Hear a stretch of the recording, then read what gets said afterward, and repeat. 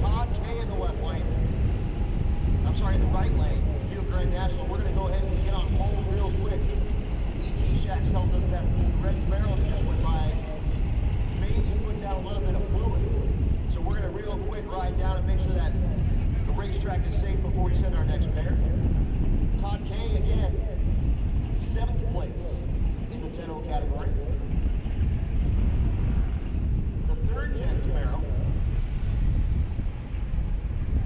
is TJ Moses, 4th place in the 10-0 category. He turned in 10:05 last night.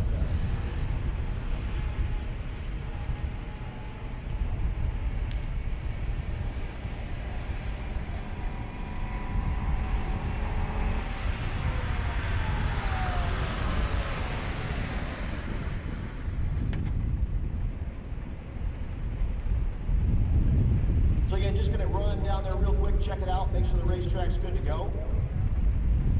If it is, we'll be back to business, but if it's not, we'll clean it up and make sure it is.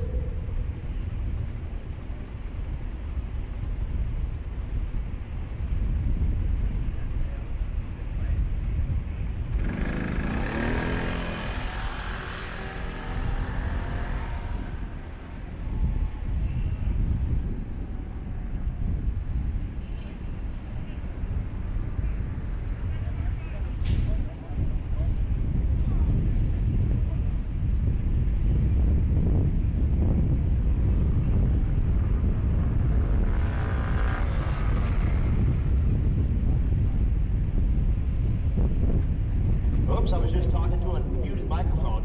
Running through day number 2 here, Race Week 2022. Again, we are here at the Motorplex tonight. Tomorrow's our big long drive day. Almost 450 miles we'll be doing tomorrow. Wednesday, we're back at State Capitol Raceway in Port Allen, Louisiana. However, we're changing to the morning, 8 a.m. to 3 p.m. So racers, folks on the live stream, I don't think you can hear me yet on the live stream. On Wednesday, 8 a.m. to 3 p.m. Then we move back to evening racing. On Thursday, we'll be at Twin City Motorsports Park in Monroe, Louisiana. And we cruise on back to Pine Valley Raceway in Lufkin to finish it all up. Again, that last day, that's the shootout day. And that is going to be awesome. We heads up race our quickest 32 cars in 3 classes. The FAF8, the BMF8, and the Quick 16. Everybody else is in a huge bracket race. And that's always an absolute blast. That bracket race ends up going like 7 rounds typically. And if you guys know bracket racing, that's a lot of racing for a day. Well, we got a little bit of quiet time. A big thanks to all of our sponsors. The title sponsor, the Motion Raceworks title sponsor, giving us a hand on that deal. You see them on the top of that live stream out there. We appreciate them a ton. The presenting sponsor, Sick the Mag. BANGshift.com, War Performance, tuned by JG. Cycling Specialty, their stock boutique. Portable car hoist, and he's got like 50 more spots left in that raffle. $100 a spot to get in that raffle. Go cruise around and check that out. He's got the American flags hanging out of the top of it.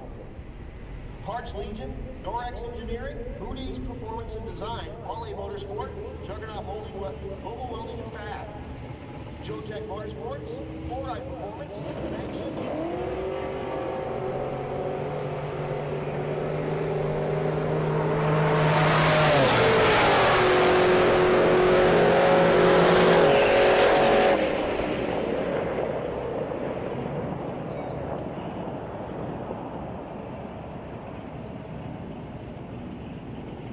Attention to the pits, and a small block 6 and 7, and a big block 4 and 5, and stick shift.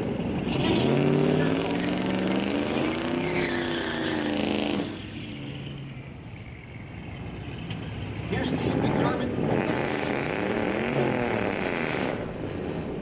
McDermott in the left lane, the water box there. Pro Charge Dodge Dakota. I'm sorry. Is that no?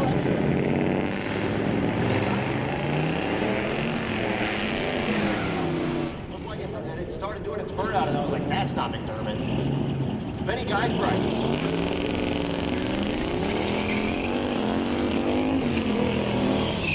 In the right lane. That's Billy Siltoff. I'm sorry, Sitoff. Billy Sitoff. Two eyes. It looked like an I and an L. My bad, Billy. The 84 Volvo 240. He's currently 6th place in the category, 10-19.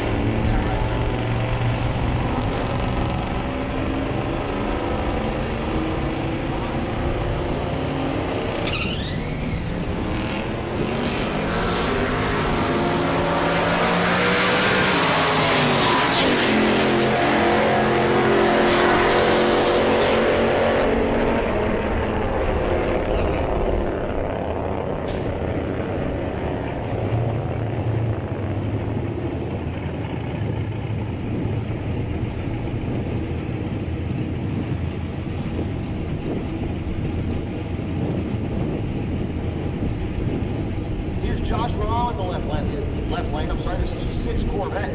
11:09 is what he turned in last night. That's only good enough for 8th place.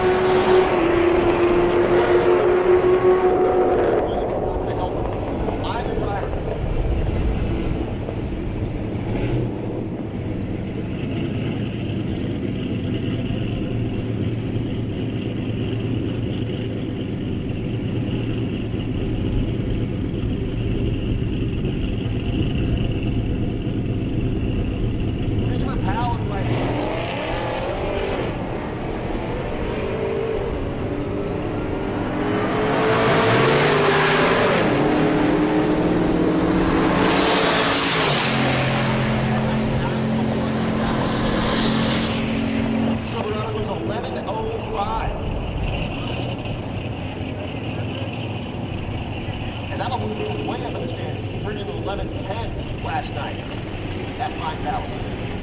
That helps him out a ton.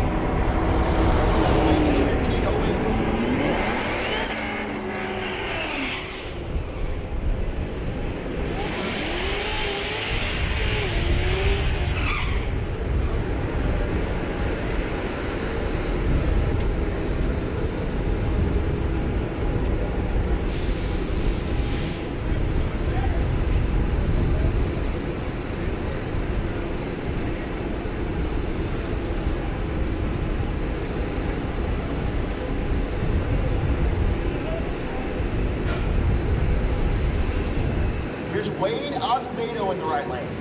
The CTSV. I told you we have a bunch of CTSVs. This is again the second generation, right?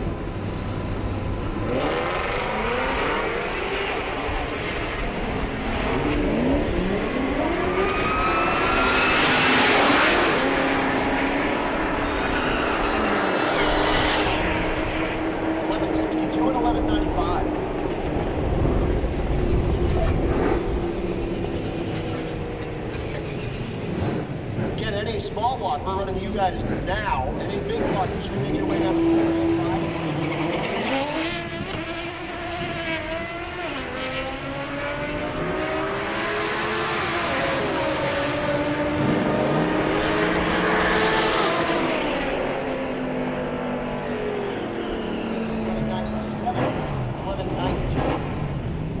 In the left lane.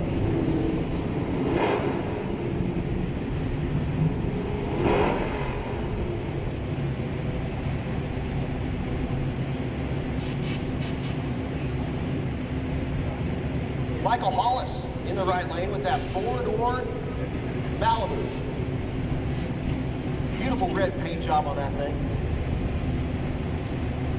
Left lane is Derek Lewis with the S-Dime. Both looking for that.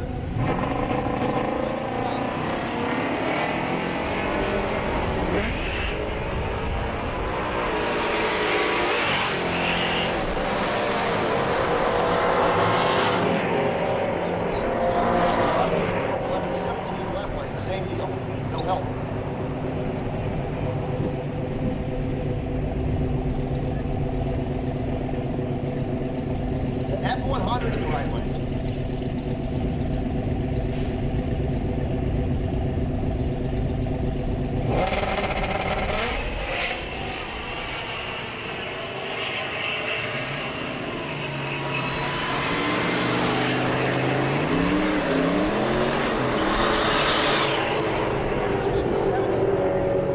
Helping to slow that thing down. Here's Bobby Quackenbush, the 98 Tahoe. Turned in 11:58. He's going to need to pick up about a half a second.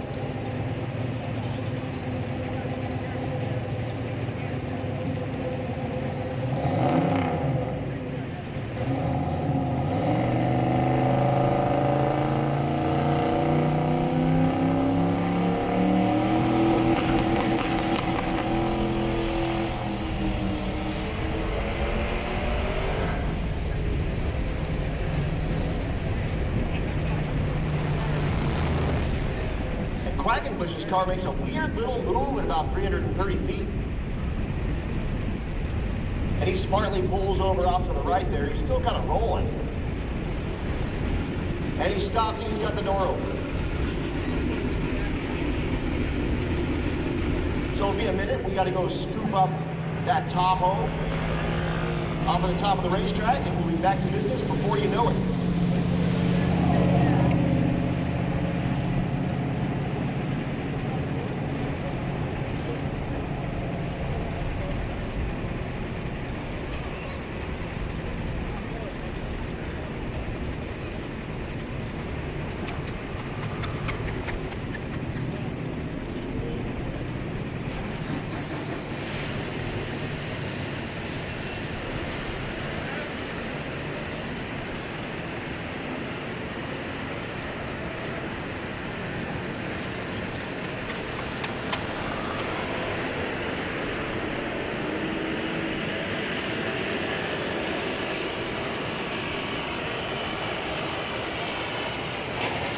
And again, racers and spectators and folks on the live stream and everything, do not forget, tomorrow's our race day, or I'm sorry, our drive day, so there'll be no racing. Wednesday, the 18th, we're at State Capitol Raceway in Port Allen, Louisiana. We're doing that in the morning. We start at 8 a.m. We go to 3 p.m. Then Thursday, we go to Twin City Motorsports Park in Monroe, Louisiana, and we're back in our normal time, 3 till 11, about 10. We say 10, and then we typically try to have a little buffer in case we have problems like we had last night.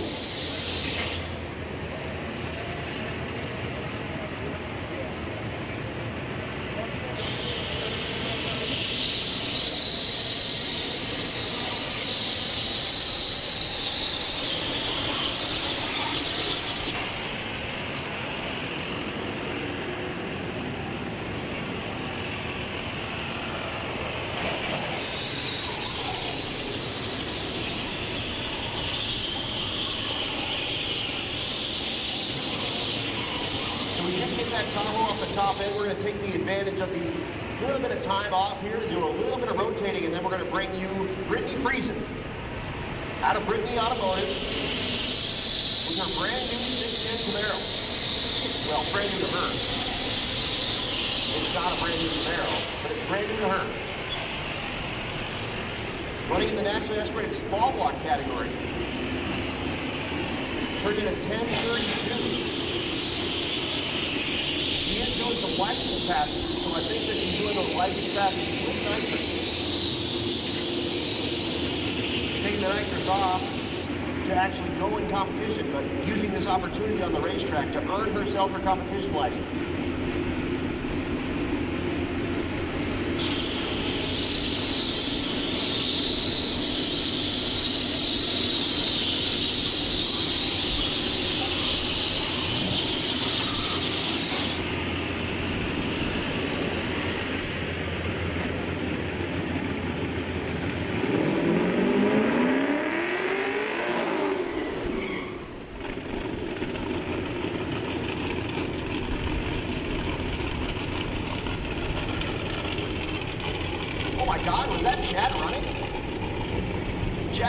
Out there running on the grass in his flops. He always wears flops. I can just assume he's wearing flops. He always is.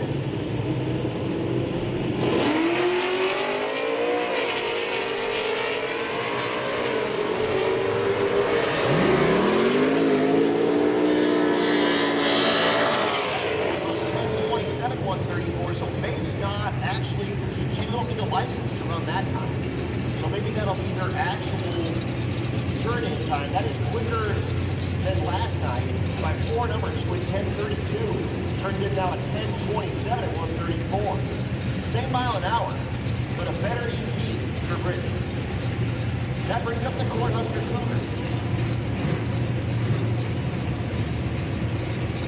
Justin Peterson.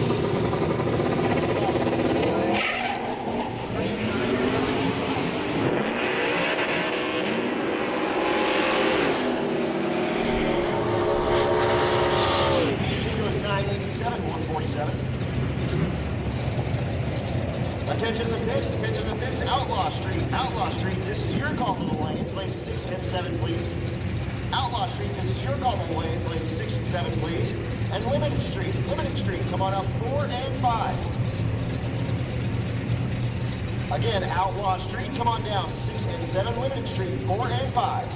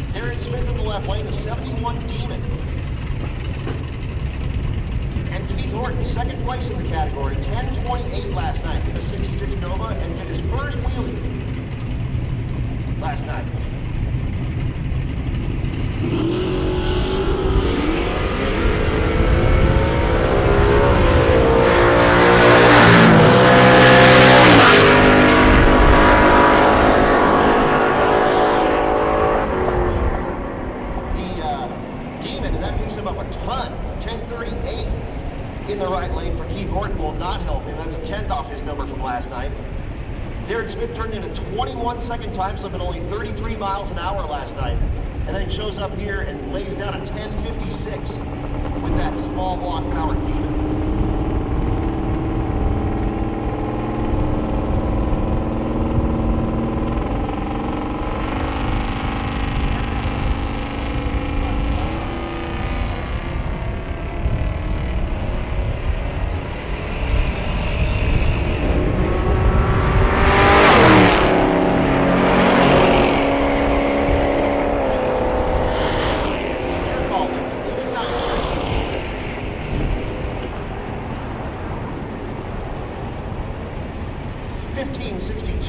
sorry, 67 in the left lane, 1365 in the right lane.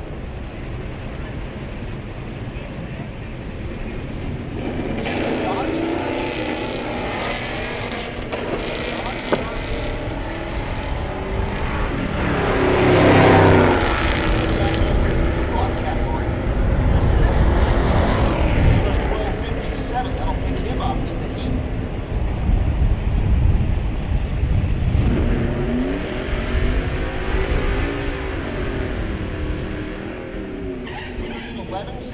Second place in the National Aspirated Big Block category. Looking to put some pressure on Robert Voss with the Regal, returned in at 995. Again, Pro Street, this is your call. Lanes 8 and 9, please. Pro Street, come on up. 8 and 9, please.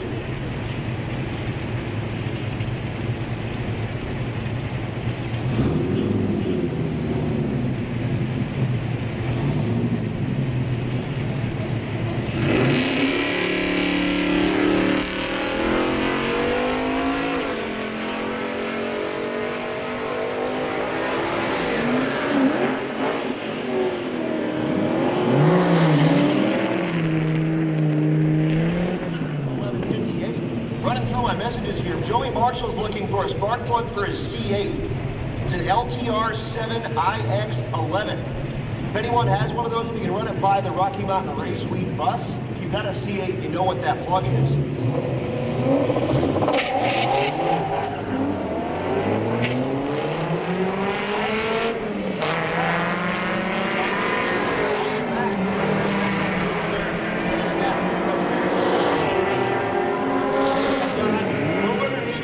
Out there. If you guys didn't hear,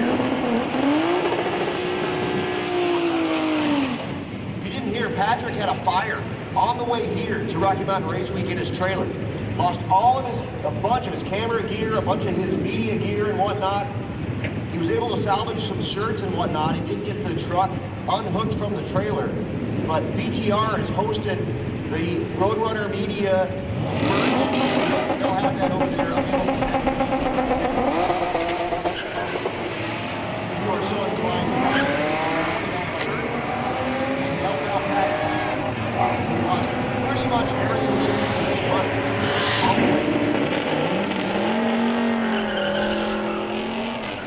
In the right lane.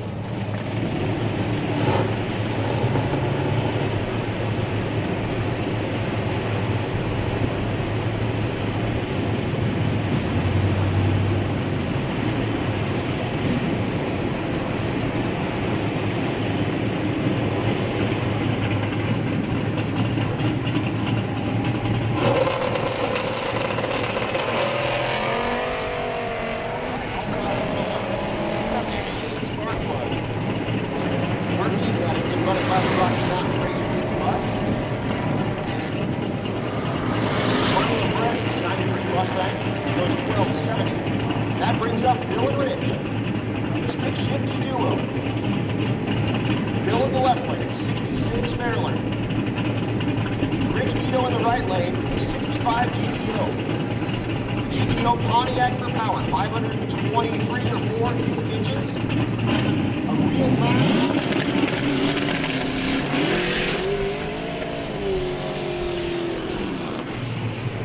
Running a 427 cubic inch small block Ford with twin turbos. They run the same transmission. It's a T56. It's a 6-speed Trivet. They both run a 9-inch in the back. And they are both super duper fast. And the best part about it, they don't even own trucks and trailers. They drove.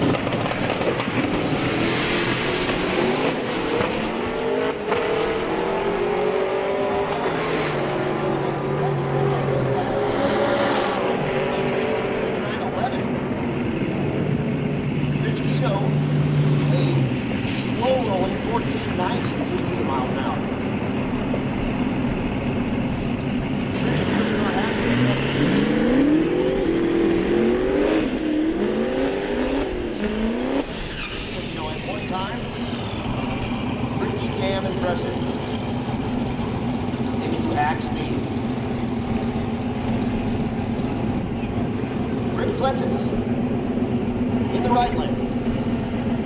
the 70 Chevelle with the Duramax diesel turned in his best pass ever, his personal best, last night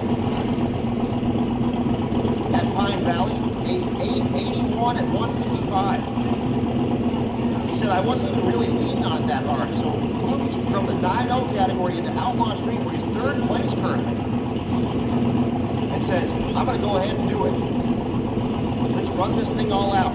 He's lined up against Aaron Shaver with the Silverback Ford Jet Camaro. He's currently 2nd place in the category at 855 at 164. He's chasing Blaine Diesel at 854 at 1.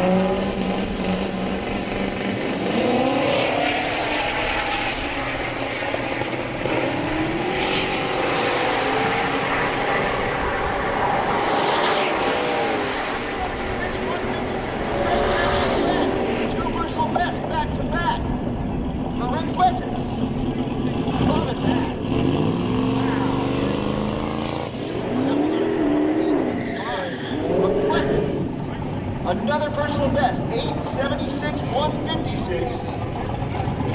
Wow. And Heather walks back and says, okay, I'll take that all day. Take it on.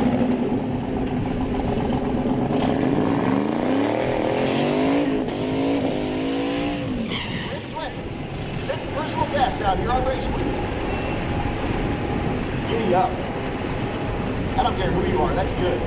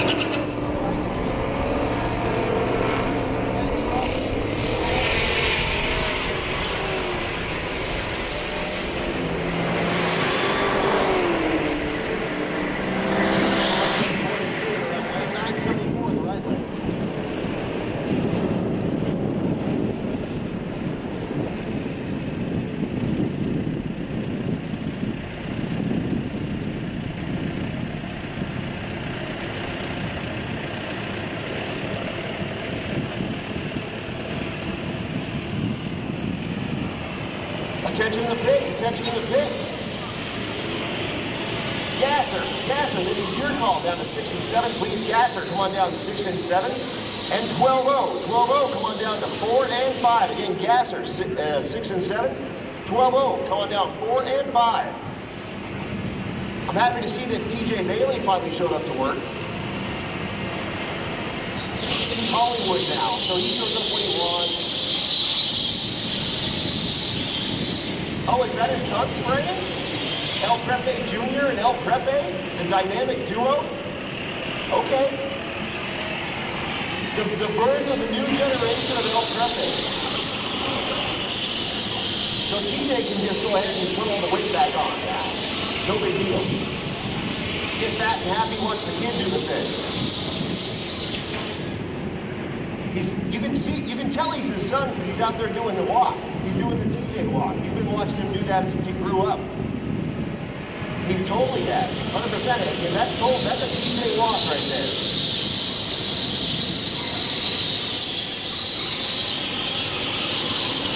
So the El Crepe family team, again, Hollywood, shows up when they want. You know, no big deal. An hour into the event, we'll just roll in. We'll put on our shiny shoes, and we'll rotate the racetrack. And again, TJ half of the T&E Productions, or Promotions team. Eric's the other half of that team. Based here, out of the Motorplex. And they lay it down. Of course, we did have TJ last night at Pine Valley. And I bet if we ask him real nice, he'll come back on Friday. Once again, I should have Gassers making their way down to 6 and 7, please. Gassers 6 and 7. And 12-0, come on down, 4 and 5.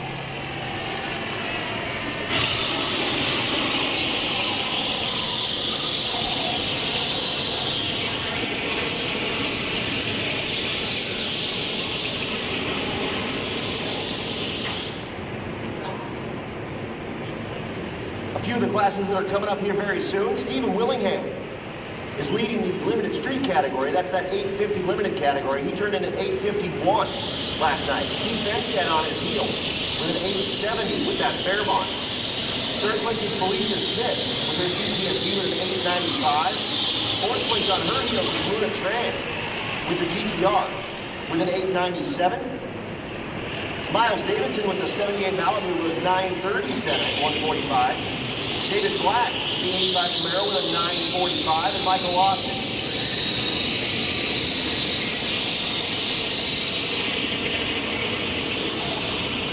The Pro Street category looks like this. Daryl Yost in the lead with the 69 Chevelle, 881 last night.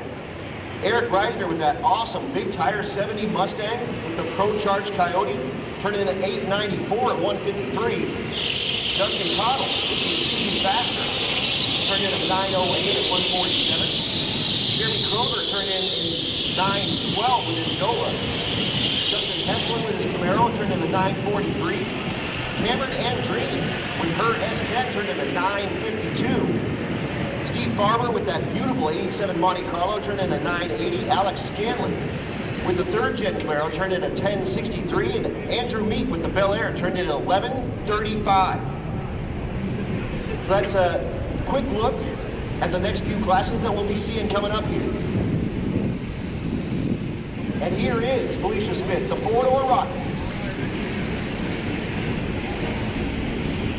Again, she's third place in the limited street category currently. Ran an 890.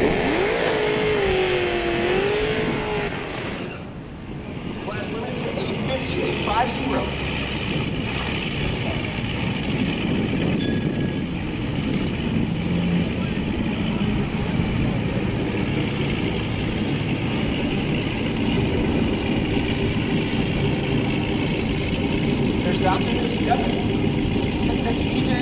Out there, I mean, it's like looking in a mirror.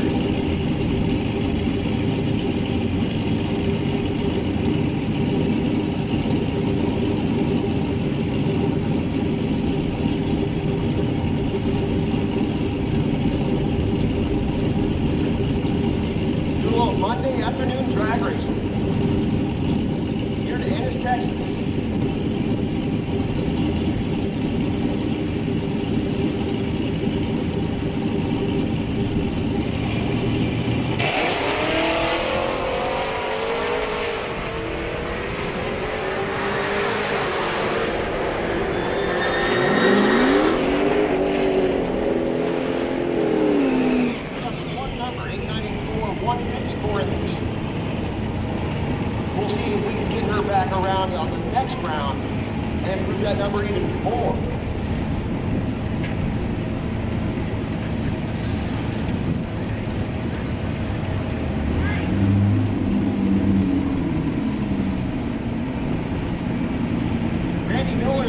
Out of the Outlaw Street category, fourth place in that category, 979 with the Land Rover.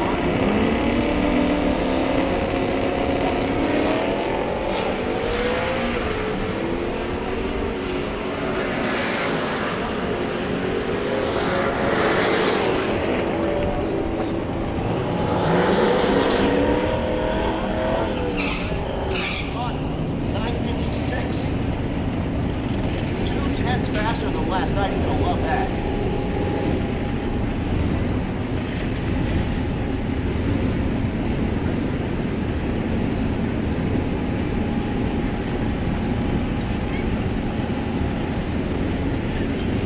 Luna Tran in the right lane, limited street.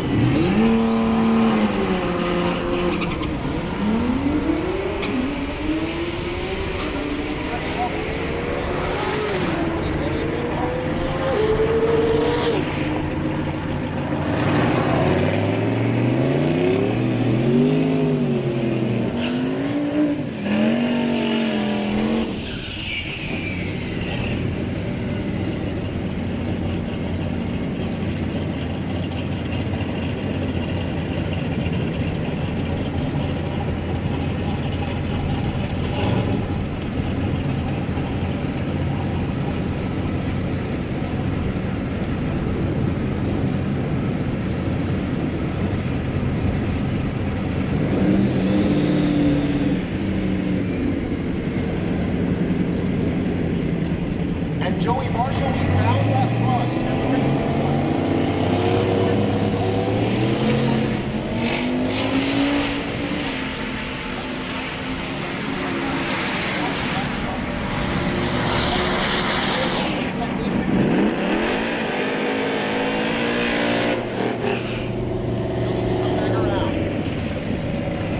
Here's that beautiful 1970 Mustang I was telling you about. Co-charged Coyote motor under the hood of the 70 Mustang with the big tires.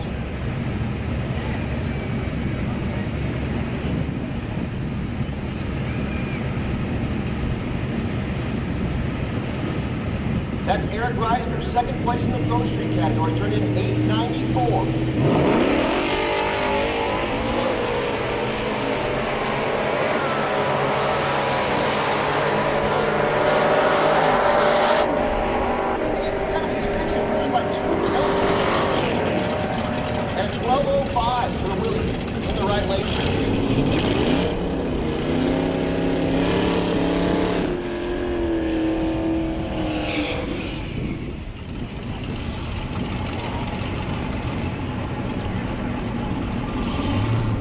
Unfortunately, Steven Narks does his burnout, and that thing is leaking some fluid. So they'll shut him off, and they'll get him off the starting line, and he'll be able to get that MG fixed up.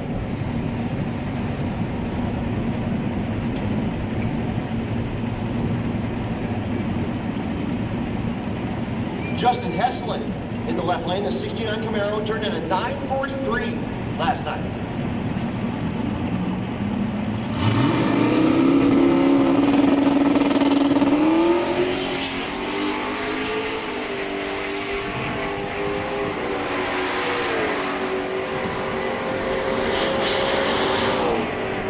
US 951 will not improve over last night.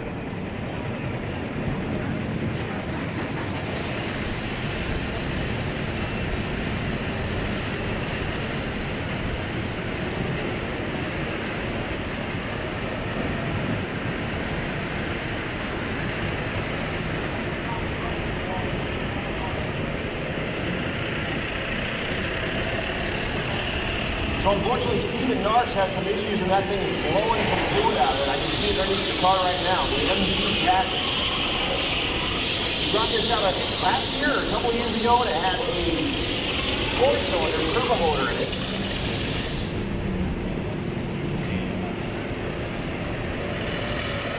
Brought it out this time with the front end hiked way in the air with a V8.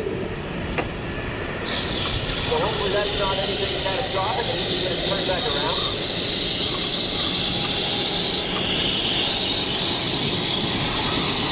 So since we have to clean anyway, we'll just take advantage of it and rotate the track a little bit. DJ says, nah, man, we're good to go. Let's go. All right. That'll bring up the Tesla.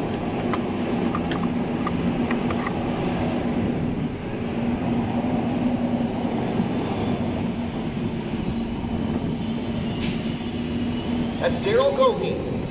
He turned in 12:16 last night.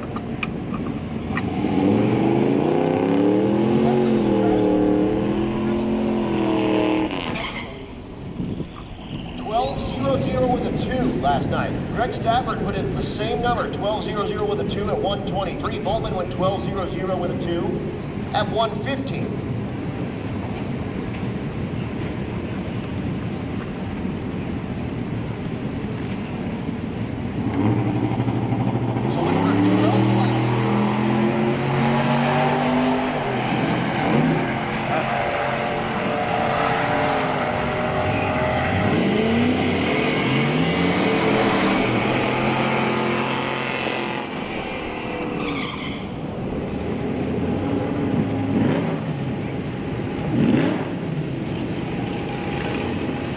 Along in the right lane, the 4th Gen Camaro.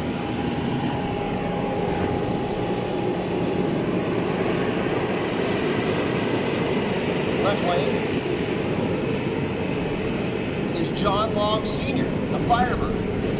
So Krista Long and John Long Sr. That's her father-in-law, I believe.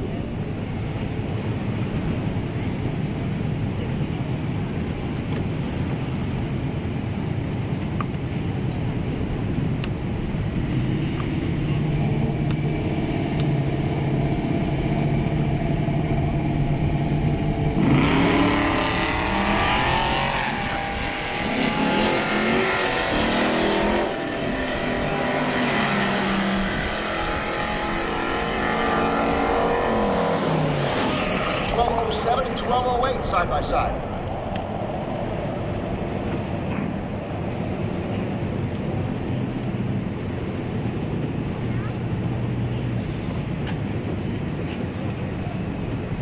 How does the This was a 25-footer. C6 Corvette in the left lane and a 6th Gen Camaro in the right lane. Camaro's piloted by Brian Price. Turned in 12-11.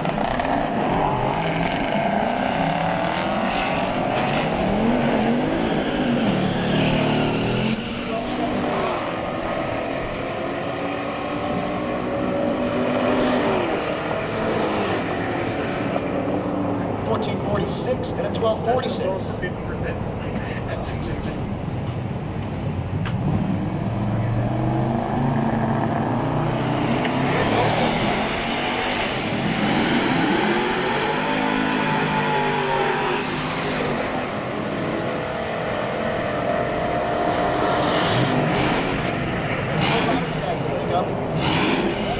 It's too quick, 1222 is too slow, they'll turn it back around for the next round.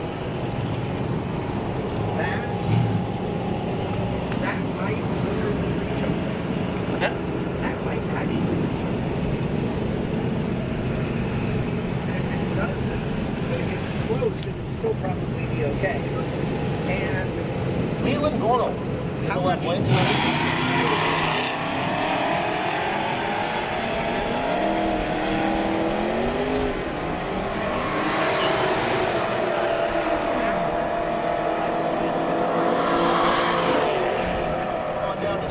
I'm sorry, 8 and 9. It's not going to go that far. This is your call coming down to 8 and 9. You want me to move it again? No, leave it alone. Let's just see how far this Here's gets. Brendan Mull. And like, you want zip ties In or the something Lexus to in the put left that lane. 2J for power on with a the stock. ladder? Yeah, Oh, Lexus no, the ladder has automatic a, transmission. doesn't have a little hole in the top? Yeah. Just fucking, yeah. Yeah. Try that.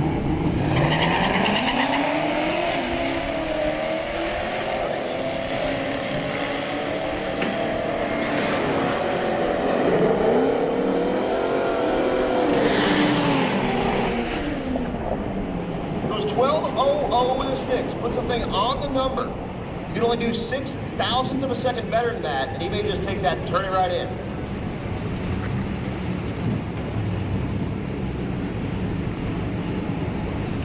The Skyline. The car they call Godzilla. That's David Brewer. It's right-hand drive and it's stick shift. There's one thing driving a stick shift car.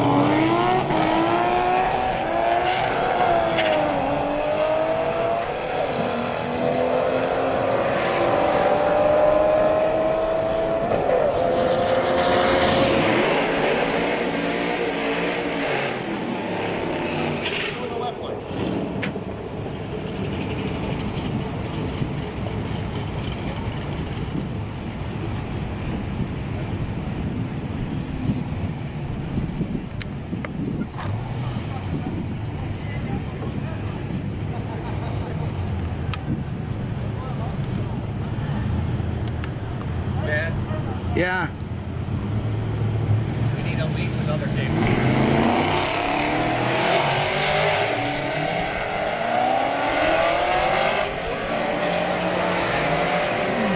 That's both.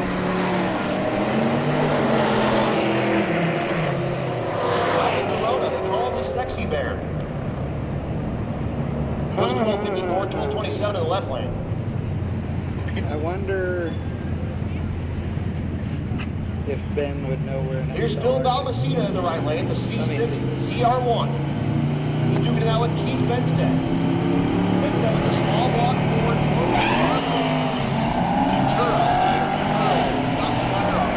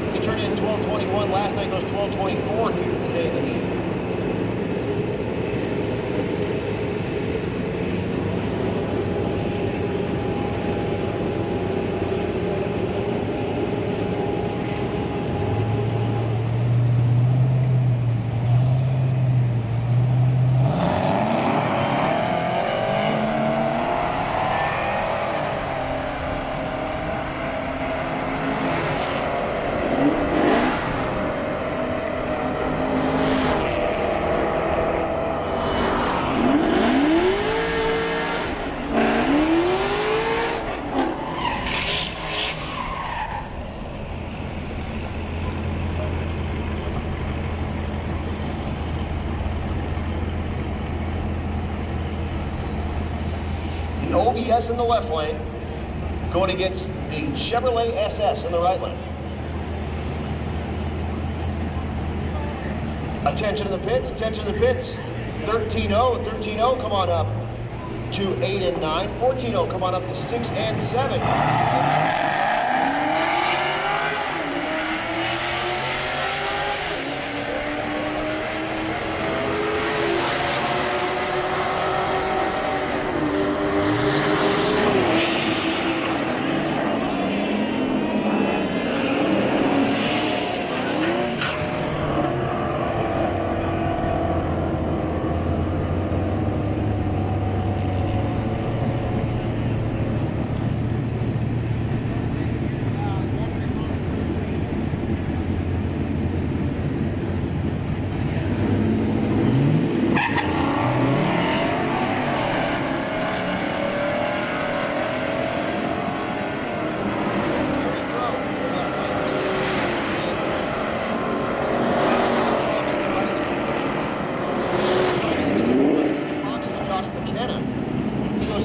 I'm sorry, 1437.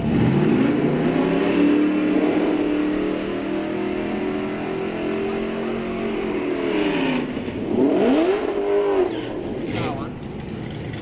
Bonnie Carter with a 4L80. Turned in at 12:07 last night. The right lane, Greg Stafford. Second place, or I'm sorry, tied for first place.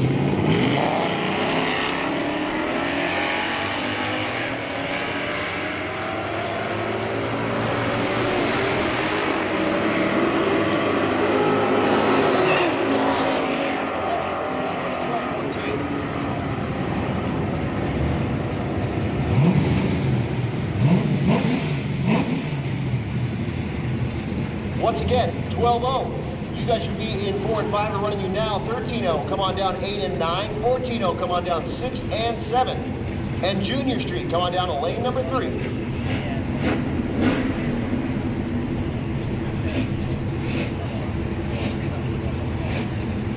James Desrat in the 72 Chevy El Camino.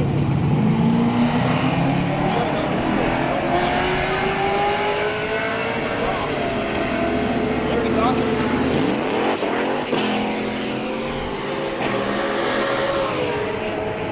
1285 and a 1216 in the left lane. Steve McDermott Jr.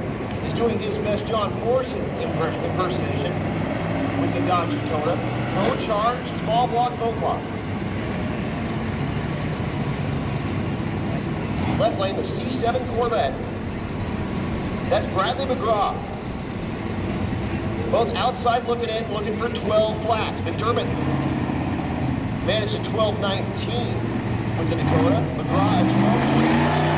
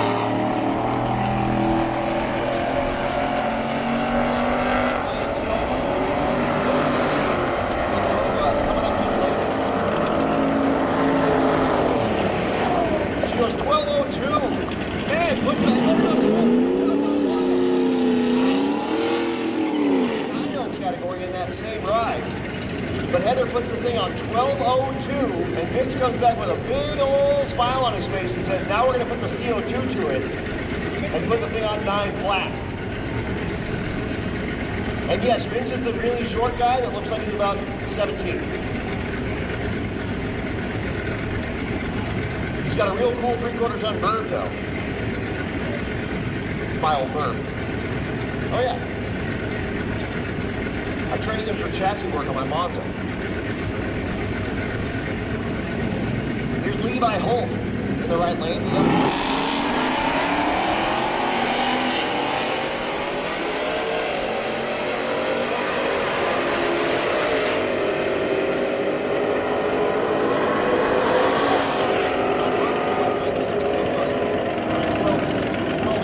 That's not Levi. Levi's in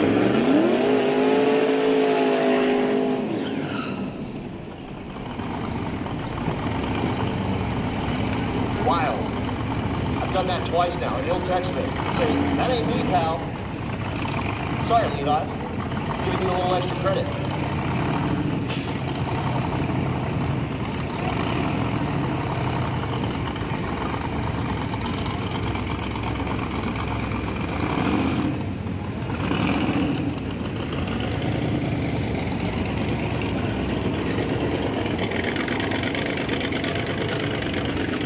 Rat rod in the right lane.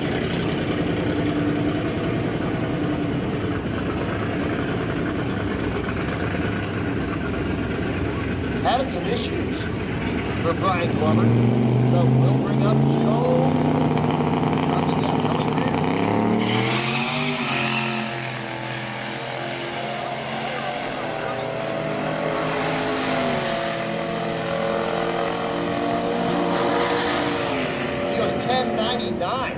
That'll pick him up almost 2 seconds from last night. He went 12:35 last night, goes 10:99. He's gonna love that. There's Barton Ranger with the left turn signal on for me. Thanks, Barton. He'll turn left eventually. Michael Friesen in the right lane.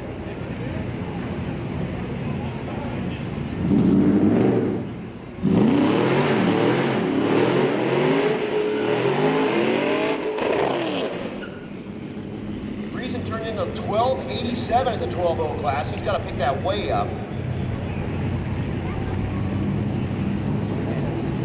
Ranker in the 13.0 category with the 65 Mustang Shelby clone.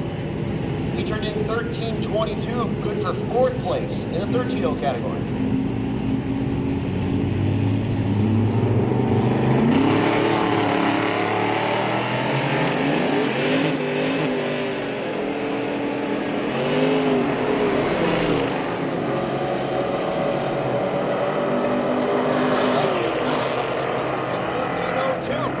Both love those passes when they get those time slips.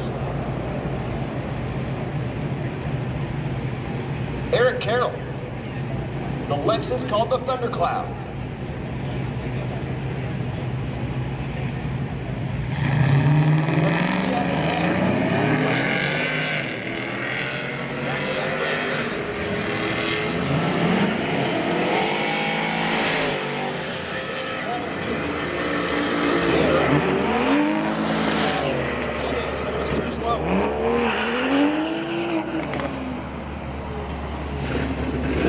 Here's the BMW with a 2J swap.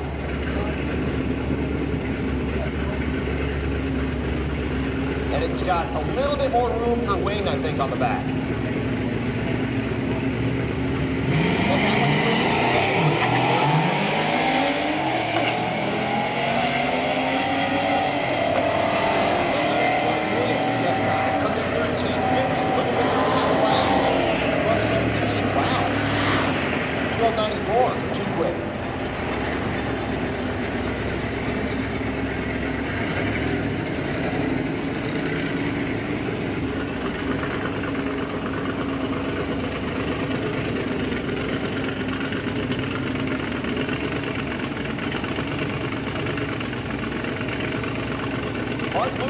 The F-150. Outside looking in the 14.0 category. Right lane is Joey Marshall in the 11.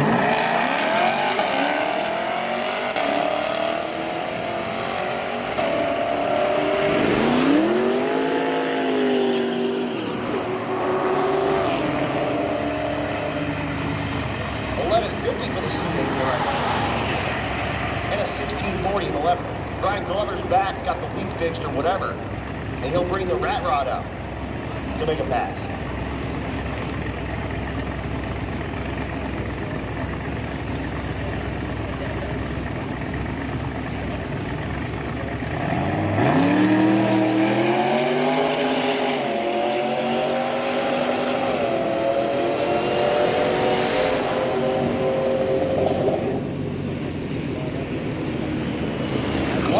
That thing was running left and left and left and left, and smartly just got out of the gas before he started running over cones and all sorts of stuff.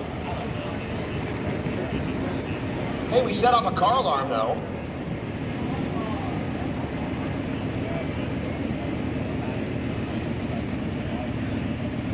The diesel truck in the right lane and the C5 Corvette.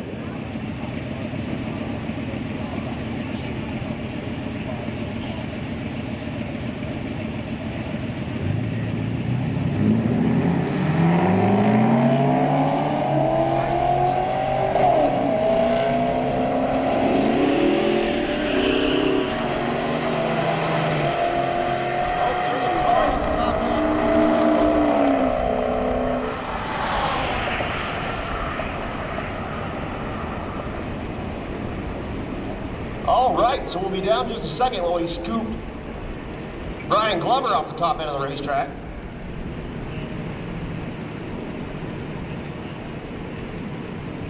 That was a little wild.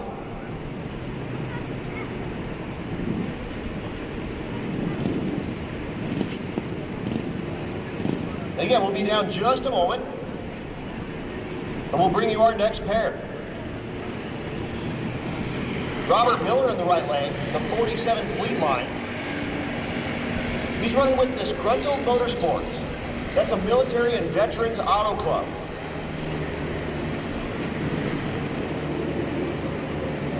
And I love that Fleet Line. He turned in a 14:23 last night. Looking to put that thing on 14 flat.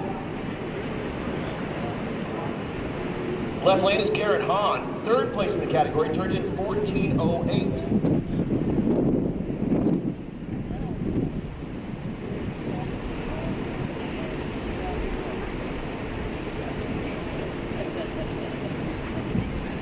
So we got Glover off. Top of the racetrack, we'll be back to business. Again, Robert Miller. Out at Disgruntled Motorsports.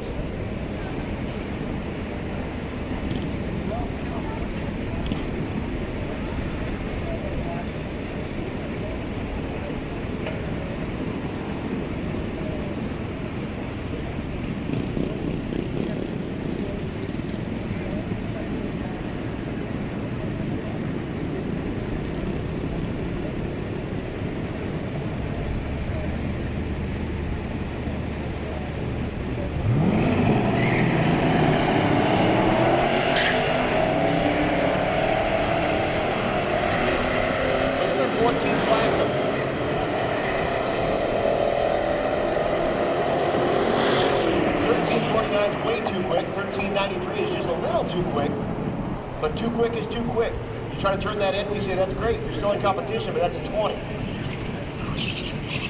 Here's Dale Farley in the right lane. The Focus, stick shift in the right lane. Past winner in this 14-0 category with that stick shift Focus. Left lane is Chad Hartshorn with the Durango. Outside looking in, turned in a 15:44. Needs to pick up about a second and a half.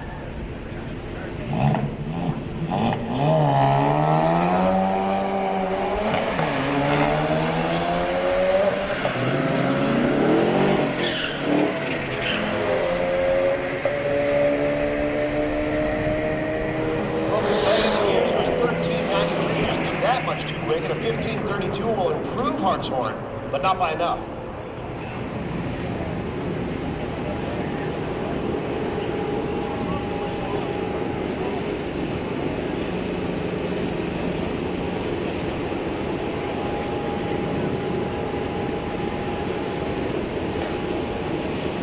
Jeff Franz in the right lane, the F-150. left lane is Colin Williams with the S guy. Street cars, don't forget, you gotta have your AC off. And I mean like the whole time you're here. It'll just drip on the ground for a whole long time after you turn that thing off. You don't just like just run down the track with the AC off, like you turn it off the whole time you're here.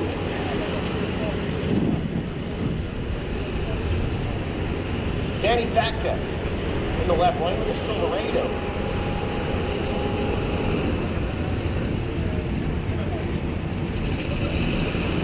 Matt Potter in the right lane, the Buick Regal. Front drive, supercharged drive.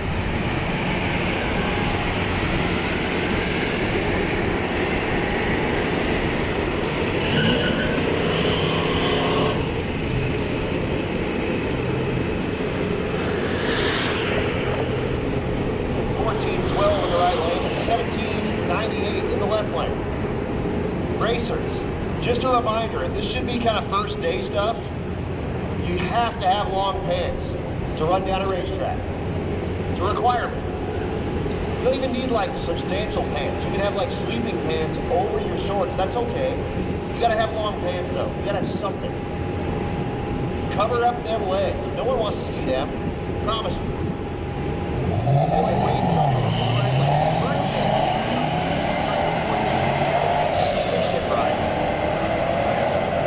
That's how you know he's cool. Left lane is Blake Williams with the S10. Looking for 14 flats. 1416, 1469. The Dodge Charger with the cop car livery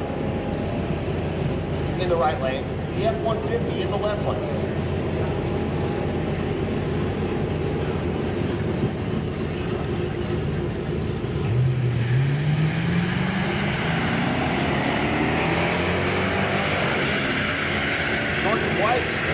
Driving that Charger.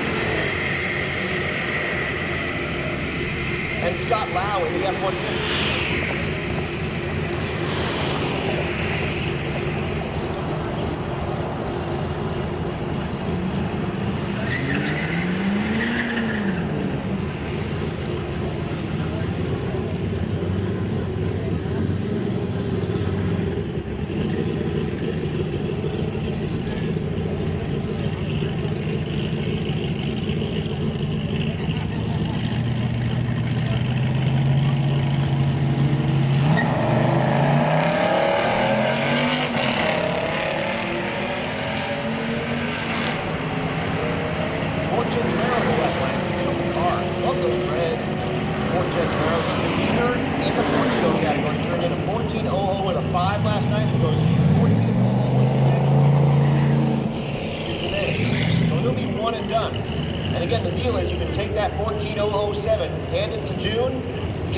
Directions to the next track, and you can leave right now if you want. He has a 450-ish mile drive in front of him.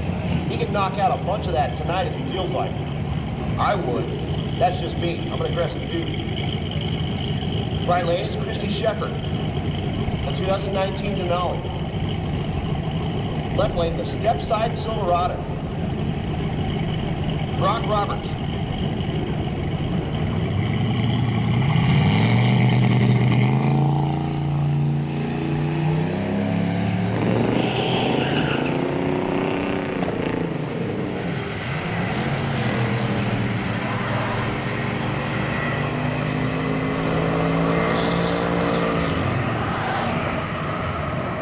1477 at 1502.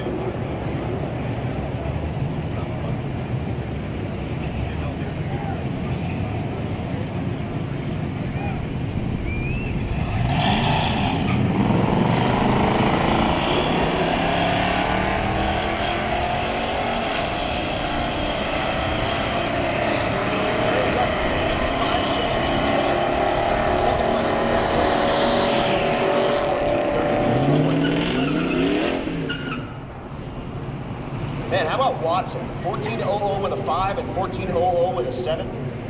Back to back at 2 different racetracks. He's got a stranglehold on that 1400 category right now. I 100% will be packing that car up putting all my stuff in it and starting burning miles on this 400 and nearly 50-mile drive that we have coming up. That's also, you can also, it's hot and humid. You can go back to the pool, have a couple of frosty adult beverages, and dip your toes in the pool.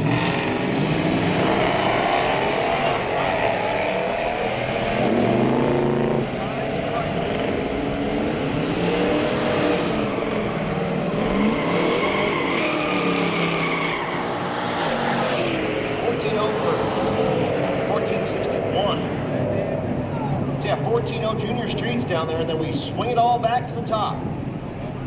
Do a quick little bit of track prep, and then we'll start up with Rowdy Radial very soon. No, I didn't call you. Don't come up here.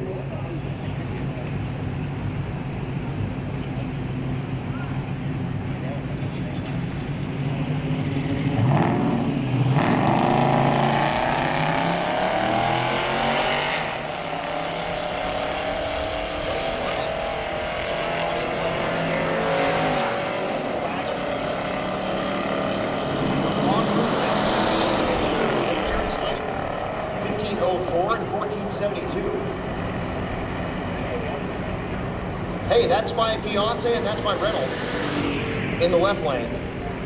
Stevie went 15 flat yesterday, so we're way out of competition. That thing's V8 all-wheel drive. I was like, clicked sports car, thinking I was gonna get a Hemi car, because those might run 14.0, and showed up and put my foot to the wood and went, wait, where's all the horsings? And then started opening the hood and looking around, and I was like, oh, the 4 on the back means it's 4-wheel drive. Crap. Oh well. Something interesting though with that car, allegedly, even being all-wheel drive, it'll do a brake stand burnout.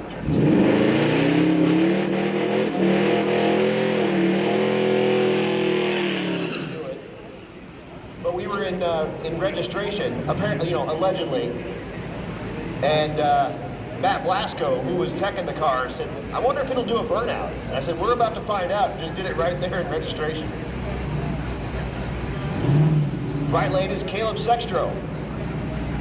With the square body, he turned in a 1487 against Stevie with 15 flat.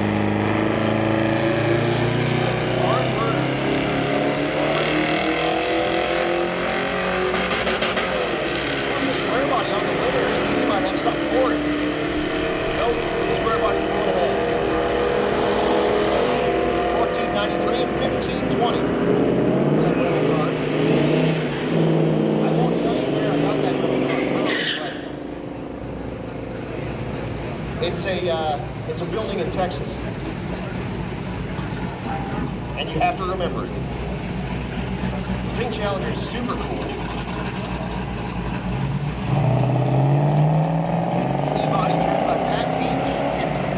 Outside looking in, turned into 1633, so it's about 2 seconds. Chris Rucker in the left lane with the GMC Sierra. 1605 in the right lane, 1697 in the left lane. So 1605 picks up 3 10s for that Challenger. 10s are going to be on the number by the end of the week.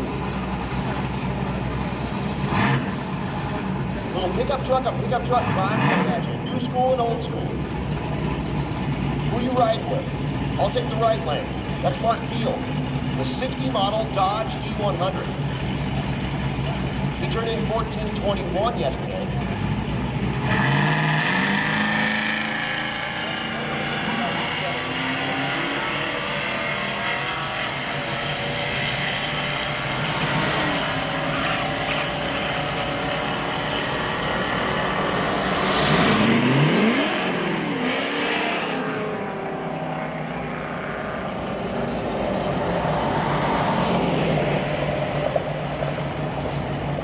.16 in the right lane and a 1996 in the left lane. That was a good year.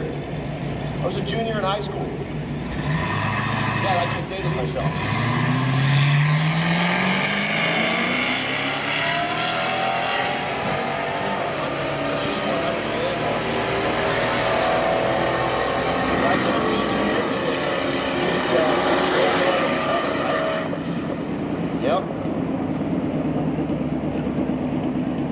again, Junior Street coming at you right now. This is a class for 13 to 16-year-olds. They ride with their parent or guardian in the passenger seat. They can run no quicker than 9 flat in the 8th mile. And that's Lydia Walden in the right lane, the 86 Mustang. They are running for consistency here. So Lydia looking to run a 9:21 or thereabouts. Connor Aspergren in the left lane, the 65 Impala wagon, looking to run a 6:82 or thereabouts. I'm sorry, a 10:15.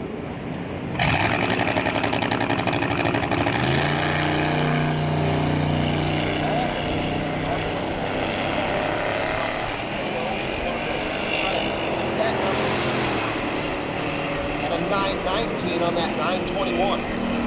11:55 on the 10:15 for Connor. That'll be no help. And that was our only takers for Junior Street.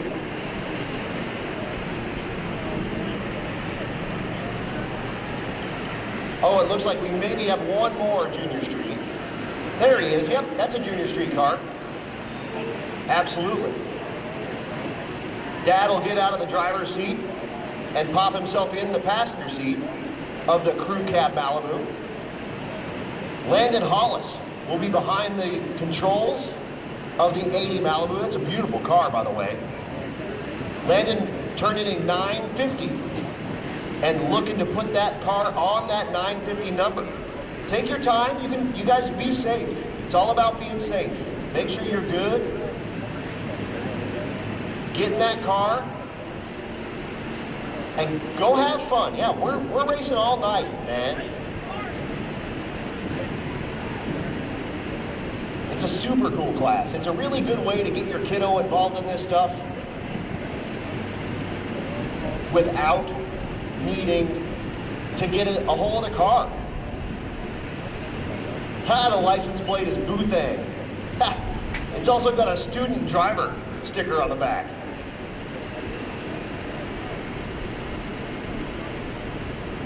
His dad runs it in an 11.0. He pulls the nitrous bottle off of it and puts the kid in it. And we're looking to run 950 in the 8th mile with the crew cab Malibu.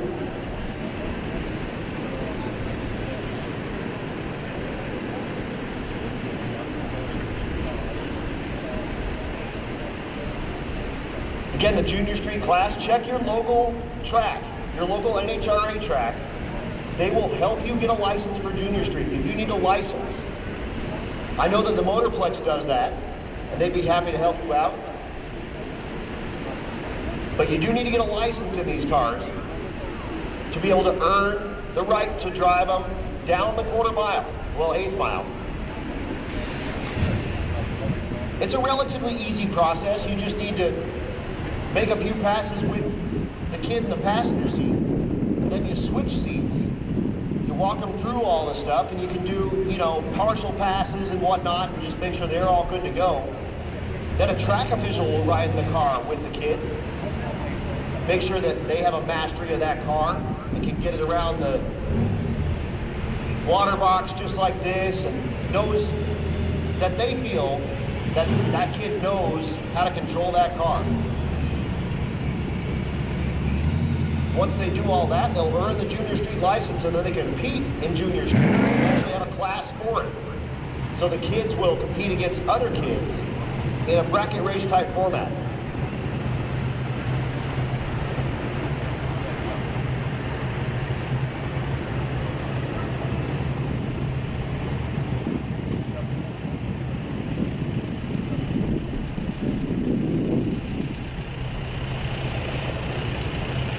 Again, this class we run for consistency only, so he's looking for a 950 or thereabout.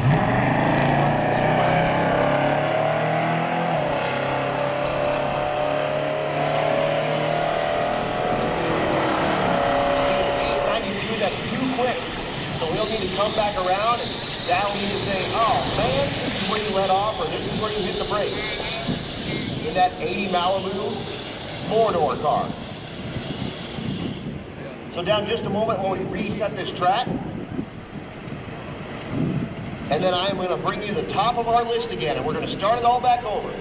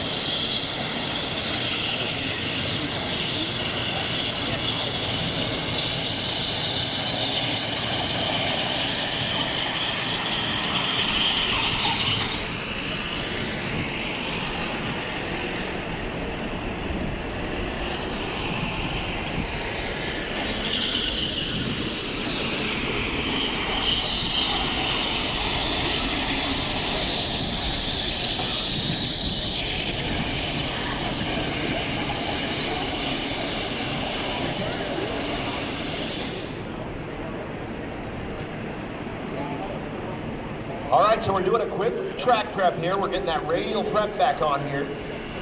Racers in the staging lanes, if you guys could go ahead and slow it down a little bit. You don't need to be going 9 million miles an hour in the staging lane.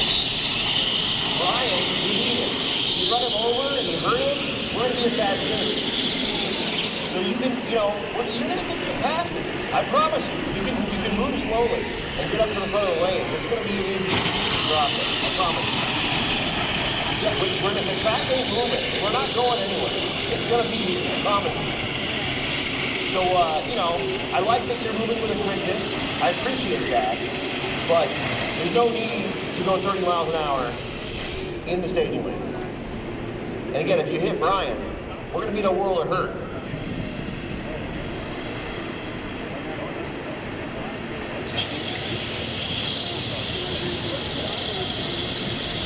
But anyway, just doing a quick rotator. As soon as they start spraying, I will start calling cars. So Rowdy, Open, and Unlimited, you guys are on deck. I'll be calling you very soon. Big thanks to all of our sponsors. We already got some downtime. Motion Race Wek, Sick the Mag, our title sponsor and presenting sponsor. Fluoride Performance, the BANGshift Village, Brian Tooley Racing, and they're down there. They've got their tent set up, and they have the Roadrunner media shirts down there as well.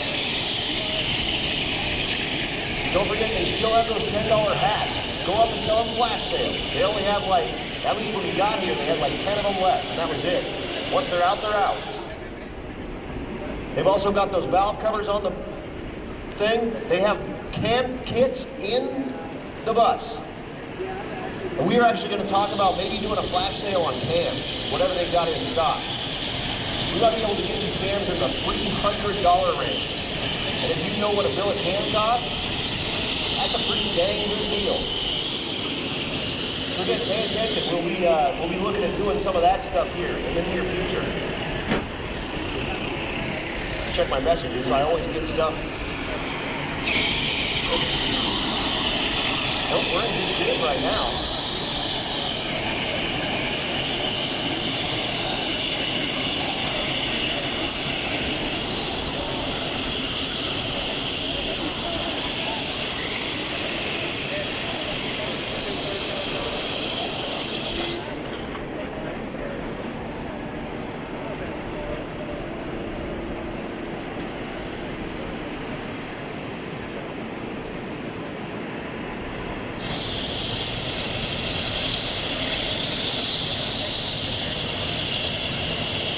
Dale's here.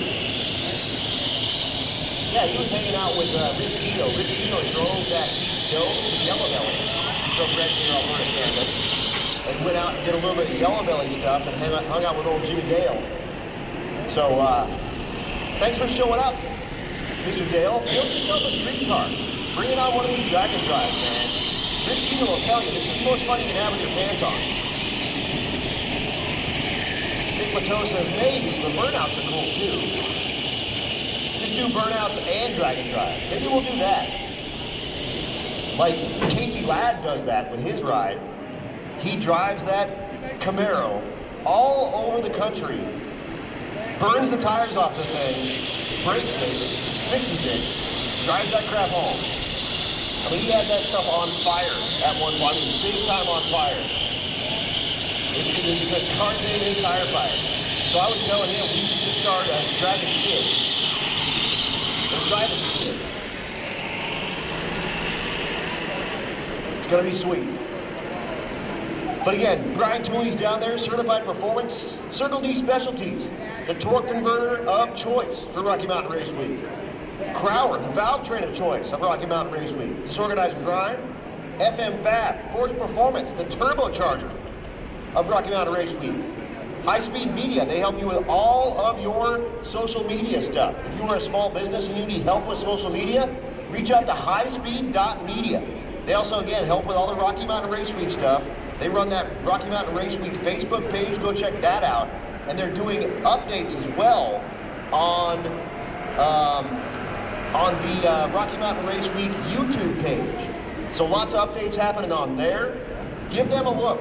Highspeed.media if you need help with your social media. Joe Tech Motorsports giving us a hand as well. serving at Mobile Welding and Fab. Wow. Molly Motorsports, the piston of Rocky Mountain Race Week. Moody's Performance and Design. They help us with all of our motorcycle stuff. Thanks so much to Dustin Moody and the team. Norex Engineering is on board first time this year. Parts Legion giving us a hand. Of course, portable car hoist. Bobby Burr is running around with that portable car hoist. He's got about 50 more of those slots open for the raffle for that 8,000-pound portable car hoist. Go over there and check that thing out. Rotor Stop Boutique is back on board this year. Thanks so much for coming back. Safer Specialties is on board. Tuned by JP, Jim Parkinson, giving us a hand here on Race Week as well. We're missing him. He doesn't have that car he calls BG out here. Second gen Camaro, that's a 7-second LS ride. Roar Performance. Of course, they've got that awesome billet throttle body that is on Rich Guido's car. And that thing has 30,000 miles on it. No issues with it at all. We appreciate Jason and the guys from War, and unfortunately they had issues getting Joe Rivera's car control in his 67 Chevelle. So they're back in California watching us on the live stream. And BANGshift.com, giving us that free live stream. And Chad and Neil out there working hard, bringing you the best show that they can possibly bring you out here from the Texas Motorplex. Chad is running around here somewhere. He is back on the property. He was finishing up with Mopar for yesterday. There's Chad. What up, brother?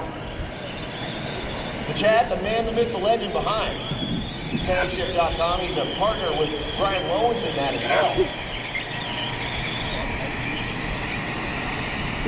And we appreciate him doing this live stream. He's been doing the live stream since 2020, the COVID year, when everyone shut down. And Race Week said, you know what? Let's do a drag week replacement. Let's give those drag weekers a place to go. We did the Drag Week 2014 tracks. And Chad said, I'm in. Let me help do some of the live stream with it. I'll do it at like rock bottom prices for you. And that's when I became an announcer. Because they said, well, we need an announcer. And I had a broken G-body sitting in my garage. And I said, well, I know some of these dudes. I help with some of the social media and whatnot for some of the racers. So I know a few of these guys. So screw it. I'm in. Let's try it.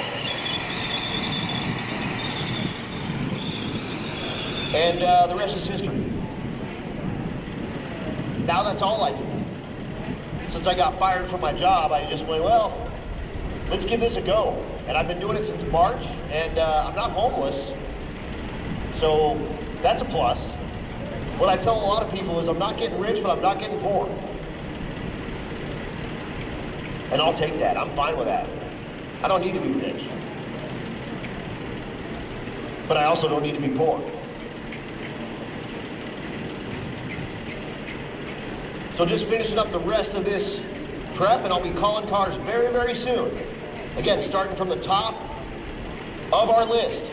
Rowdy, Ultimate, and Unlimited, you guys are on deck. I'll be calling you very soon. And thanks so much to the spectators that are out here so far at the Motorplex. Thanks for taking the day off to do a little bit of weekday drag racing with us here Monday afternoon. Drag week just got finished. They finished about 2 or 2:30.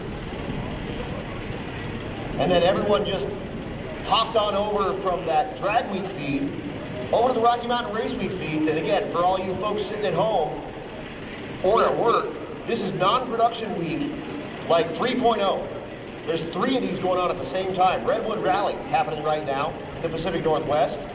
Of course, we're down here in Texas and Louisiana, and Drag Week doing their thing in the Midwest. Somewhere in the neighborhood of 1 million combined street miles are going to happen this week. 1 million. 1 million street miles with Drag and Drive happening coast to coast. And if you think that Drag and Drive's not the hottest thing going right now, check your pulse. Because this week is going to prove it. 3 sold out events happening all at the same time.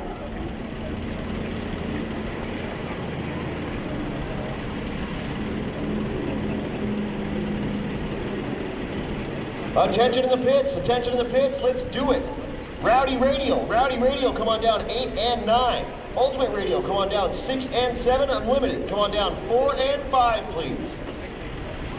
Once again, Rowdy, 8 and 9. Ultimate Radial, 6 and 7. Unlimited, 4 and 5.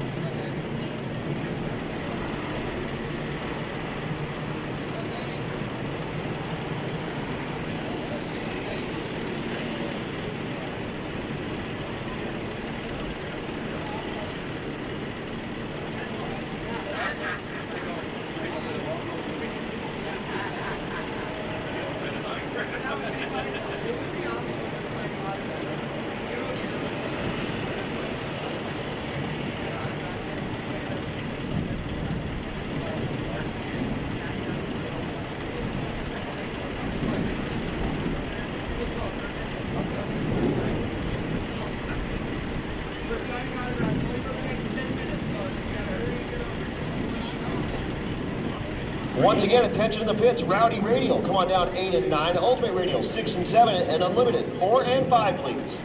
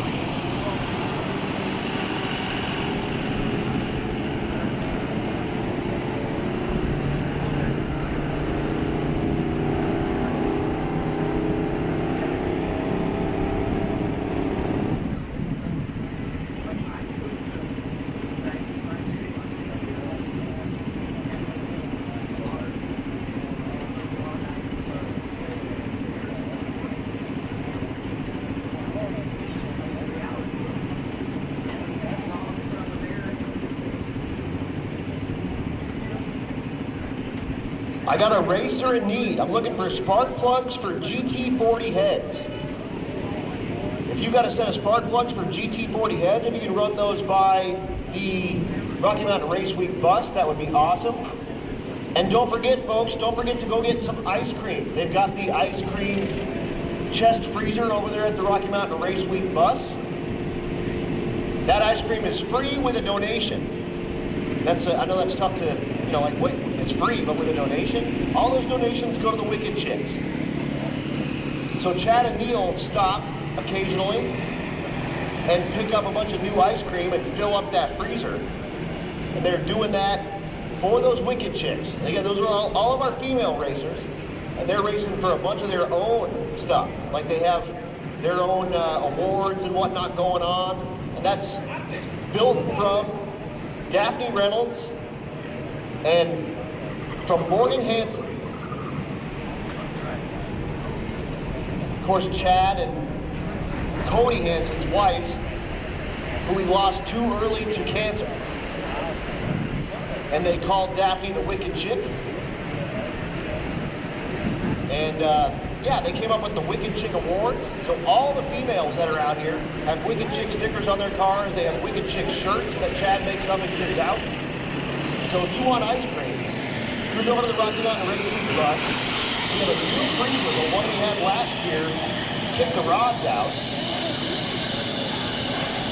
So we have a brand new fancy one this year.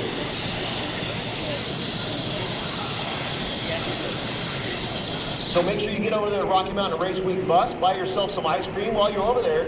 Check out the shirts. They got the official Rocky Mountain Race Wek shirt that they give to all the racers when they enter. They've got another like alternate shirt available as well. They've got koozies, they got stickers, they got hats. All of your official Rocky Mountain Race Wek merch can be had right there at the Rocky Mountain Race Wek bus. Yep, Ron's got him an ice cream. Ron Connor running the front of the lanes, and we couldn't do this without him. That dude is, yeah, that's the dude. High five him a little bit once in a while. Let him know he's doing a dang fine job.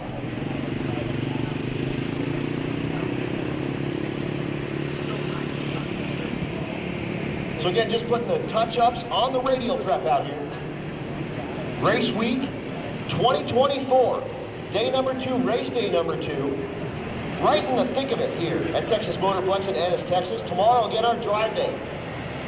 Nearly 450 street miles we'll be traveling tomorrow. Wednesday, we're at State Capitol Raceway in Port Allen, Louisiana, and note the time change. We're starting in the morning, 8 a.m. to 3 p.m. Thursday, we're at Twin City Motorsports Park in Monroe, Louisiana. Running back in the afternoon again, 3 till 10. And then we finish up on Friday at Pine Valley Raceway, and that's when we do that shootout. The only drag and drive that does actual racing. So the first 4 days are basically called qualifying. That last day, we take our quickest 32 cars in 3 classes and we heads up racing. 33 and slower, the 33 and slower car, we throw in a big bracket race. Our quickest overall car, after day number 4, they need to make that drive on day 5, so they at least need to come back and break the beams. But that quickest car at day 4 is going to go home with $7,500 richer. The winner of our fastest class in that shootout, the FAF 8, so the quickest 8 cars, the winner in that class takes home another $7,500. So theoretically, if you win Unlimited, which pays $2,000, you win FAF 8, which is $7,500, and you're the quickest overall, you take home $17,000 for drag racing for a week. That ain't bad money.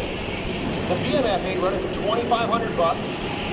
The Quick 16 running for $1,000. The Bracket Race running for $1,000. Rowdy Radial Shootout running for $1,000. And we also have a class called Exhibition.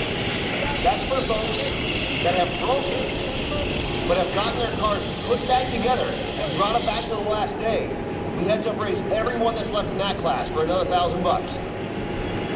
Again, Rowdy Radial, make your way down to 8 and 9. Ultimate Radial, come on down to 6 and 7.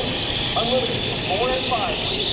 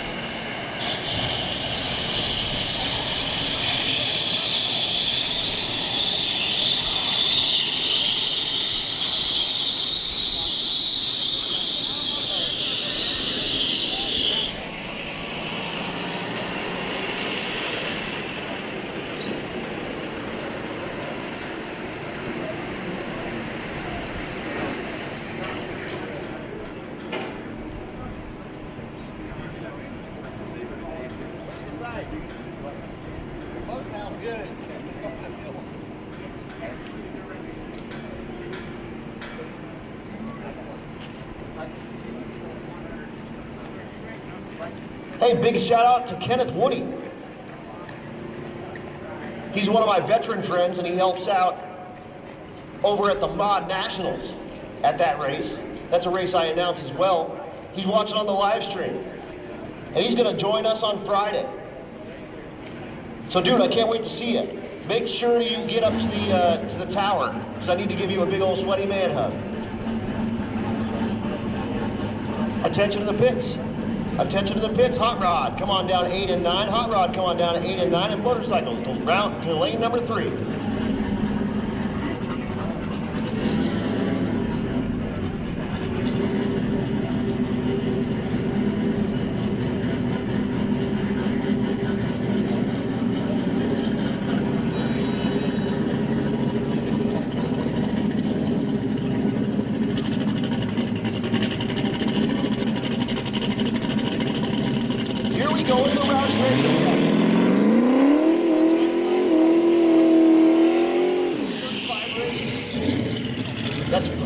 The only rules in this class. You just got to run a small tire and it's got to be able to make the drive.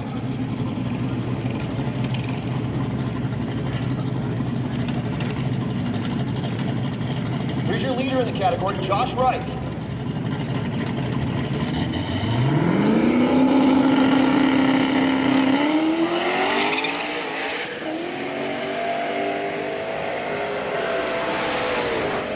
And he goes 6:09 at 123. That'll bring up Melissa Dykin, the Mercury Marquis. She turned in a 6:24 last night.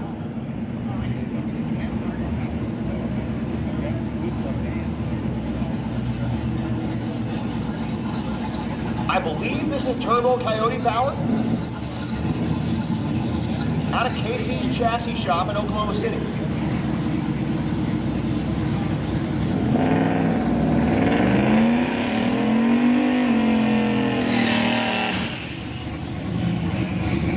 Melissa, our only taker, well, right here, Melissa.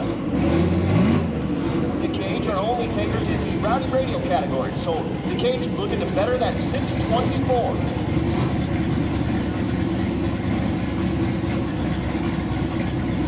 The Turbo Coyote engine.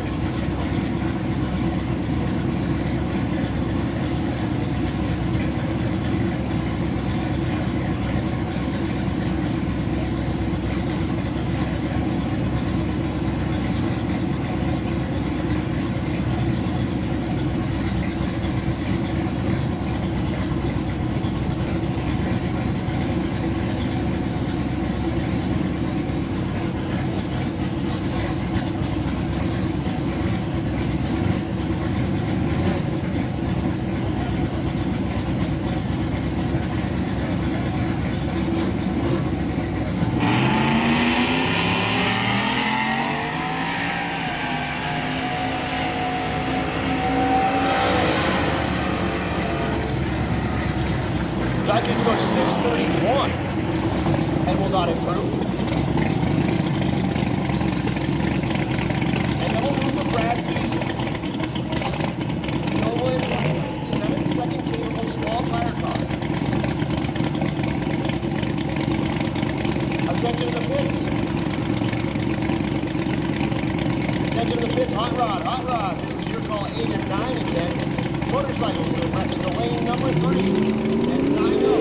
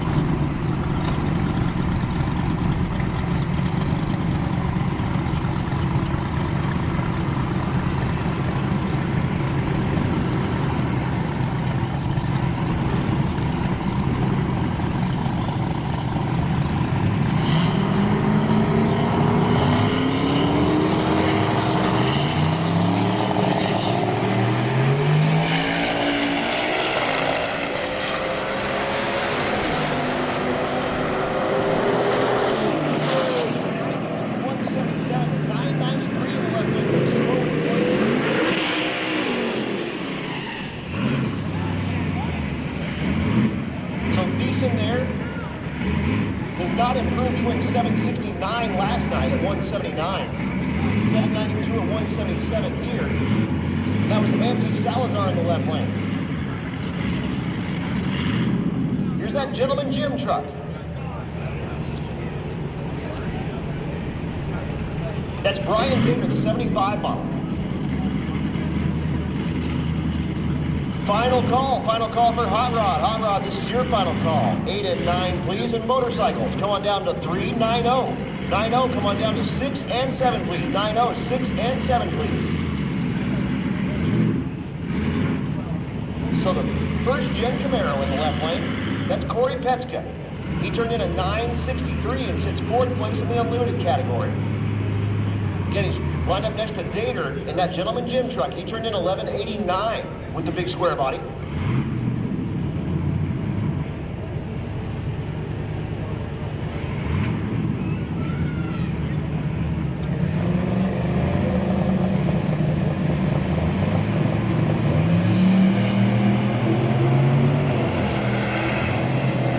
So Gentleman Jim looking to go better than 1189. He goes 1175, that will do it. At 116. So he picks up both ET and mile an hour in the heat here at Motorplex. And then we're going to bring up Petska. He went 963, 146 last night at Pine Valley Raceway.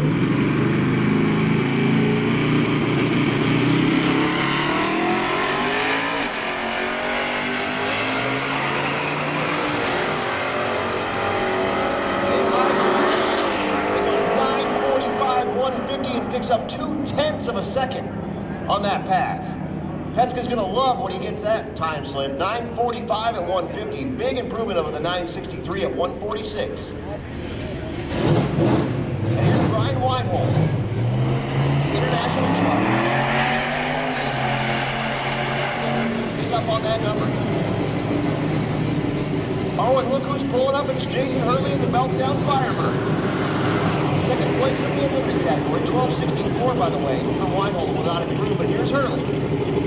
He went an 8 flat at 190 miles an hour, but this car...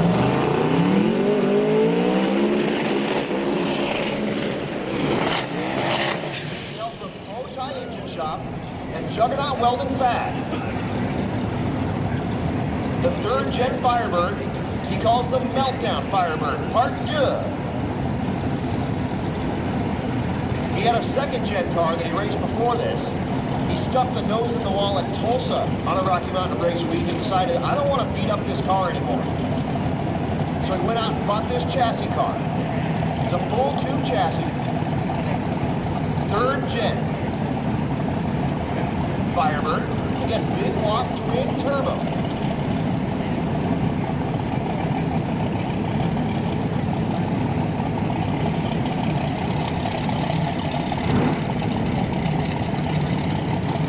Earlier this year at the Havlic's Fastest Street Car Shootout,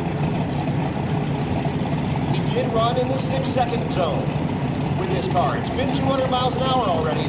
It's been in the 6s already, but not on a drag and drive. He wants to do it now. Can he make it happen here in the heat at Motorplex?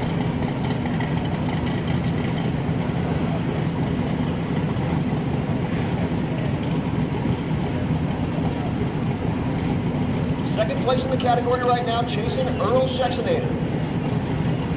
Earl with the 2000 Mustang laid down at 718 at 186.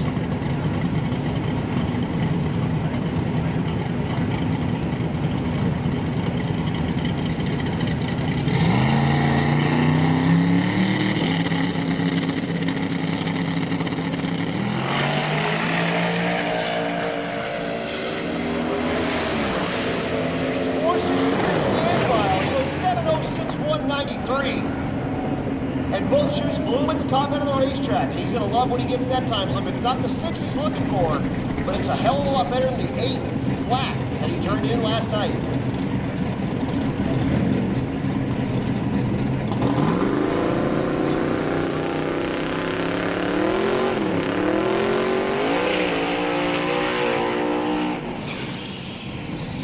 And Casey Emily in the left lane.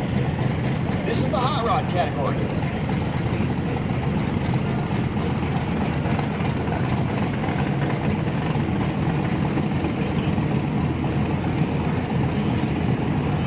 Attention to the pits, attention to the pits, 9-0. 9-0, this is your call. 6 and 7, please, and 10-0. 10-0, this is your call. Come on down lanes 4 and 5, please. 9-0, you should be in 6 and 7. 10-0, come on down 4 and 5. So we do look like we have that meltdown Firebird up on the top end of the racetrack. We're going to go scoop him off the top end, and we'll bring you this next pair. There's C10s. Doing battle.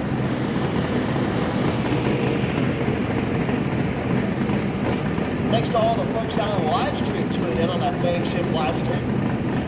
We appreciate all you in the chat bleachers doing the thing. Again, if you watched the Hot Rod Drag Week live stream earlier and you're watching ours now, you get a full day, like a full day. 8 a.m. to 10 p.m. All drag and drive all the time.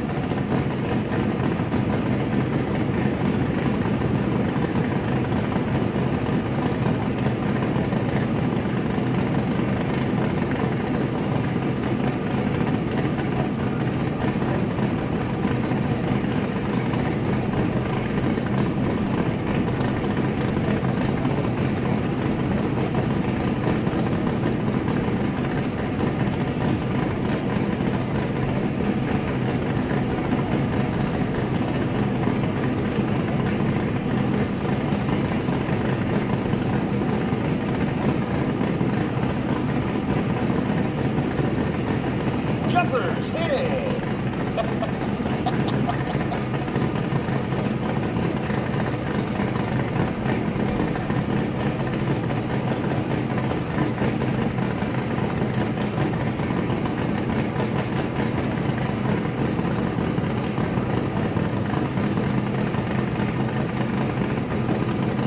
Again, just scooping off that meltdown Firebird for the top.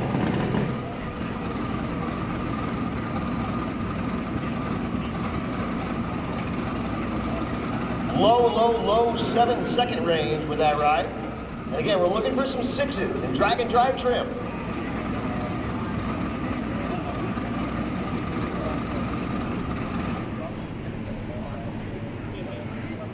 Running through our class called Hot Rod. Here's what that class looks like again right now. Walter Doyle in the lead. From Intensity Racing. The 66 Chevelle went 864 last night at 152. Rod Bartholomew with the 65 Falcon went 9 flat. Richard Jones with that Willys wagon who's sitting behind the water box here in the left lane went 1044. Tyler Jensen with the 66 Chevelle in the right lane went 1065. Brady Bluma, who's getting ready to make his pass in the right lane, actually up at the tree there, went 1091. Casey Everly, who's at the tree in the left lane of the C10, went 1106. Yusuf Hayek with another C10 went 1210, and Kelly Springerly, our Racers for Christ chaplain, went 1512, and Troy Meek with the 66 Fairlane went 1834 last night.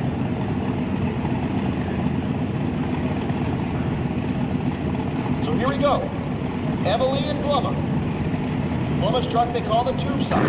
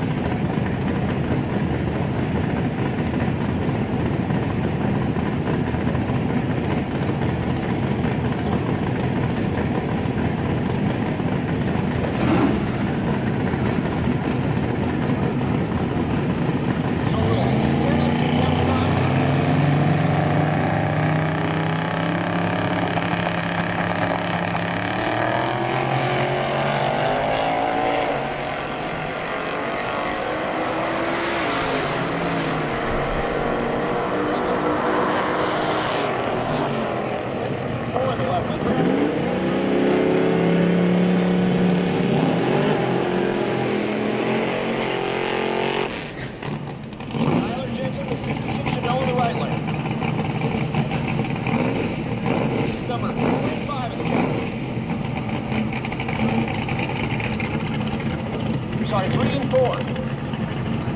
Third place in the left lane, fourth place in the right lane.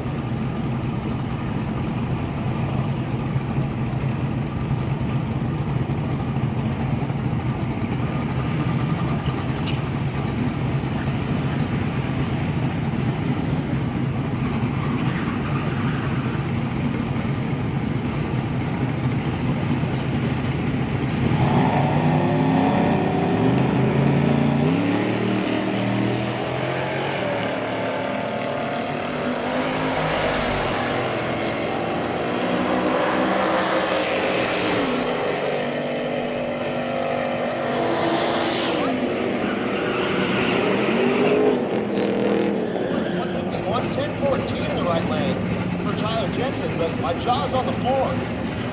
He picked up like a second and a half. More than that. Wow.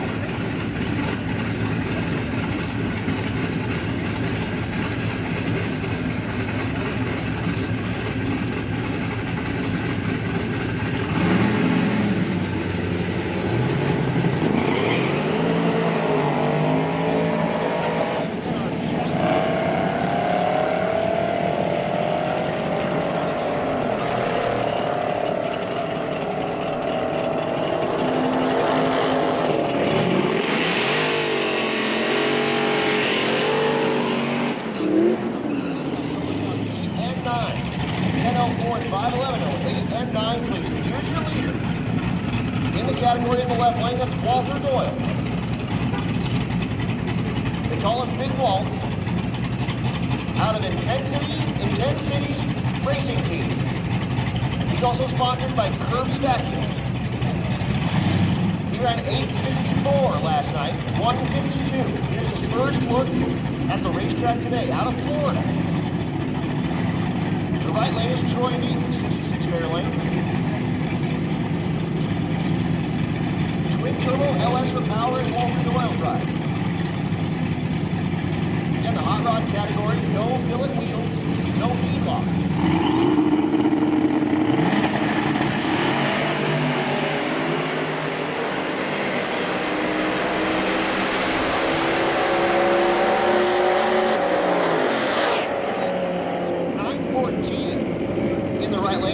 Bartholomew, that's second place in the category. He went 9 flat last night, so first and second place.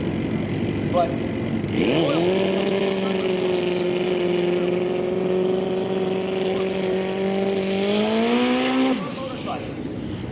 we have 2 on the event here.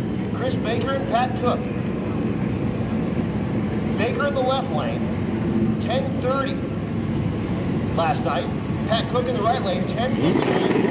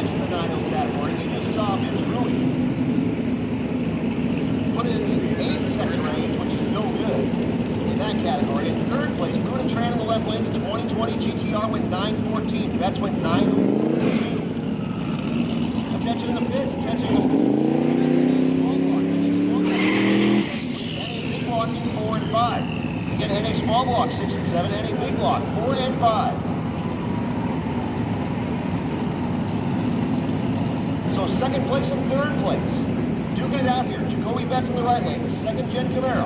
Again, put up 904 with a 2. Guna Tran put up 914 at 161, all the mile an hour.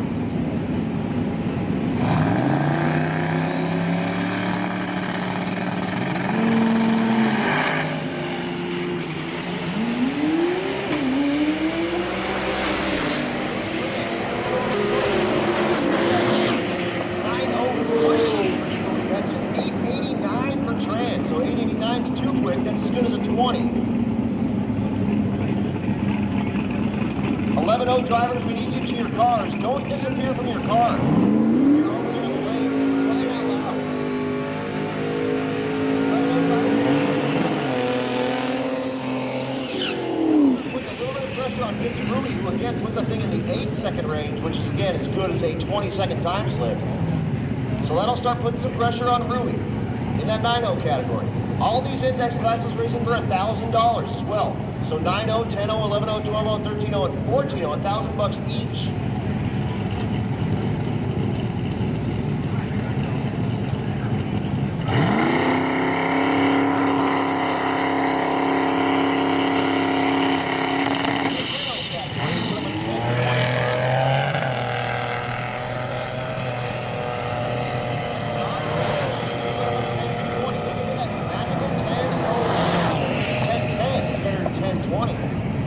But not quite 10-0. Oh, unfortunately, crew members are handing over belts. And driver of the S10 truck number 550, we need you to your truck right now. Driver of the S10 truck number 550, we need you to your truck like right now.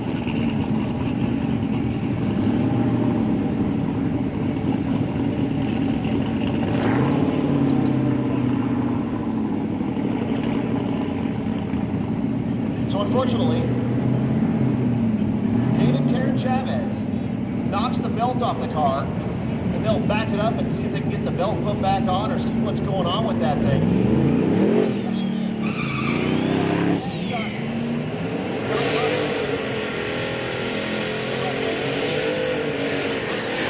Category 10:08 last night.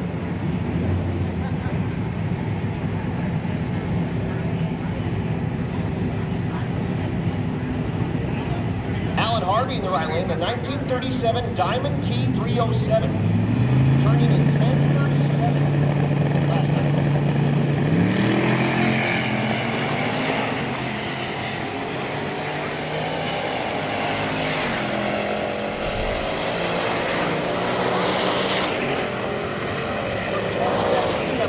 Look at that redhead Scotty on the number 10-0-0 with a 4. Loving that. He's going to get that time slip and he's going to lose his mind and he's going to put his red hat on backward. Turn in that time slip and start on that over 400-mile drive that we have tomorrow. Jared Kime in the left lane, 2,000-mile Camaro. In the 9-0 category, turned in 9-0. In the left lane. The right lane, John Hardesty, the 2022 Challenger. In the 10-0 category, turned in 10:78. Looking to improve on that number here.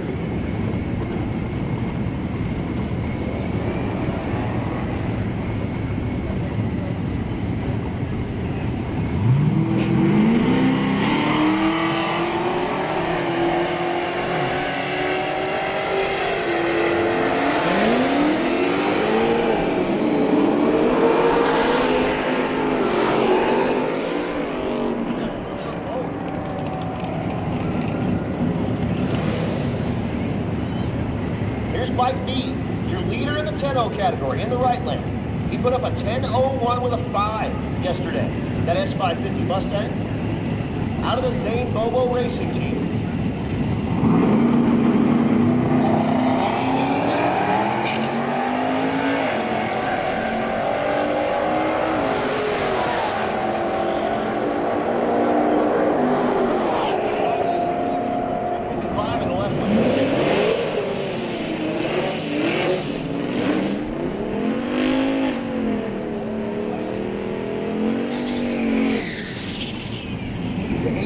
normal 240. Currently 6th place in the category. 10:19 he turned in.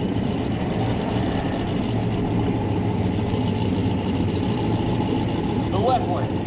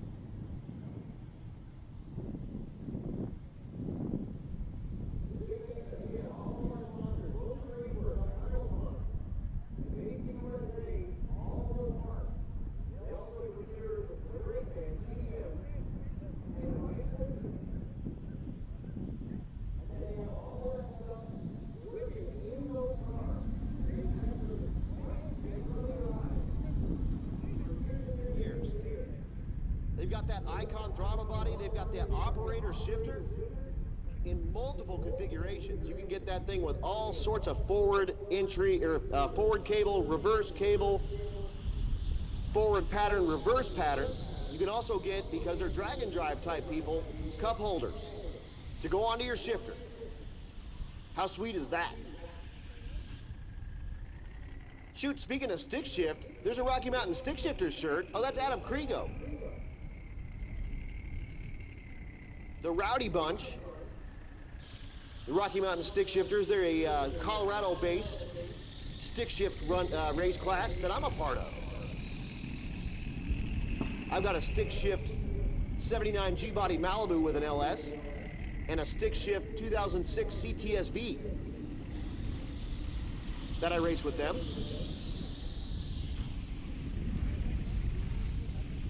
Cool seeing an RMSS shirt in Texas. Of course, our presenting sponsor, Sick the Magazine. All drag and drive all the time at Sick the Mag. It's like a coffee table book. They're 3/4 of an inch thick. It's full color from cover to cover. Limited ads inside that magazine. Check them out at sickthemagazine.com. Subscribers to Sick the Mag get entries into all of their giveaways, and they're giving away Jim Forbes' old gasser. It runs in the 9s. It's a blown big block Chevy altered wheelbase 62 Chevy 2 gasser. That's their giveaway car that's going on right now. Also, don't forget Motion Raceworks giveaway car right now is that 1,000 horsepower OBS 632 truck. And if you watch Cletus McFarland, he stole that truck, put it on nitrous, brought it out to Bradenton, and it ran in the 8-second range. So Sick the Mag giving away a 9-second gasser. Motion Raceworks giving away an 8-second OBS truck. Giddy up. It's a good time to be here. Aaron Roberts in the right lane, the S550 chassis Mustang. Looking for 11. Left lane is Jeremiah. The square body truck. 1154 is no help. And a 1081 is too quick.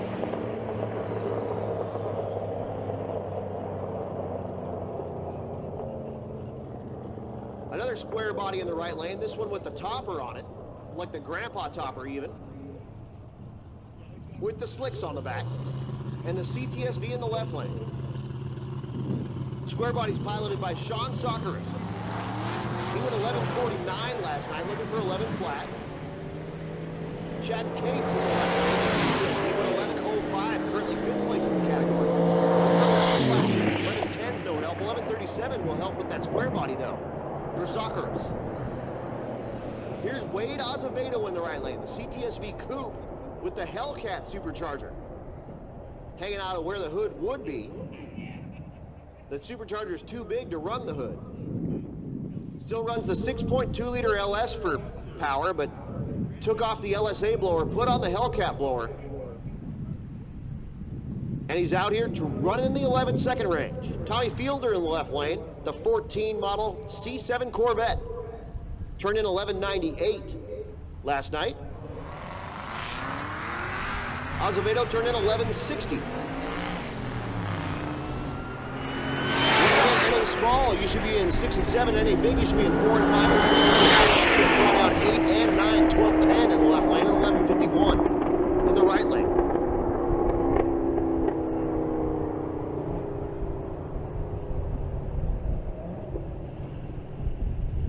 The pickup truck and the GTR.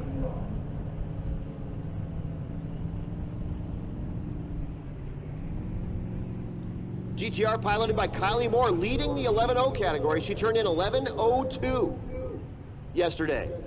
Jacob Edwards right behind her with an 11:03. Troy Seifert with an 11:04. Tony Hansen with an 11:05.2. Chad Cates with an 11:05.9. Yeah, these classes get tight. Left lane, the pickup truck. That's Tony Hansen. He turned in 11:05. 1091 to 2. Let's see if the pickup truck can put the thing on the 11:00. He does it. 11:00 with a 1 on the button. 11:00 with a 1 on the button. Love it. Attention to the pits. Outlaw Street. Outlaw Street, this is your call. Come on up to lane 6 and 7, please. Outlaw Street, come on up to 6 and 7, please. Limited Street, coming up 4 and 5. Again, stick shift. You should be making your way down to 8 and 9. Outlaw Street, this is your call. 6 and 7 and Limited Street, come on up to 4 and 5, please.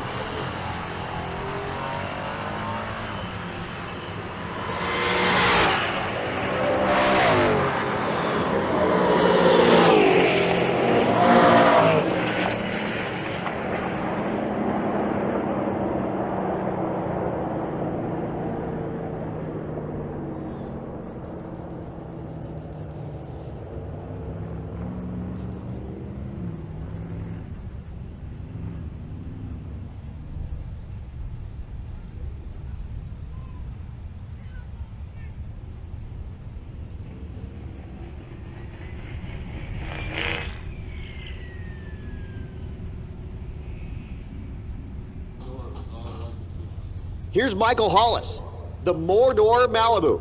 And again, his son runs this in Junior Street. He runs it in the 11.0 category. He's 11:08. And that's only good for 6th place in this category. The right lane is Jason Bell with the Caprice. 11:09 and 11:49.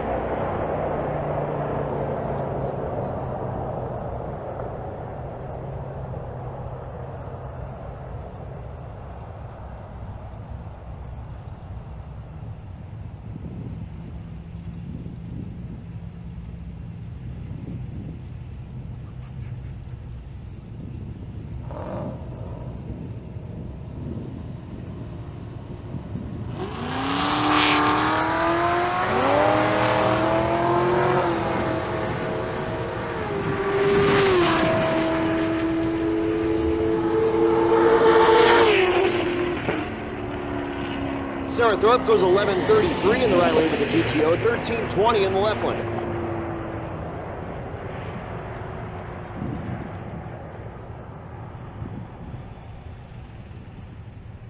And I've got Scott Whitty up here, and I read that 13:20, and he goes, nice. Because, you know, who doesn't like 13:20?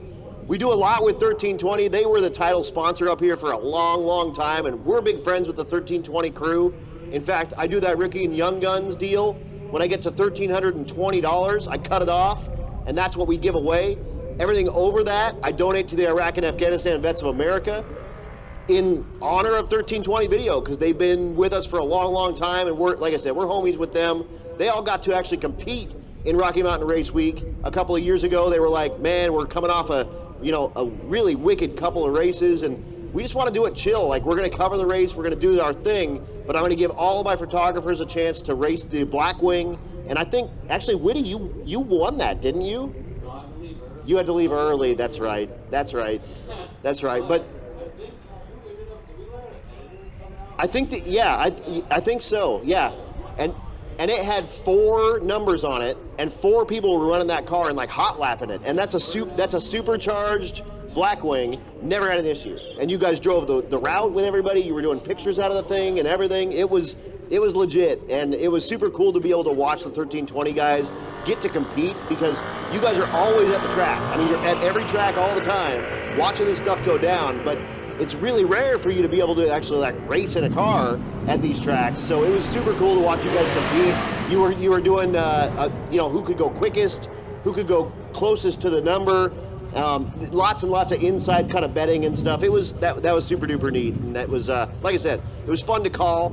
I had an absolute blast. You know, being able to say Scott Whitty is down in the Blackwing this time, and yeah, man, you're so used to seeing everybody else doing that and hearing everybody else's name, but to hear your name, it's a whole different thing, man.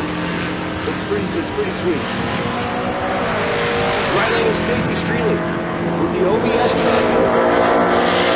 He goes 11:32. On the left lane, 11:36.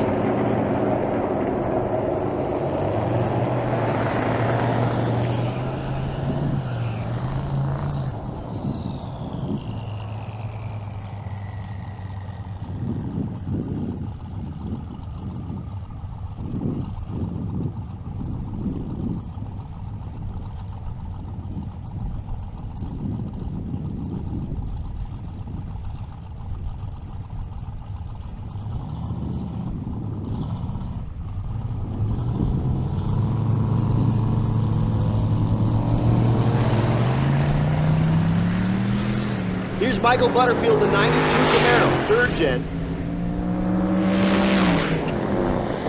He goes 10.94 in that 11.0 category.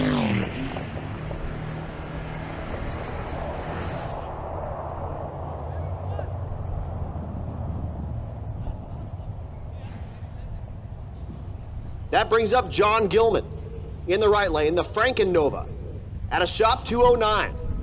You can find him on YouTube. Winner of 2 of our Turtle Awards, which we give away for the slowest naturally aspirated small and big block rides. He's on the I don't want to win another one of those ever again.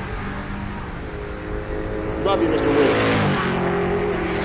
It's one of the best parts with one of these Dragon Drives is all the amazing top tier photography and videography that you get on your car. You can have a total clapped out pile of junk, and Whitty's gonna make it look good, I promise you. Absolutely, man. Thank you so much for joining us and coming up here in the tower. It's awesome, man. I love me some Whitty. Big fan of that cat. Here's Keith Horton. Horton in the naturally aspirated small block category.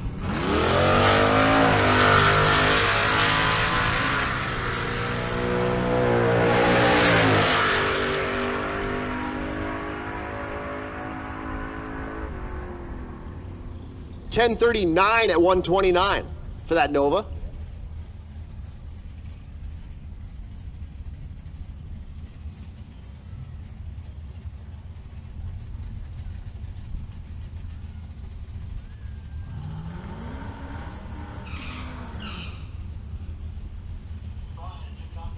Road Week.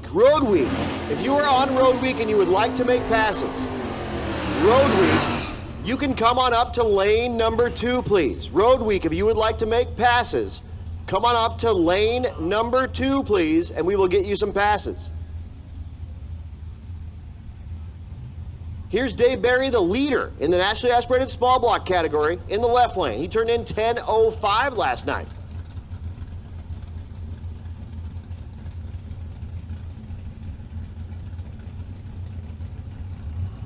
Kenny put that Nova in the 9. The right lane is Brett Marvel in the nationally aspirated big block category. He turned in 14:10 with the square body. 10:27 is not a 9, so that will not improve him. 13:70, though, does improve Brett Marvel by a bunch. And that brings up Britney Friesen out of Friesen Automotive. I'm sorry, Britney Automotive. The 6th Gen Camaro. In 3rd place in the naturally aspirated small block category, 10:32 last night. Looking to go somewhere in the 10:20 range to start putting some pressure on Keith Horton.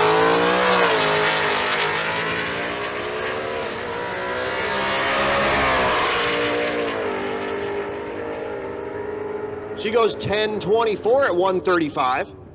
So that will improve her and actually make better her from Keith Horton's 10:28 that he had yesterday.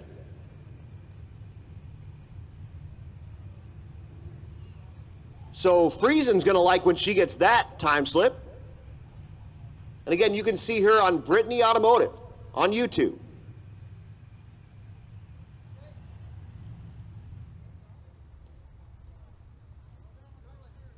Quick little bit of cleanup here. Looks like Britney's car may have left a little bit of something on the starting line there.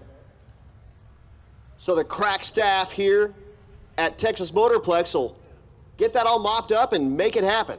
Get it turned back around really quickly.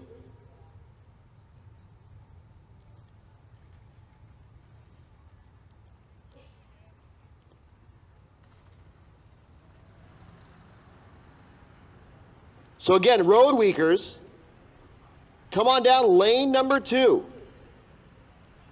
We will get you guys passes. Again, Road Week is kind of our idea of like Hot Rod Power Tour. You drive along, you get all the stuff.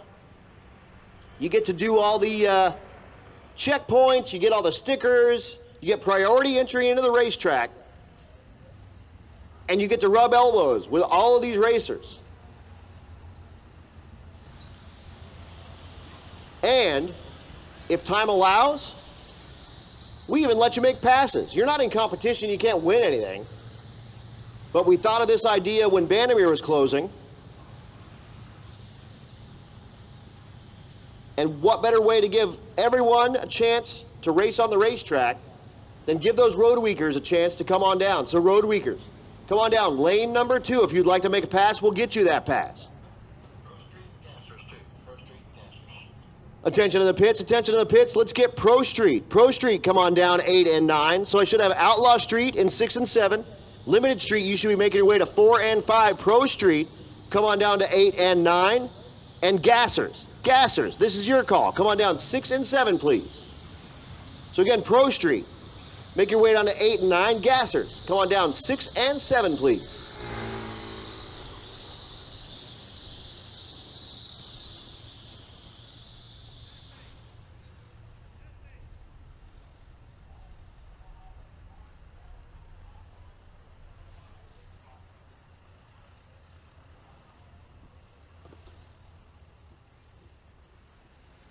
So again, just doing a little bit of track prep here, and we'll continue on with racing here. Day number 2, race day number 2, Texas Motorplex. Look, there's Chris Story. Bam! We had Scott Whitty up here. We got Chris Story over here. You can see him at Chris Story Photo, F-O-T-O, on all of your stuff. He's out here taking some photos. He gets a hand from Deutschworks as well. And he's also with Poppy's Patina now. So check out all those Poppy's Patina deals. They've got all those wipe-on clear coats and patina restorers and whatnot, and you can protect that patina. There's Red Hat Scotty. Dude, Red Hat, hell of a pass, my friend. Put it on the 0-0. That's right. He's just throwing the Red Hat around. He's like, who's talking to me? It's too hot. No idea. Red Hat also part of Team BTR now. And he's got that red BTR hat on. And it's not Red Hat Scotty if he doesn't have a Pantera shirt on.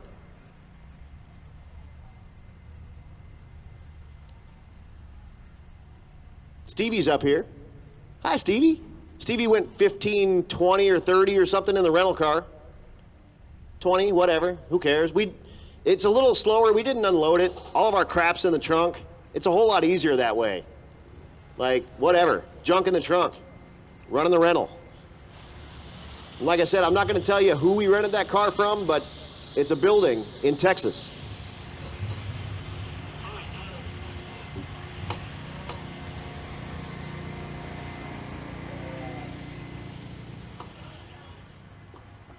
Ron just told me the first pair of stick shift is going to be Bill Armstrong and Rich Guido. And again, that's a good grudge race between those two. Rich Guido went 8:51 on sick week. And Bill Armstrong went, well, I can't let that happen. And so he started doing a bunch of work to his car. His car's been in the 870s. And again, those are the folks that don't even know what a truck and trailer is. They don't even own them. They drive those cars like crazy. And they're purist type cars. The GTO is Pontiac powered. The Fairlane is Ford powered. And they're good friends as well. Rich Guido was actually not even supposed to be here. But Matt Blasco, who he was riding with, was getting his car ready to go for Hot Rods Drag Week. Unfortunately, he wasn't able to get that thing squared up in time to make Hot Rod Drag Week. So he said, well, Rich, why don't we hop in the GTO and drive it down to Lufkin, Texas, 25 hours, and do Rocky Mountain Race Week. And Race Week with Bill. And they stopped in Evergreen, Colorado, where Bill lives, and surprised him. Walked into his garage while Bill was working on his car, and Bill was like, what the F?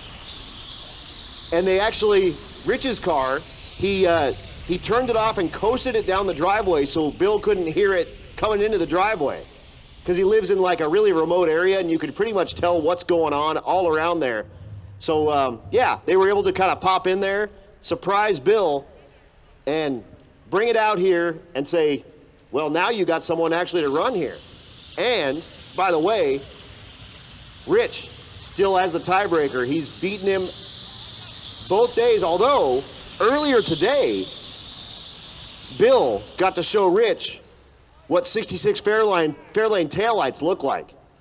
Rich had some problems on the starting line, so Bill had the middle finger running out, or maybe he was telling him he's number one. I'm not totally sure.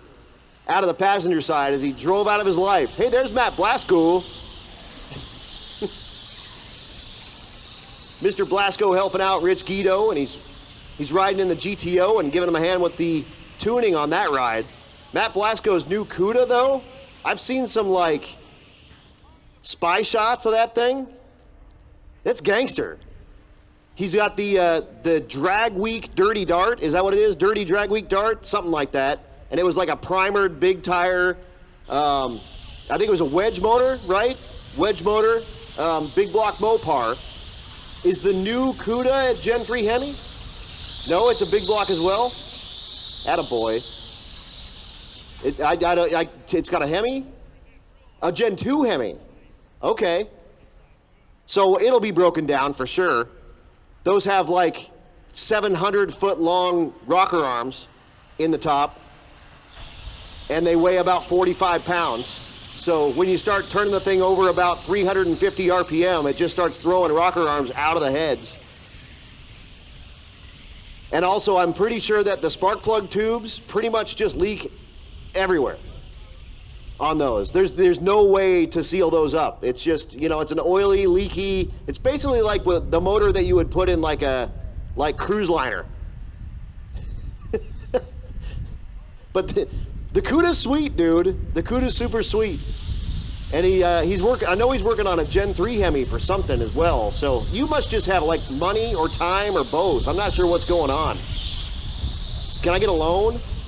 Because if you're a Mopar guy and you got 3 of them, yeah, you're rich, dude. Rich is rich.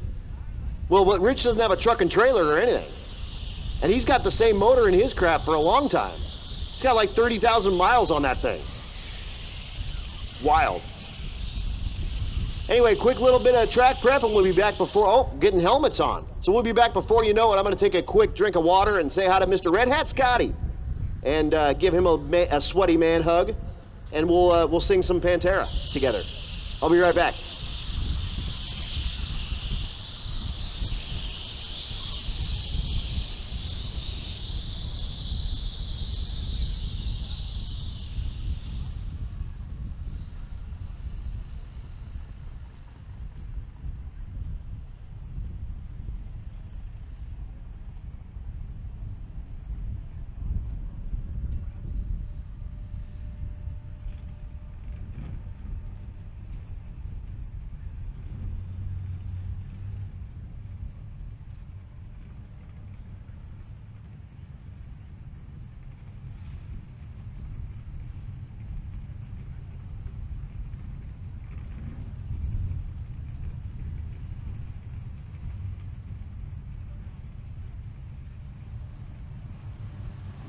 So I'm being told that we've got the recipe for the index classes. If you want to go 00, here's the way you do it. You get a Buc-ee's sandwich, you hammer that, you crank Pantera on the way to the racetrack, and what else? Oh, you load up on BTR parts. So you go to the BTR tent, you get yourself a shirt and a hat and a cam kit from those guys, and it's 10% off right there. I mean, you get 10%, doink, 10% off. If you're eating a Buc-ee's sandwich, listening to Pantera on the way to the BTR tent to buy that 10%? Yeah, I mean, you won. Yeah, exactly. If you're eating a Buc-ee's sandwich and you're listening to the Pantera, driving your street car to the BTR tent at Texas Motorplex, you just won. I mean, you won the entire thing. Good for you. Make it happen. So here we go. Rich Guido and Bill Armstrong. Both of these rides drove here to Lufkin, Texas. Rich Guido from Red Deer, Alberta, Canada. Bill Armstrong from Evergreen, Colorado. The Pontiac in the right lane, Pontiac powered, 520 plus cubic inches of Pontiac with a single turbo. Bill Armstrong in the left lane, 427 cubic inches of Windsor small block 4 with twin turbos.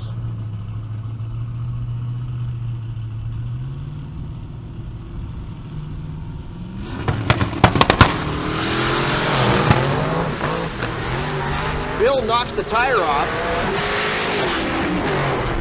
Guido looks like he's slowing there at the top end, goes 909 at 150, 950 at 157 for Bill Armstrong, and they're side by side in the shutdown, and they're probably telling each other they're number 1.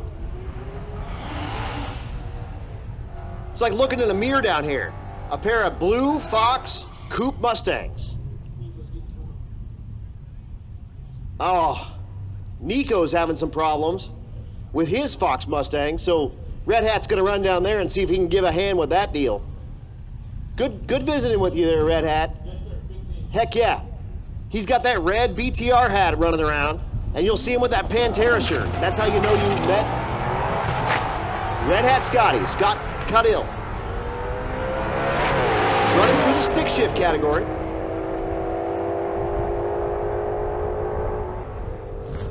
A 1095 and 1160.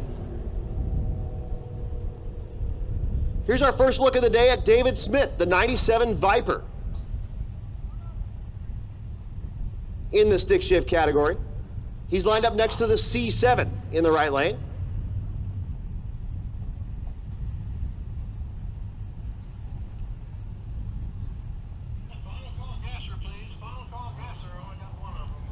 Gasser, this is your final call. Come on down 6 and 7, please. Gasser, this is your final call. Come on down 6 and 7, please.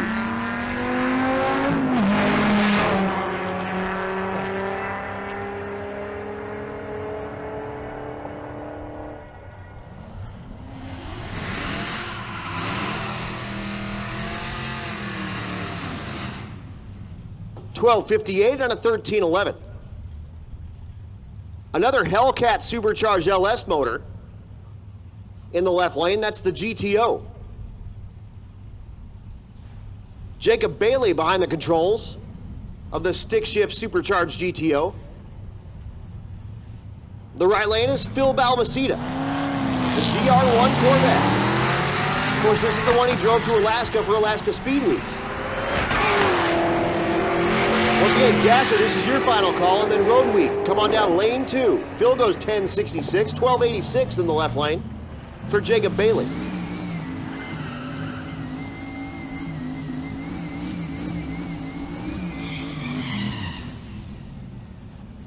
The 96 OBS GMC 1500, second place in the category, turned in 887 last night, chasing down Rich Guido with that 884. I mean, this checks all the boxes. Step side, OBS, turbo, stick shift. I mean, you win, pal. Big, big fan of that truck in the left lane. And it runs in the 8-second range. Right lane is Monty LaFrenz with the Cobra. Hagan goes 9.20 after knocking the tire at the hit at 155 miles an hour.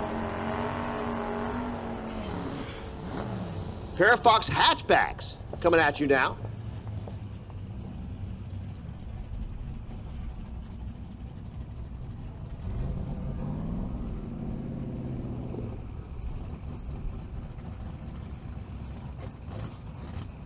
That's Trevor Bergman in the left lane, the 89 Mustang. The right lane, the 91 Mustang of Jason Dunham. Dunham goes 10.60. That'll improve him a ton. He went 10.98 last night. So he'll pick up like 3/10, almost 4 on that pass, 132 miles an hour. That brings up the Landau Monte Carlo. Love me some Landau top G-body. I got one of those. As Brian Lone says, if you got a Landau top, you are a man of means. Miller in the Outlaw Street category. He went 9.79 last night. Aaron Schaefer in the left lane, also in the Outlaw Street category, went 8.55 last night.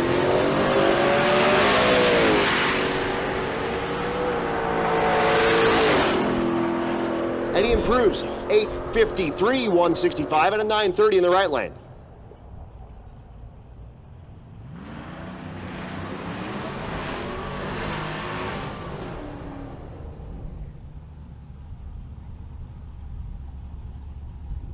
I got a racer in need.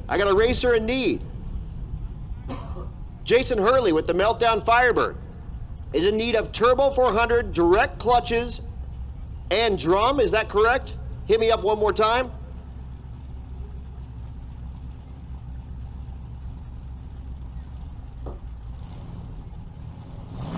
So Jason Hurley is in need of turbo 400, direct clutches. And I believe he said he needed a drum as well.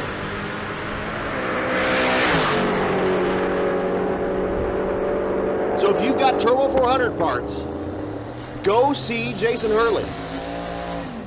8.67 in the right lane for Blaine Thiessen. He went 8.54 last night with that Isuzu truck. So that won't be any improvement for him. But again, if you've got those Turbo 400 parts, run those by either Jason Hurley's pit or run them by the Rocky Mountain Race Week bus for us, please. And we'll get them over to him. Here's Lance Walker, the S10 in Outlaw Street. He ran 981 last night. 961 in the left lane. So that'll improve him by 2/10, and he'll love when he gets that time slip, I guarantee it.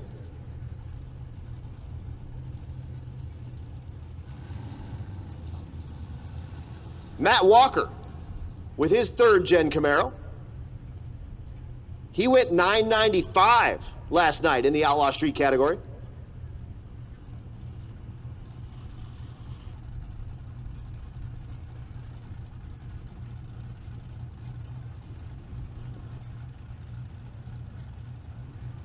Attention in the pits, attention in the pits. 12-0, 12-0, this is your call. Lanes 4 and 5, please. 13-0, this is your call. 8 and 9. Again, 12-0, 4 and 5. 13-0, 8 and 9.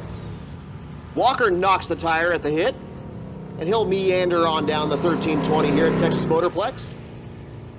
And we'll pull our next pair into the water. Walker goes 15:37 at 82 if you're keeping track at home. That's Stephen Willingham. One of the nicest dudes on the planet right there. He won the FAF 8 shootout at Rocky Mountain Race Week with this Grand National. Won himself $7,500 with the Grand National and then drove himself back home to New York State, in fact, New York City.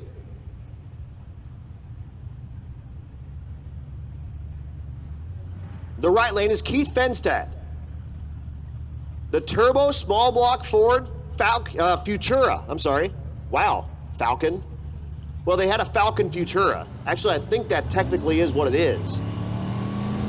He calls it the Fastura.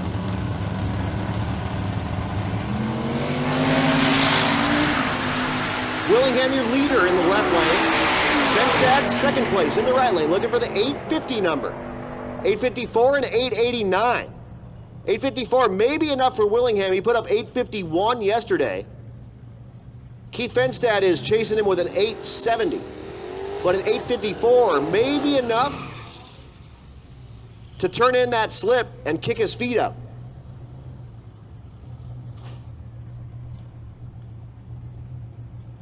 The Malibu in the left lane is Miles Davidson.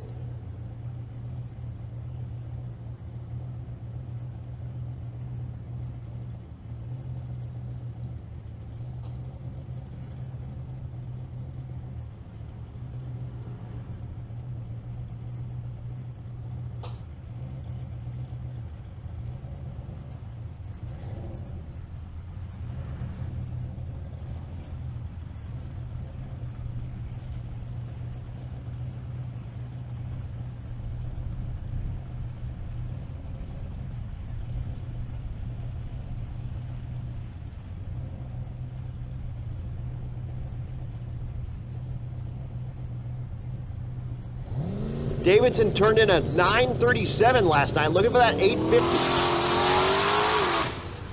Not gonna happen this time. Underpower real good to about 120 feet and then pedals it, gets back in it, and he goes 11:45 at 90 miles an hour. Pair of third-gen Camaros coming at you. It's a mullet fest.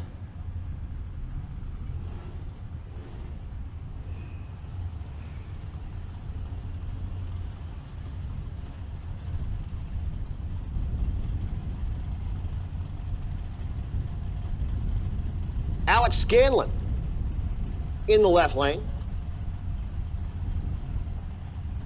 He turned in a 1063 in the Pro Street category. David Black in the right lane in Limited Street turned in a 945.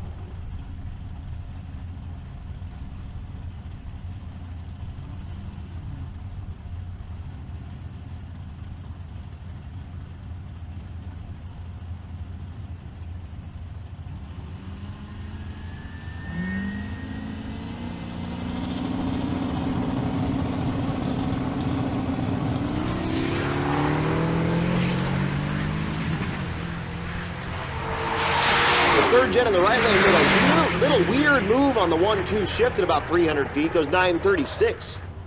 1082 in the left lane. It's one of the things with being up in the tower is I get to see these cars from behind and get to see them move down the racetrack and kind of see how they make all the moves and whatnot. I also get to see their license plates, which is one of the best things with these street cars, is they all have license plates on them, and some of them have some real good personalized license plates. The right lane is Dustin Cottle, the Isuzu Faster. It's like a Chevy Love, but not. He's in the Pro Street category, turning in 908 last night. Can he improve on that number now? He cannot. 9:18. He's a 10th behind.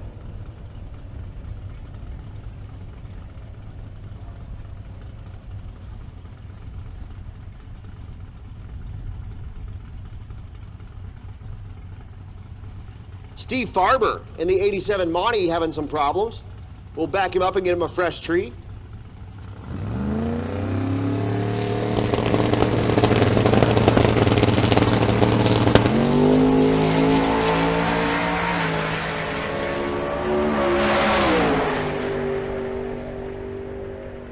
The Monty goes 8:13 at 168. Are you kidding me?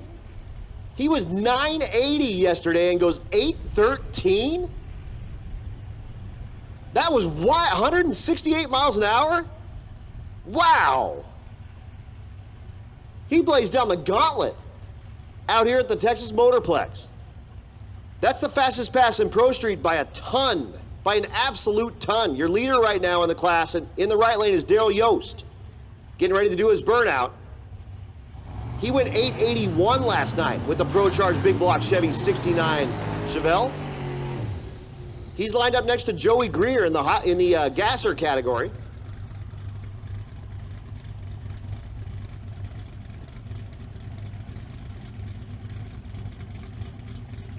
But again, 8:13 for Farber. Picked up from a 980 to an 8:13. I can't believe it.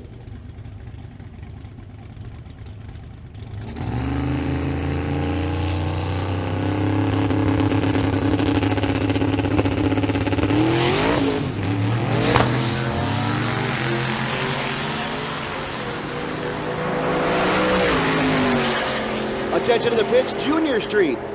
Junior Street.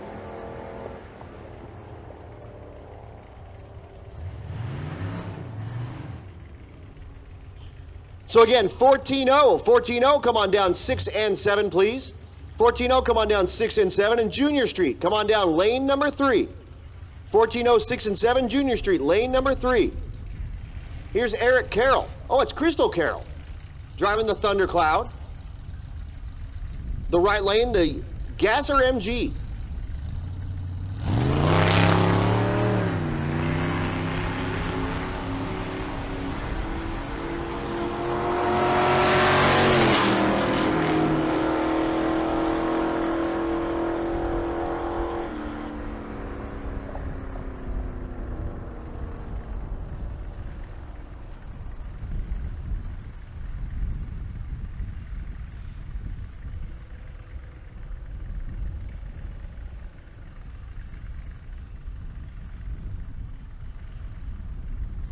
So we're going to run down and check out that right lane real quick. Make sure everything is good before we bring you our next pair. We're working through a few of our Road Week type cars. So these are cars that are not in competition, but are going to get a chance to run down the quarter mile.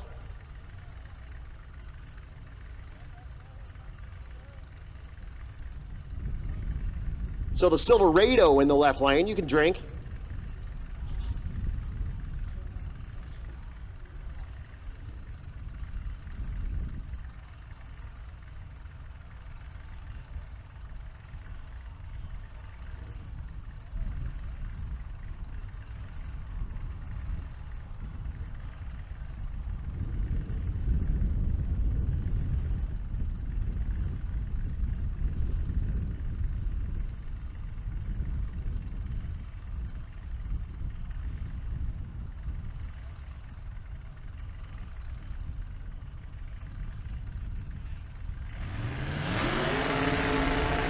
So Brian Glover in the Rat Rod in the left lane. He's in the gasser category and one of our road weekers. They're in the left lane. I won't have driver information for the road week cars because I don't have them in my stuff. Because they're road week cars. They're not in competition.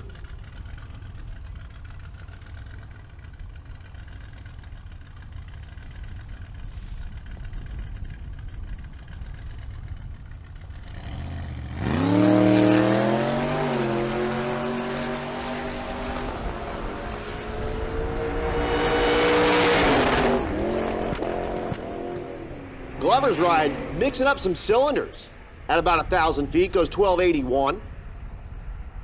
And the Silverado in the left lane goes 1654.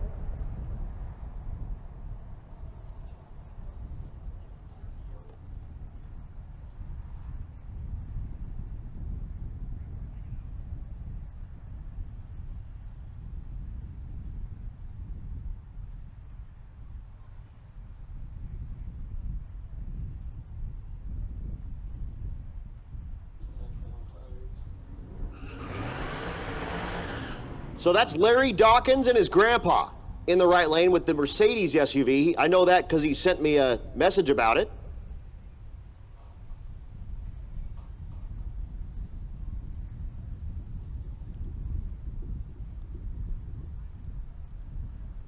Just got a message from David Pierce, who's Tina Pierce's husband. That's how he's well known. He's watching the live stream from his shop, getting ready to go to Kansas City this weekend. Probably with Midwest Drag Race Series. They're having that big shootout down there. So good luck to you guys down there at the Midwest Drag Race Series. The Pierces, the Pierce Eye. Get a walking taco. Get them somewhere. I don't care if the track doesn't have them. Go get them somewhere. I give a crap. Get a walking taco. All right.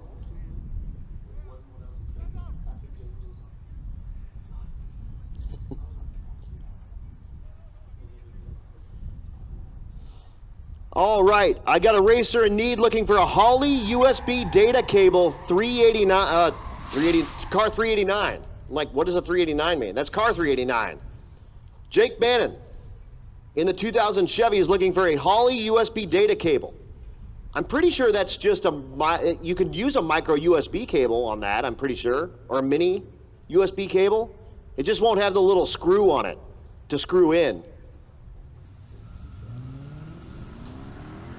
But if you've got an extra Holley cable, if you can run that by Jake Bandman's shop, or he's got a 2000 Chevy pickup truck, I believe, or run it by the Rocky Mountain Race Wek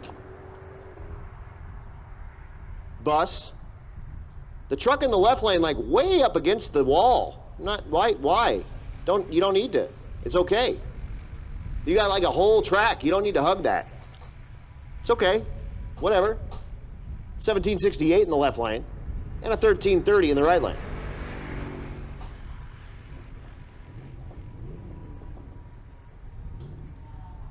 That was Jacob Bubby.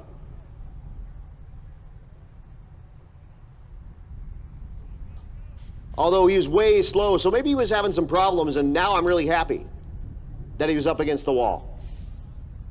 Yeah, he smartly got out of the groove. Okay, good for him. Thank you for doing that. I wasn't really sure what was going on. It was wild. Y'all were getting wild. Nathan King, the C6 Corvette in the left lane. The S10 in the right lane. That's Derek Lewis.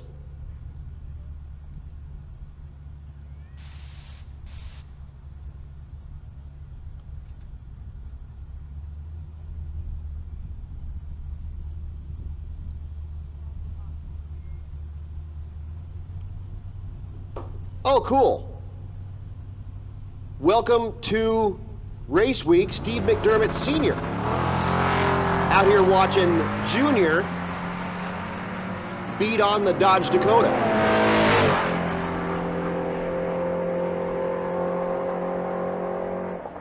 $12.94 in the left lane, $11.02 in the right lane. For Derek Lewis in the 11.0 class, you'll love that. The Tesla's back.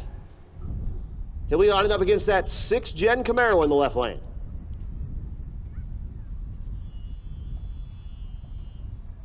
Daryl Goheen behind the wheel of the Tesla. Brian Price in the 4th gen Camaro in the left lane. Looking for 12 flats in both lanes.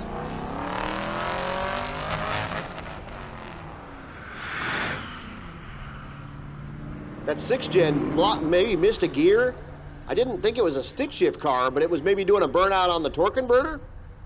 That's not the way. 1608 in the left lane, 1191 in the right lane.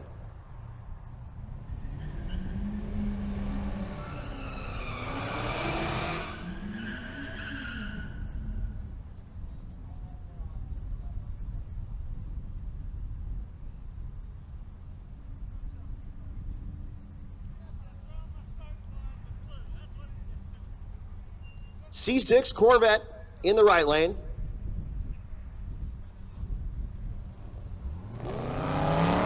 That's Chris Benkins. Looking for that 12 flat.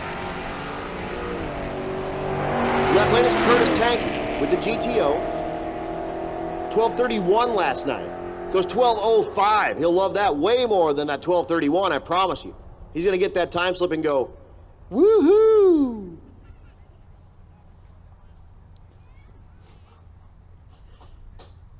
Do a quick spray here on the starting line, and we'll bring you the best that we've got for prep here at the Motorplex.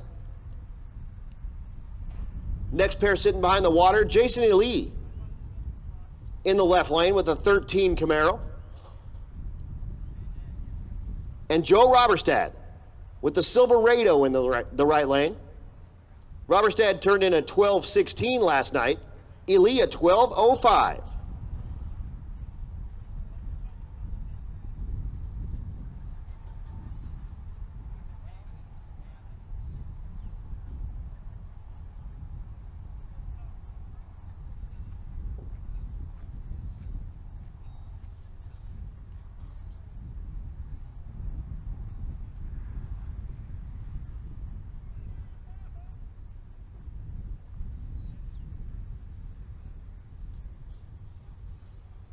So again, a little quick hand spray, and we'll be back to business before you know it.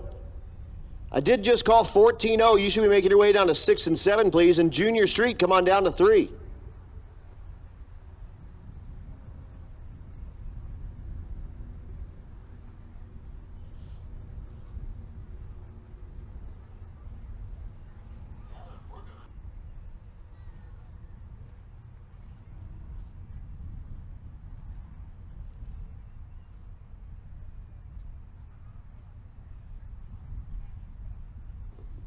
There's Crystal Carroll. She got a chance to run the Thundercloud earlier. She's out of the Maverick Dent Shop stables. If you need PDR in the Dallas area, that's who you call, is Eric Carroll with Maverick Dent Repair. There's Annika Mole, too. She's walking around. She's going to go back there and check on her dad, Brendan.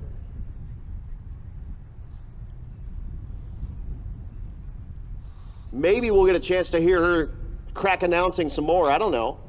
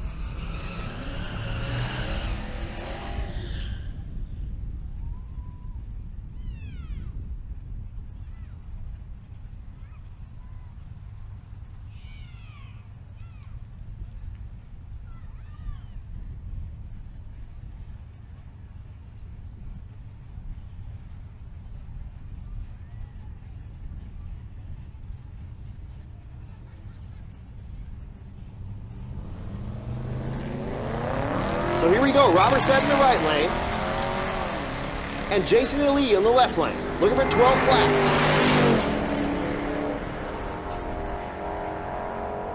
1197's too quick, 1201 though in the right lane. Robertstead, who was only able to manage a 1216, goes 1201 at 119. And that'll improve his standings by a lot. Good for him. That'll bring up Dan Gosha in the right lane. The 4th Gen Trans Am. Left lane is Bradley McGraw, the C7 Corvette. Again, looking for 12 flats.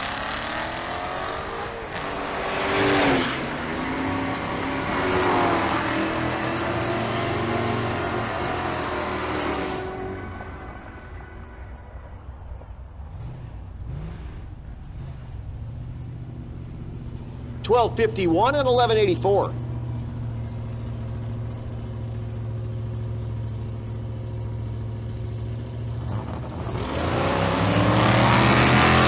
Attention to the pits, attention to the pits. I got a racer in need looking for a throttle position sensor for an LS throttle body. If you have a spare TPS for an LS throttle body, run that by the Rocky Mountain Race Wek bus for us, and we'll get that to that racer.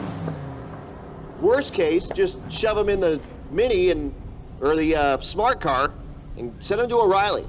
That should be an easy one to get.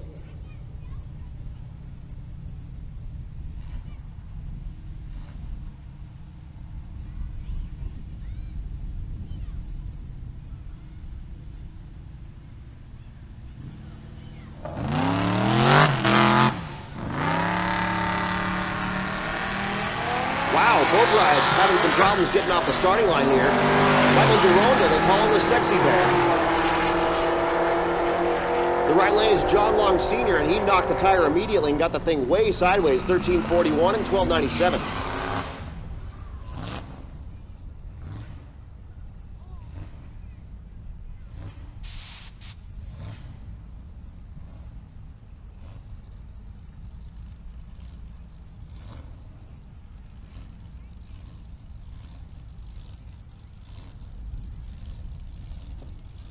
Here's Steve McDermott Jr. in the left lane, and Jeff Chappelle in the right lane. Looking for those 12 flats. McDermott rolls through the beams, and we'll back him up.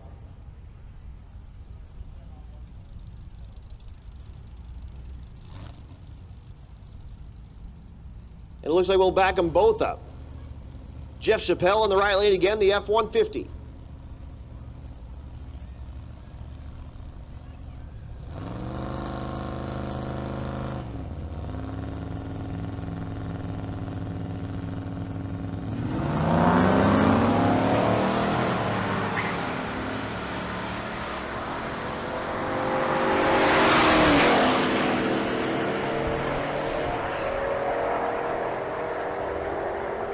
$11.89 is too quick, and at $12.39, too slow.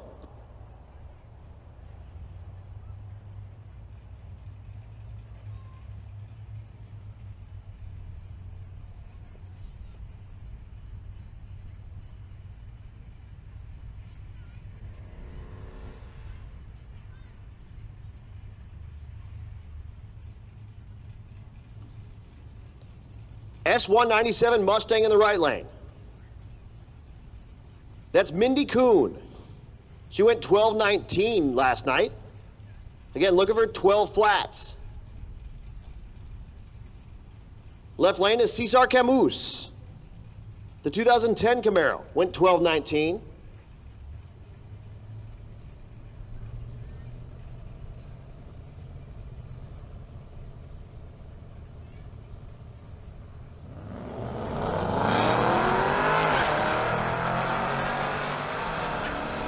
$19 reaction time to green there in the left lane.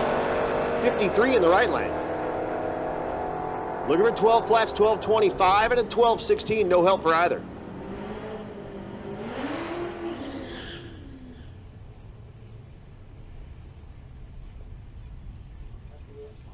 David Winnett with the F-150 in the 12-0 category.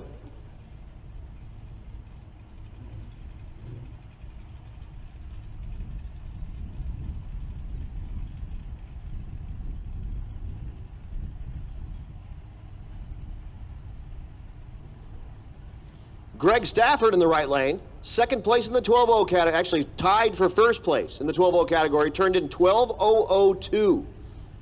Travis Boltman also put the same number up,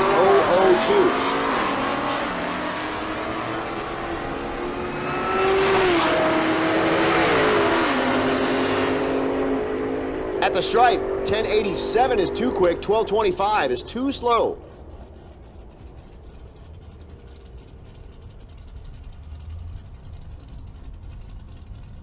Here's Rich Thorpe in the left lane with the G8 out of Disorganized Grime. A longtime sponsor out here, and they're a race team based out of Denver, Colorado. Right lane is Don Harmon. The 68 Mustang Coupe. 12:14 and a 12:40.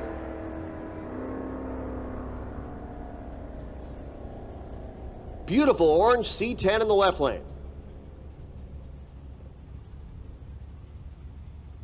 And the Camaro in the right lane.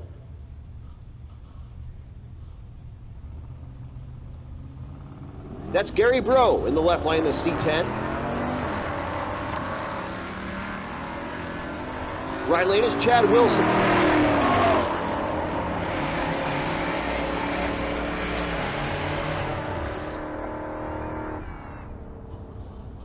$12.74 and a $12.54. Here's the GTR, the car they call Godzilla. Right-hand drive, stick shift ride.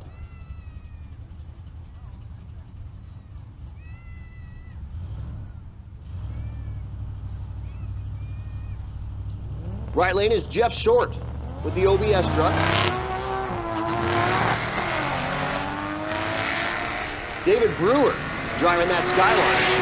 He went 12.73 yesterday. Improves by a lot, 11.66 at 122. 13.42 in the right lane. The El Camino in the left lane and the square body truck in the right lane.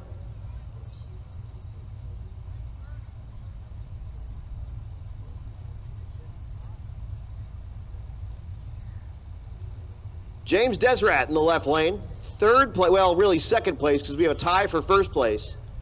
12:04 last night out of the El Camino. Right lane is Chris Erickson with that square body.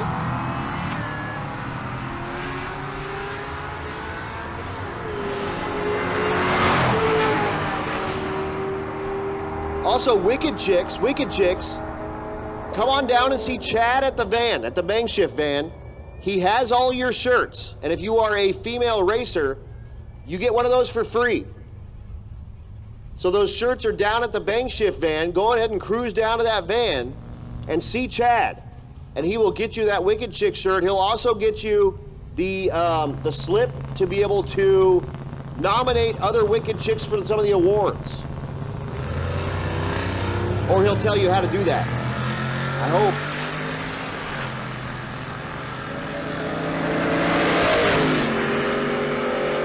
Pair of pickups going at it. 13-16 in the right lane, 12-18 in the left lane.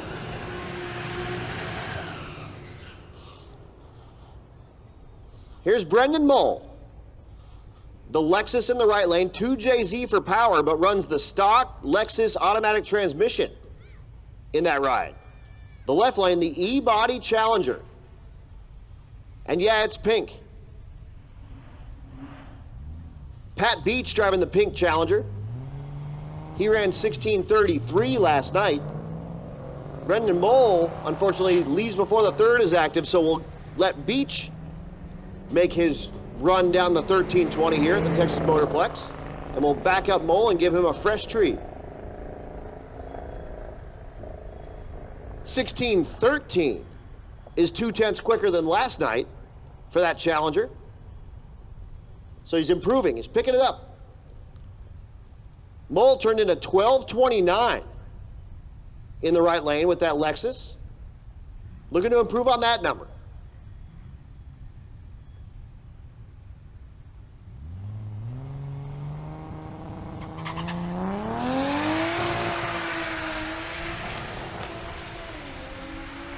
Man, and it is all over the rev limiter on the 1-2 and the 2-3 shift. Goes 12:10 though, and that'll pick him up way over almost 2 full tenths for that Lexus. And Annika runs back and says, "I don't know, is that good? I think that's good. I'm pretty sure my dad's awesome." Yes, he is. He is awesome. Ernie Riley in the right lane. Left lane is Jacob Cryer, the SS. Riley's got a 454 and a 4L80. in that ride. Used to be 500 caddy powered with a turbo 400. Kept blowing those up and said, nah, I need something better. He goes 1304, 1303 in the left lane, so a pair of 13.0s side by side.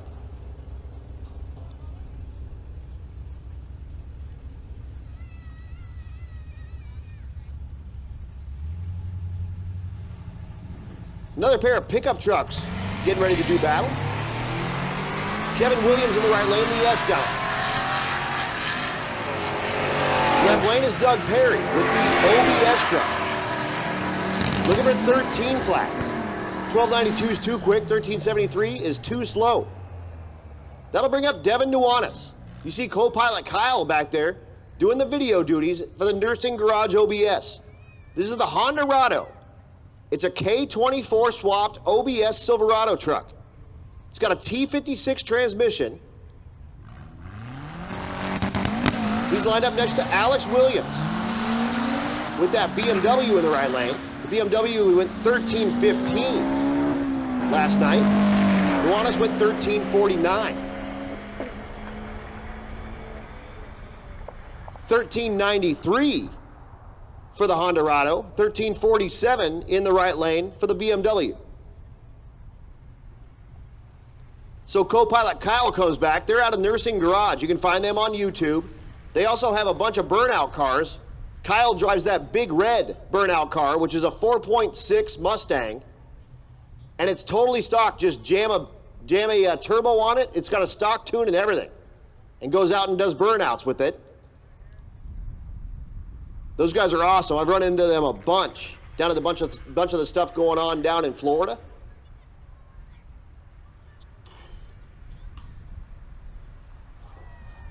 Next pair getting ready to run, it's Martin Ranker. The Shelby clone Mustang in the left lane. Hey, there's Alita Stark. What's up, Alita? Good to see you. Yeah, she's hiding her face. No one knows who I am. Right. Alita's Blaine's mom and also Mac's mom. Mac is up at college, so she's not with us here on Race Week, but we miss her. And we hope that she's watching that live stream. She's up there playing softball, I believe. Volleyball? I can't remember. One of the things. Here's Levi Holt in the right lane.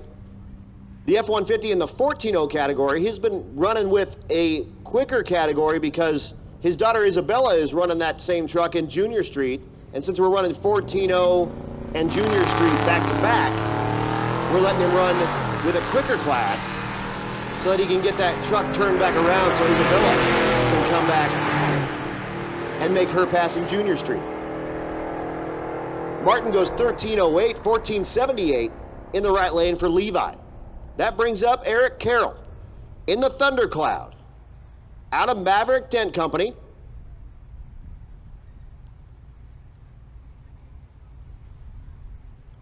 He's also got some concoction he made with some like blueberry or blackberry crown and Dr. Pepper that he claims that I'm gonna love. So we're gonna make that happen here sometime this week. Jason Palmentier in the left lane with the Sierra. Don't call it a Silverado. Drink. 13:56. Out of the Thundercloud and a 13:98 in the left lane.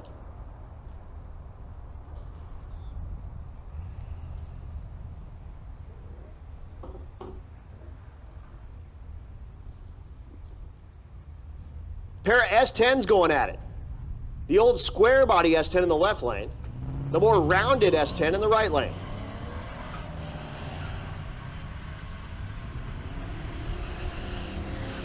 The newer one being piloted by Colin Williams. The old square body one, Blake Williams, 14:11 in the left lane, and a slowing 1971 at 66 miles an hour in the right lane.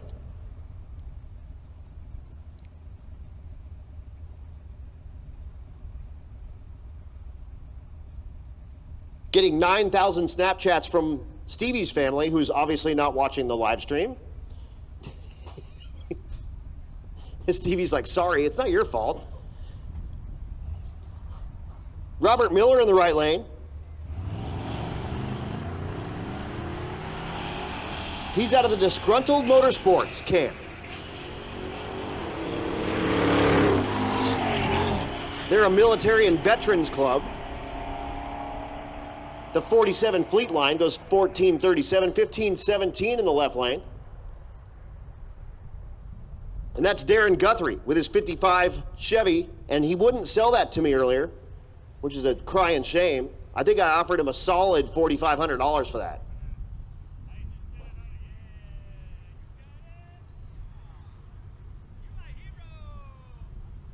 The S197 Mustang in the left lane. That's the earlier version of the S197.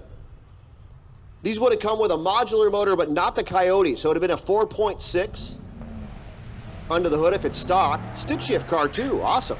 Banging gears. That's Garrett Hahn. Third place in the category, turned in a 1408, looking for 14 flat. The right lane is Jeff Frantz. Goes 1585, 1425 for the stick shift S197 Mustang.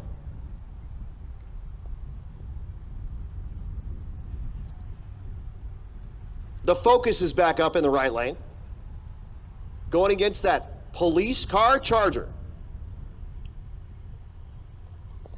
Dale Farley behind the wheel in the right lane. It's also stick shift and front drive. Jordan White behind the wheel of the Charger.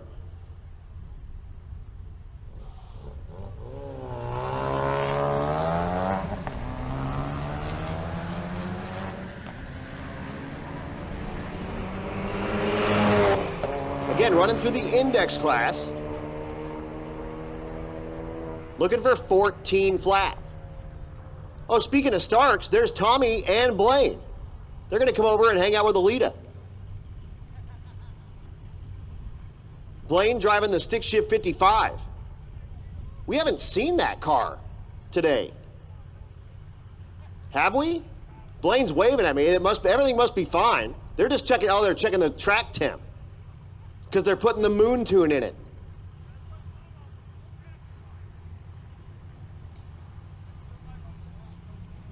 Benny Fair in the left lane, the 2007 GMC. The right lane, the Buick, the supercharged entry. That's Matt Potter. Looking for 14 flats. Scoreboard lights up with 1498, 1402 in the right lane for Matt Potter. He improves on the 1425 that he turned in yesterday. He's going to love that 1402. Here's Wade Sunderland. Sunderland, the Cadillac CTSV first gen car. That's a stick shift car as well. It's a 2005, so that's got the LS6 engine, which would be a 5.7 liter with a T56 transmission, and he put a Generation 2 subframe in the back of the thing, so it has a better rear end in it. I just bit the bullet and put an 8.8 in mine. Caleb Sextro in the right lane, the 78 C10. Looking for 14 flats. 1419, 1495. No help for either driver. Another pair of pickup trucks doing battle here. I believe that's Danny Fatka in the left lane.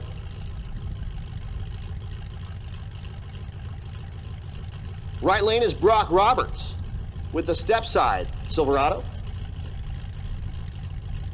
And yes, that is Fatka.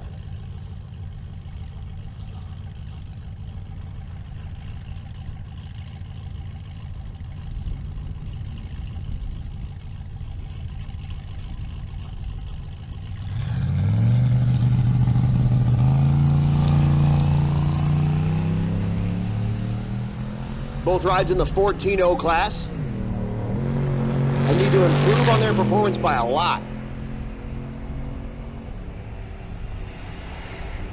1385 is too quick in the right lane. He turned in a 14:33 yesterday. 22:41 for Fatka.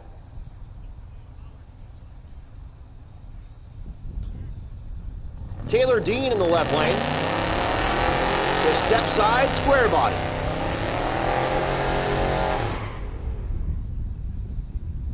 The right lane, the Jeep Grand Cherokee. That's Brian Brown. Brown turned in 14:11 yesterday, and that's good enough for 4th at the moment.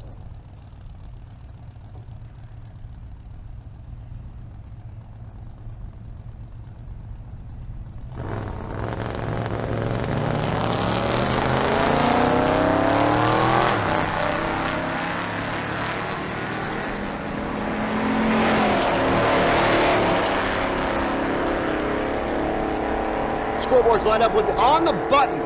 14,000 for the Grand Cherokee. On the button, you can do no better. Take that slip, run it to the ladies at the Rocky Mountain Race Week bus, get your route to the next racetrack, and if you want, you can start it right now. You can do no better than that. Great pass, good lick. Put it on the button, that's awesome. Bill Cash in the left lane, the square body. The right lane, Mark Peel in the Dodge D100.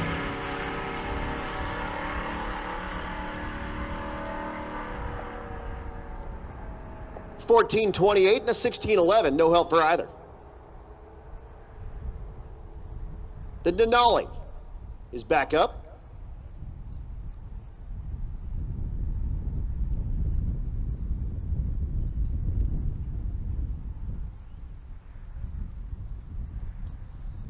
Christy Shefford, outside looking in, turned in a 14.97 last night. Needs to pick up about a second.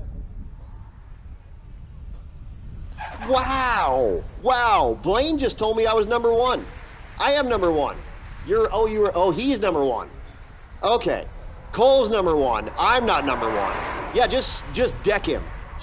Yeah, you do it for me. Take care of my light work.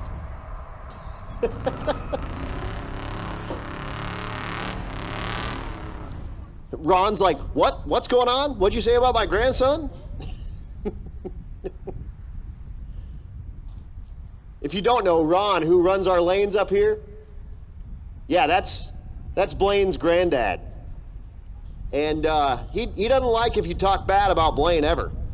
I'll tell you that much. I call Blaine and Tom dorks all the time. And he's like, they're not dorks, they're awesome. I'm like, no, they're dorks, but they're also awesome. They're both. You can be both.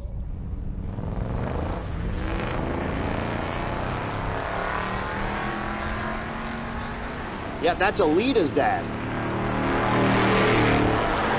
And yep, granddad to Blaine and to Mac. And he is absolutely the proudest granddad on the planet. Levi Rupert in the left lane, by the way, 1547, 1605. Oh.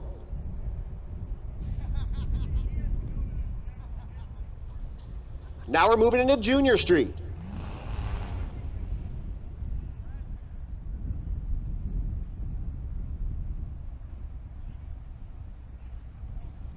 So 13 to 16-year-olds, once again, driving these cars.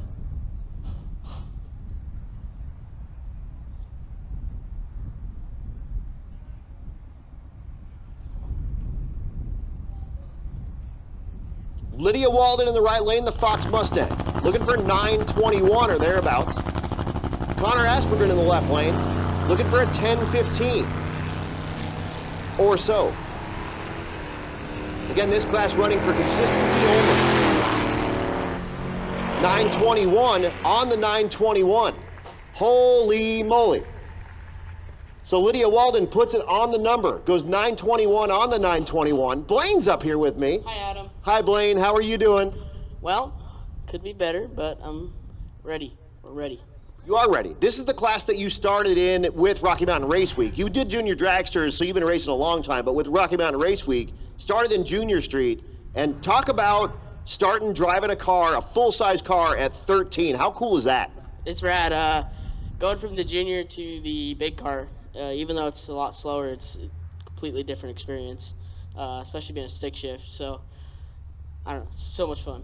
It's absolutely fun, and all these kids are out here doing it, and you kind of laid the groundwork, and you know, you're 16 now, and you're doing stuff like running El Toro in the like 480 second range on sick week. Like you're an absolute certified gangster now, and you came from the junior dragster ranks, from the junior street ranks, and yeah, now you're 100% certified gangster, and that's a hell of a good like upbringing for a dude coming out again, junior dragsters, junior street, and then next thing you know, you're winning Rowdy Radial at sick week. That was insane. I gotta just give a shout out to Motion Raceworks, Doug Cook, all the guys over there. That was a rad experience. Super rad. What's really cool, and I mean, don't get jealous. Don't get too jealous now.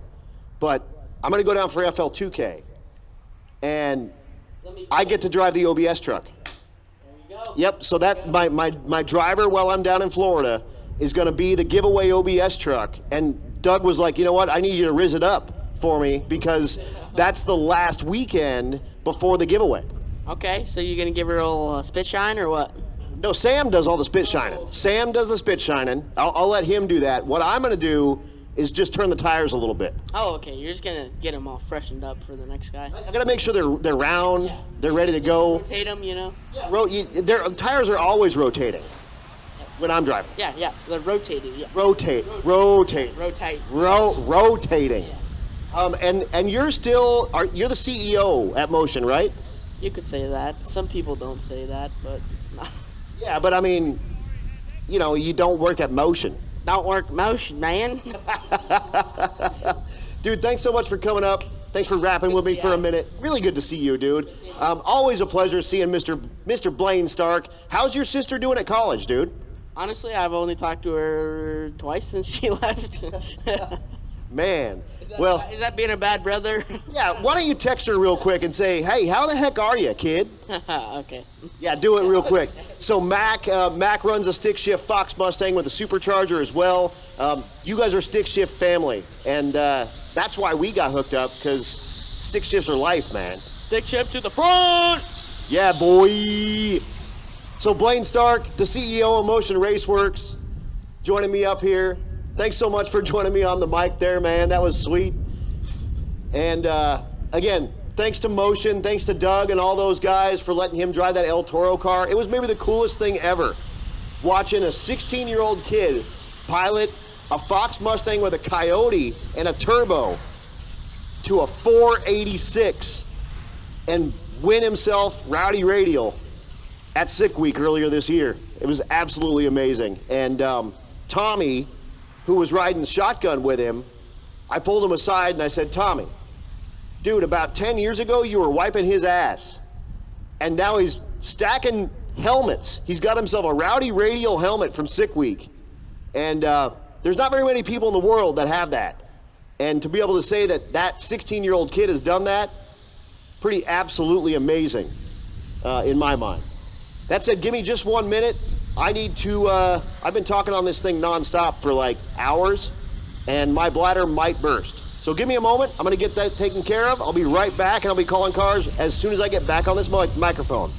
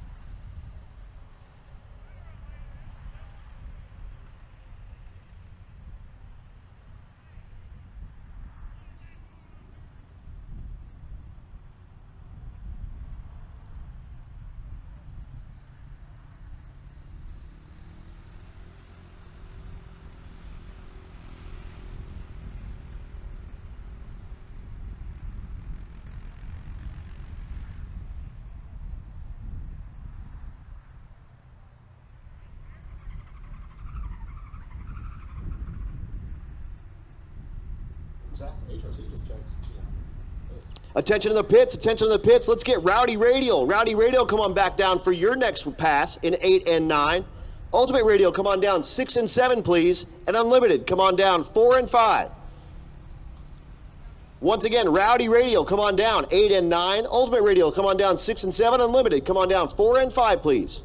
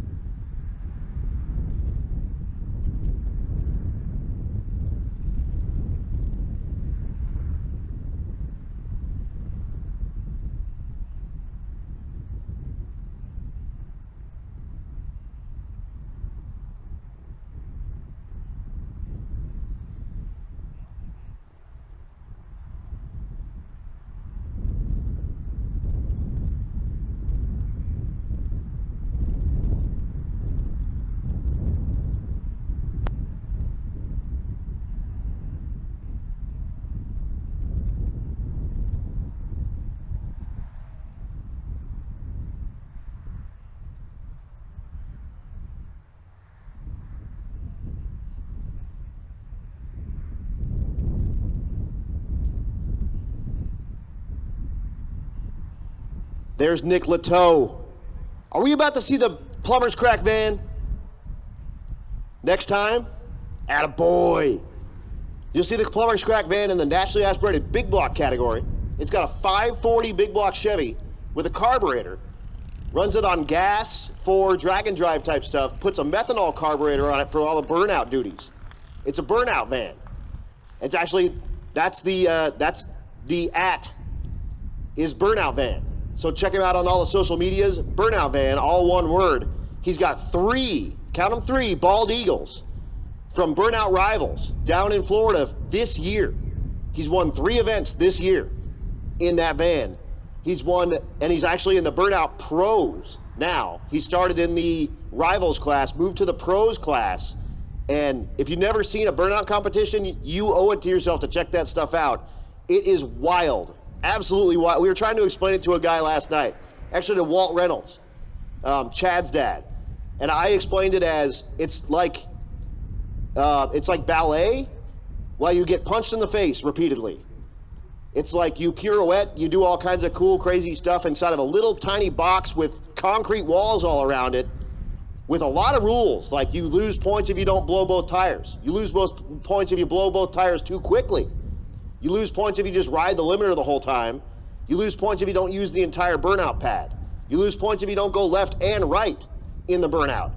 It's absolutely wild, and you have to have instant smoke and constant smoke, and you must blow both tires. Well, you don't have to, but you lose points if you don't. So if you look at the back of the van, like where the quarter panels are, they're all folded up. That's because when he blows those tires up, it just whips them all around and bends up the back of the quarter panel while it catches on fire. And he's nodding like, yeah, it actually does do that. It's absolutely awesome. Check it out.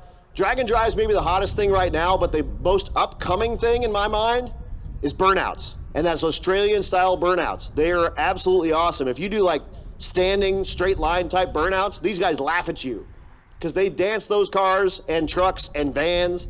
And there's a plane. There's a dude that has a Cessna. Yeah, Speedy Cop has a Cessna that he does burnouts in. Oh yeah, it's absolutely wild. Do yourself a favor, check it out. Burnout Rivals, Burnout Wars, all that stuff. There's dudes from Australia that ship their stuff over here and they're living on winnings from burnout stuff. It's absolutely awesome. So we'll see that Plumber's Crack van in the nationally aspirated big. Again, Rowdy Radial, I need you in 8 and 9. Ultimate Radial in 6 and 7. Unlimited in 4 and 5. As soon as we get you up here, we're ready to run.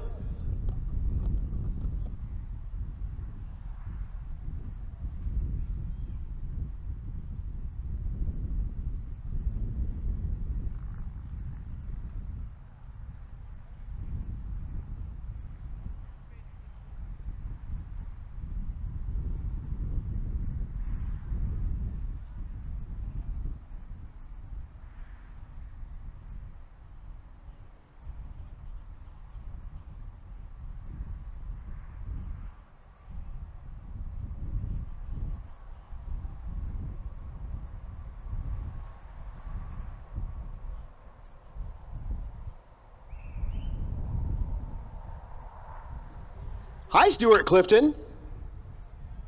How the heck are you? Hey, we ate that entire thing. We ate it with some of the tower folks. That charcuterie board you brought up, it kept me alive. You're a saint and a scholar, and I appreciate you. You're just amazing. Appreciate you a ton. I'm not sure what you see in that Eric Carroll dude. I'm not sure why you like him. He's a little bit shady, that cat. But if he takes good care of your daughter, we'll allow it. Again, Rowdy Radial, 8 and 9, Ultimate Radial, 6 and 7, Unlimited, 4 and 5, please. As soon as we get the final touches on this racetrack, we are going to go back into our quickest of the quick, the baddest of the bad we have here on property, and keep in the back of your mind, while these cars are running, they're street cars. They only have, I don't know, 160 miles on them so far. Tomorrow we have almost 600 miles that we'll be driving. 550, 560 miles, something like that. Oh, I'm sorry, 440, my bad. Almost 500 miles, 440 miles tomorrow. Again, we're Wednesday at State Capitol Raceway, and we switch to the morning, 8 a.m. to 3 p.m. on that deal. Thursday, we're back at Twin City Motorsports Park in Monroe. When I say back, I mean we're there, not back. My first time to Twin City Motorsports Park. And then Friday, we're back at Pine Valley Raceway. Thursday and Friday, we're back to 3 to 11 again. But again, Wednesday, don't forget, 8 a.m. to 3 p.m. at State Capitol Dragway. They're at Port Allen, Louisiana.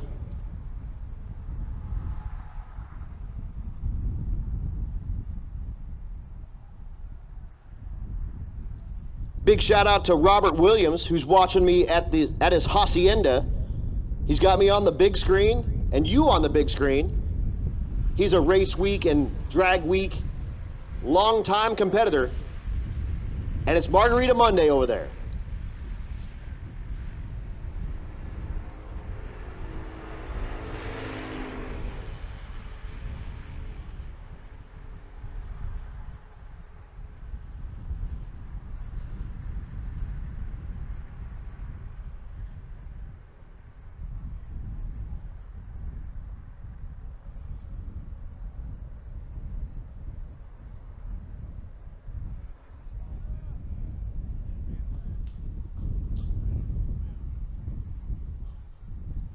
And yeah, this is Drag and Drive week. The Redwood Rally is happening right now up in the Pacific Northwest. We're out here in Texas and Louisiana. And Drag Week is happening in the Midwest all at the same time. There's Patrick Garrett. Man, tough break on that trailer. Don't forget, BTR has the Roadrunner Media shirts for sale, 20 bucks. Please buy one of those and help out Patrick. He had that fire with his trailer and lost all of his gear. That's how he makes his living out there. So support Roadrunner, support Patrick. Go over to the BTR tent, please. Pick yourself up one of those $20 Roadrunner Media shirts so that we can help him get back on his feet. And again, that's the way he makes his money. So support those that support you. That cat's been out here a long, long, long time, helping out with Race Week and Rocky Mountain Race Week. And it's time to give back.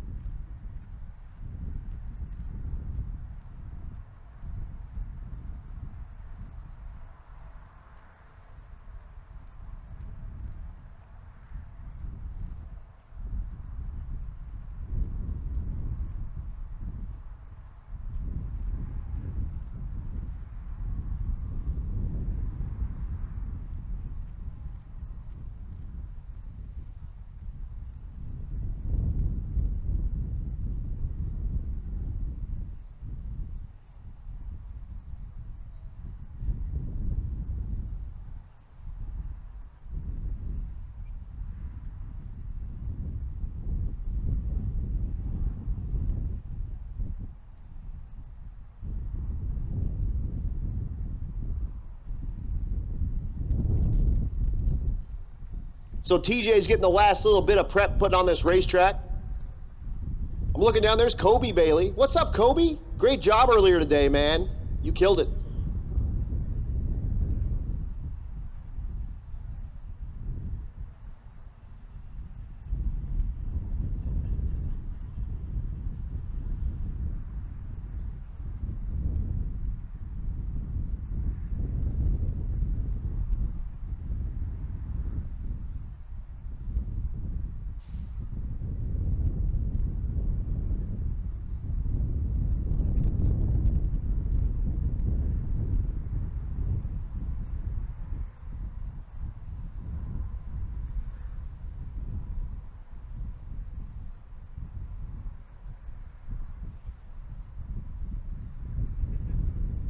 While we got a little bit of downtime, now's a great time to remind you the Rocky Mountain Race Week bus. All the Race Week merch is available right there. You can get the official Rocky Mountain Race Week and Race Week shirts, koozies, hats. They even got tank tops over there. They got keychains, all sorts of goodies. Make sure you make your way over there.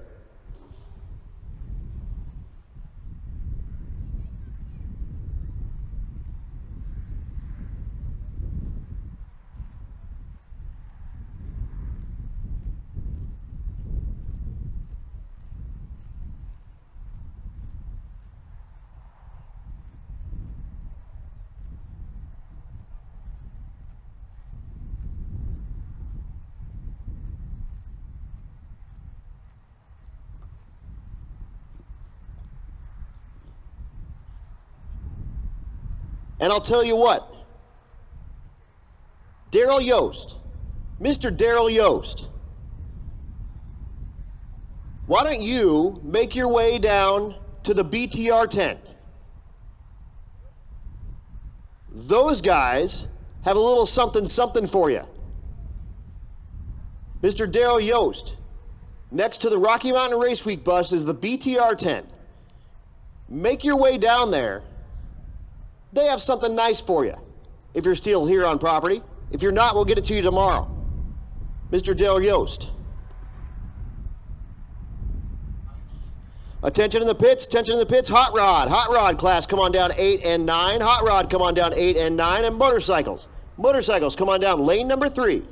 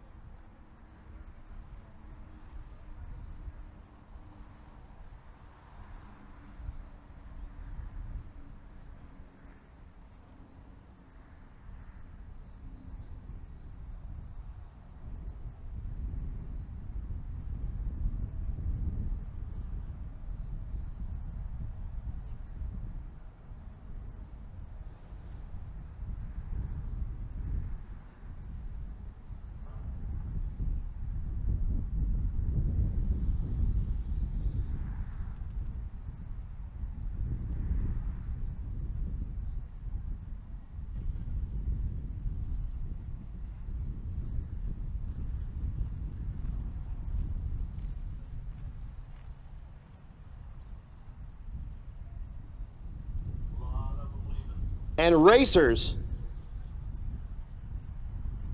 as we get folks turning in time slips, we got less and less folks coming up, so we're going to move quicker and quicker. So I'll call you. I need you guys to move with a quickness as we get throughout the rest of our night here. Currently 7:30, we're going till 10. So you have 2.5 hours left here at the Motorplex.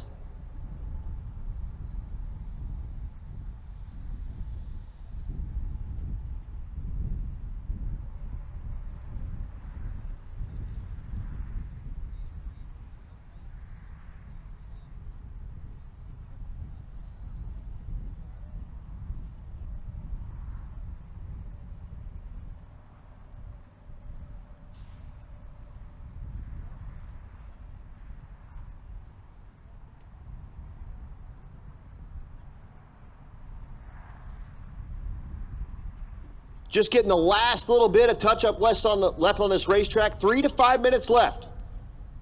And we'll get started here. Again, Rowdy Radial, you guys are underneath the tower right now. Ultimate Radial, you should be in 6 and 7. Unlimited should be in 4 and 5. Hot Rod, 8 and 9, please. Motorcycles in 3.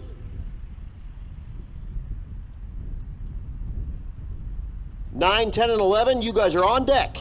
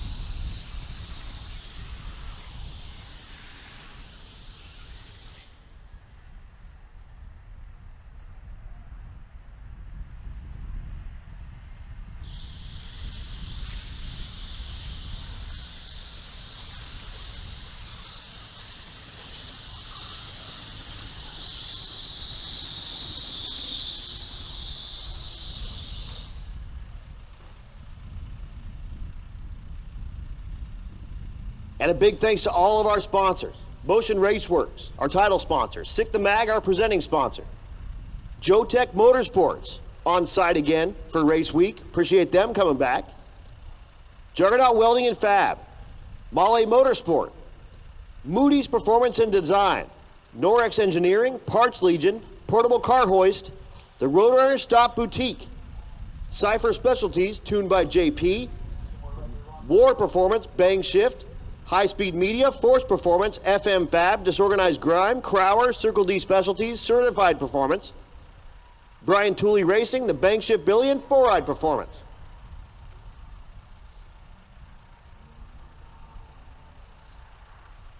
TJ just gonna miss the starting line real quick with that traction compound. And then we are getting going. We're getting the water boxes full of water, so drivers, go ahead and get in those cars, get those belts pulled tight. We are getting ready to unleash violence here at Texas Motorplex, and as you know, the sun goes down, the ETs go down. We are gonna see what we can do to do some PBs here. El Prepe told me this last couple of sessions are gonna be bad fast.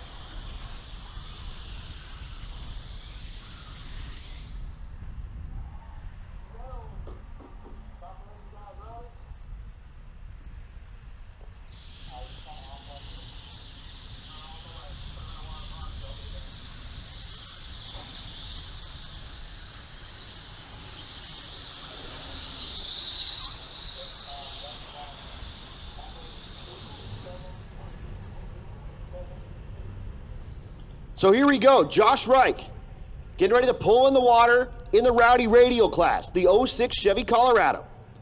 Your leader in the category. Last night turned in a 595 at 123.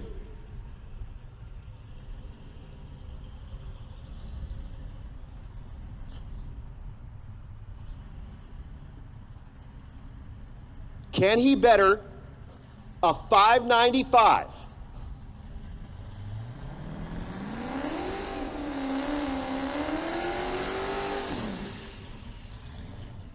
Oh, wait.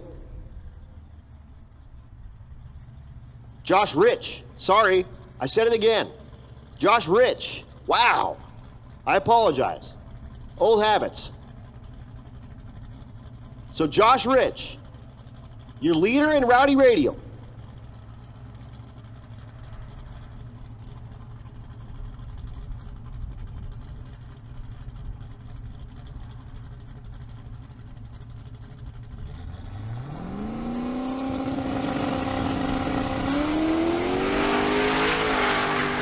Hooks the thing up, goes 140 to 60 folks, and goes 568.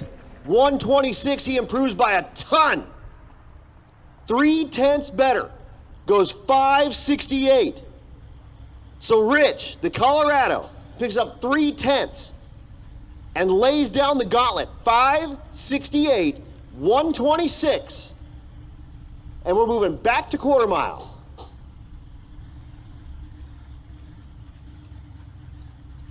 Brad Thiessen.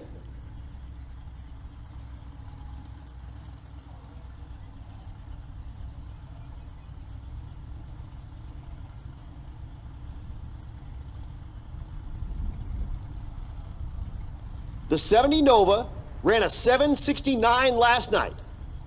Also, racers, we do need taillights from here forward. Taillights from here forward.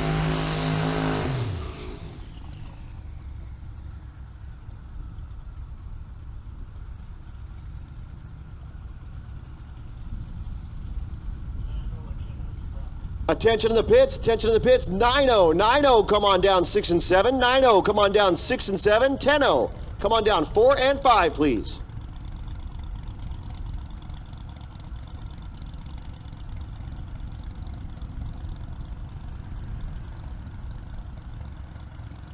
So again, Thiessen ran 769 at 179 last night.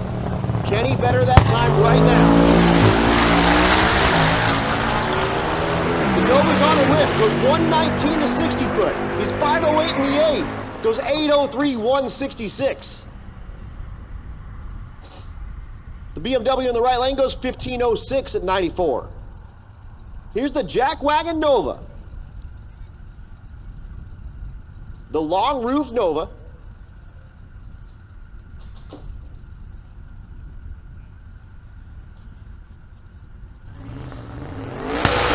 That's Michael Bogler.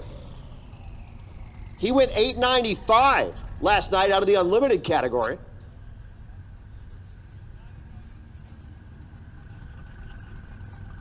Once again, 9-0, 9-0, come on down 6 and 7, 10-0, come on down 4 and 5, please.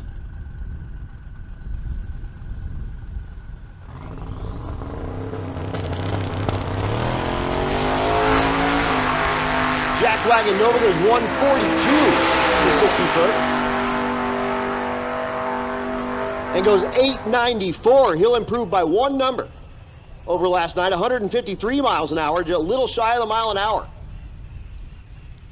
Brings up Brian Weinhold out of Weinhold Racing Heads.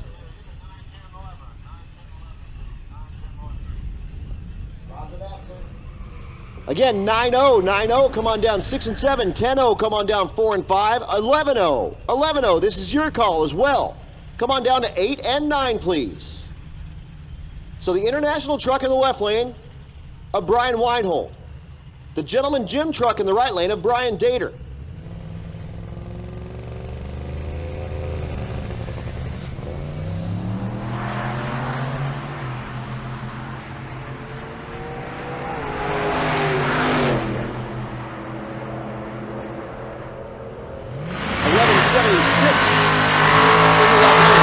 That'll improve him by a little. 12:05 in the right lane for Dater will not improve him. Once again, 9-0. Come on down 6 and 7, 10-0. Come on down 4 and 5, 11-0. Come on down to 8 and 9, please.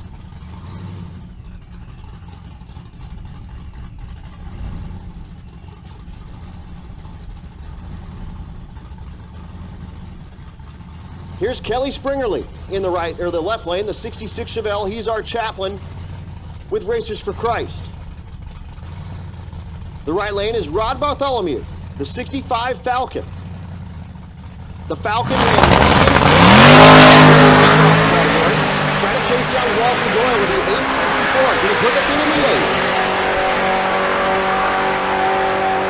8s? 902 cannot. So Bartholomew goes 902, 147. And Springerly goes 1569. Here's Yusuf Hayek, the C10 in the left lane. He went 12:10 last night, looking to put the thing in the 11s.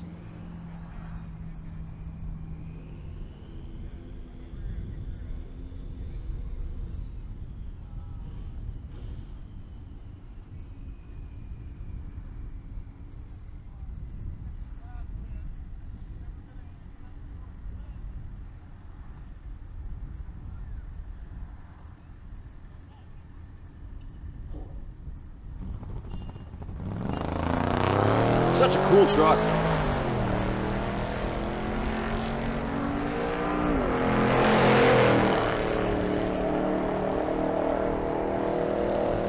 Hayek at the stripe goes 12:55. Will not put in the 11th.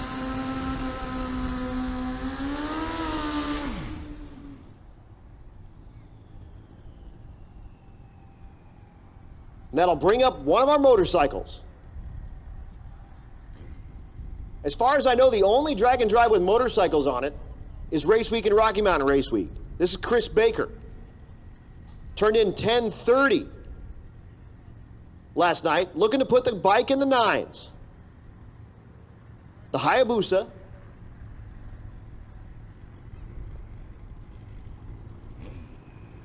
And again, racers, we do need taillights from here forward, please. Taillights from here forward, please. I know you got them, we checked them. Streetcar stuff. So can Baker put that bike in the 9s?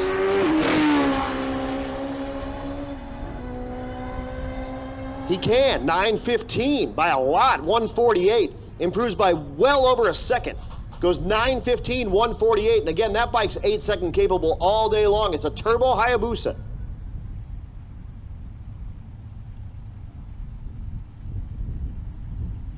The Cornhusker Cougar is back in the left lane. Dustin Peterson. We pulled up next to him on the drive today, and he had the windows down, and he had his, I believe, girlfriend/wife in the passenger seat. Said, why aren't your windows up and your AC working? And she said, we need to return this junk. The Cougar ran 9:30 last night. Josh Babb in the right lane. The Fort Den Trans Am went 11:48 last night.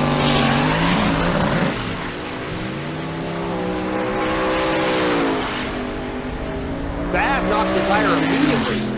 9:50 for Peterson, won't beat his 9:30.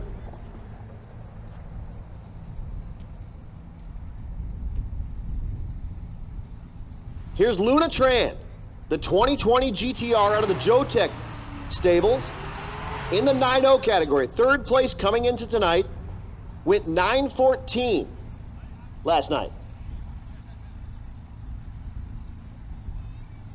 She's chasing down Jacoby Betts with that 9.04 and Vince Rui with a 9.04. Chris Atkinson in the right lane, fourth place.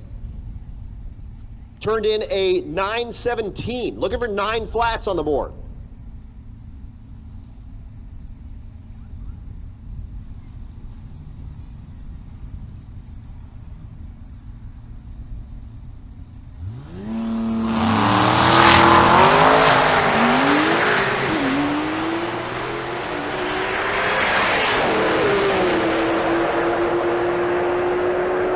.990 in the right lane.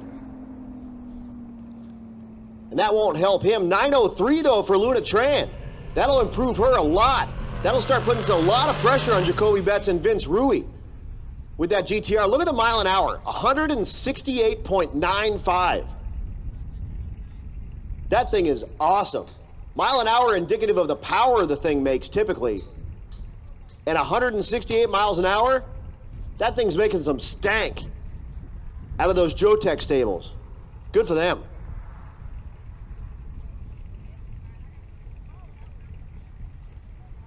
Dave Mesa with the S15. Outside looking in, turned in 11:43. Looking for a 9 flat.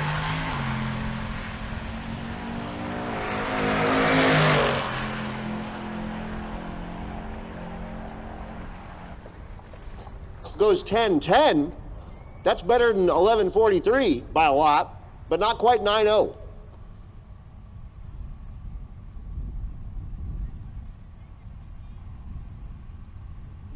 Here's Vince Rui. His wife Heather running the car in 12.0, put it on 12.02 in her first pass. Now Vince trying to put the Nova in the 9.0. Your leader in the category, 9.04, and he's going to duke it out with second place. Jacoby Betts, 9.04.2 in the right lane. Looking for a pair of 9 flats. So first versus second place.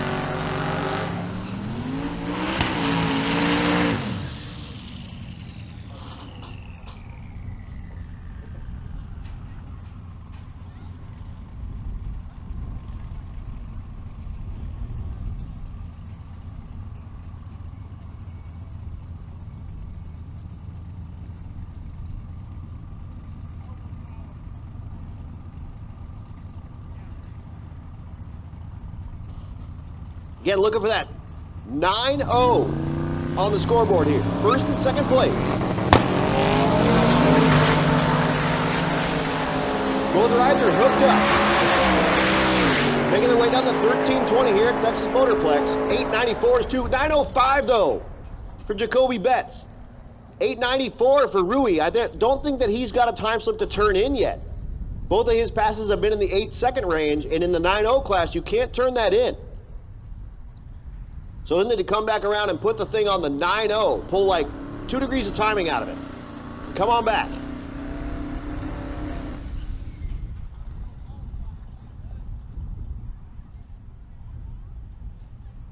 Keith Mott, the 4th Gen Camaro. Outside looking in, ran 9.61 last night, looking for that 9 flat.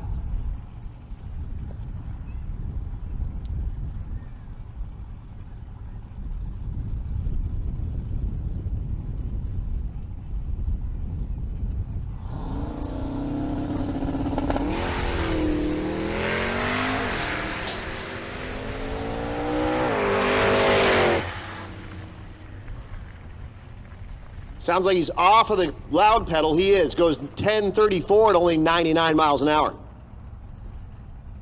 Here's Mike Mead. Attention in the pits, attention in the pits. Small block. NA small block come on down 6 and 7. NA small block come on down 6 and 7. And NA big block.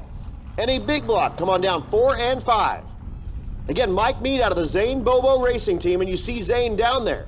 I can't believe he doesn't have jack stands or any wrap film or nothing. Wild. Typically, that's pretty much all he has rolling around.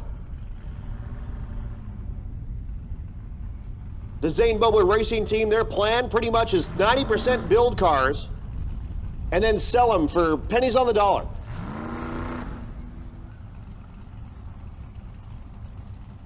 Your leader in the 10-0 category in the right lane.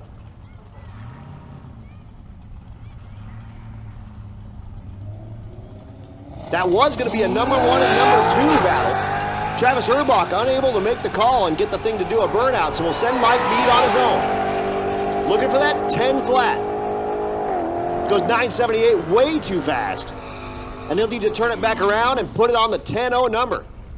Erbach, though, sees the open door. The 2000 Camaro in the left lane. Looking for that 10 flat. He went 10.01 with a 6. Mike Mead went 10.01 with a 5, 1,000th separating these two rides. So Erbach, again, sees the open door. Can he put it on the number?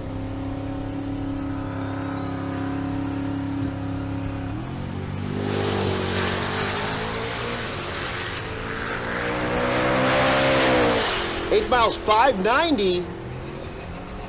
928 is way too fast. Wow, okay. And we'll continue in through our 10-0 category. The Hellcat in the left lane.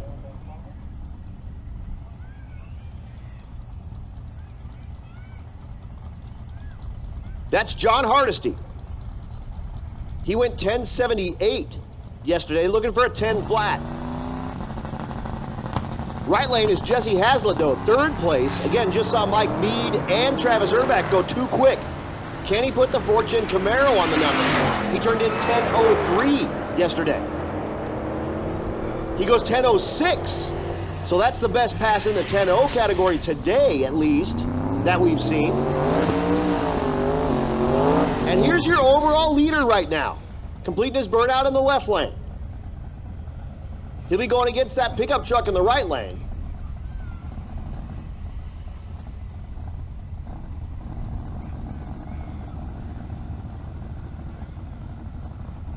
But that's Earl Schexenator in the left lane, the 2000 Mustang. The quickest car on the property at the moment. Went 7:18.186 last night at Pine Valley Raceway.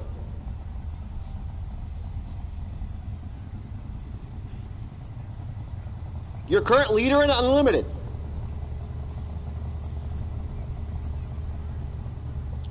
And your current overall leader.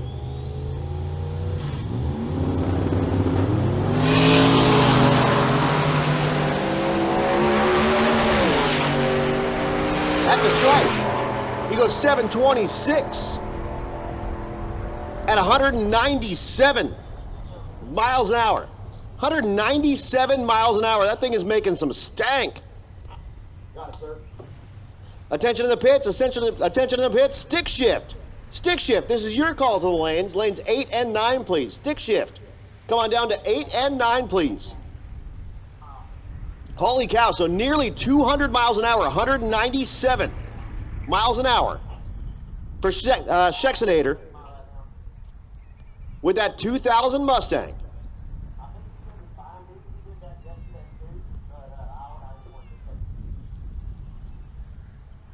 And he lays it down again, your overall leader at the moment. And your leader in Unlimited. I cannot believe the mile an hour. Nearly 200 miles an hour. That betters Jason Hurley's 190 from yesterday. And again, that car is making some stank. Love it.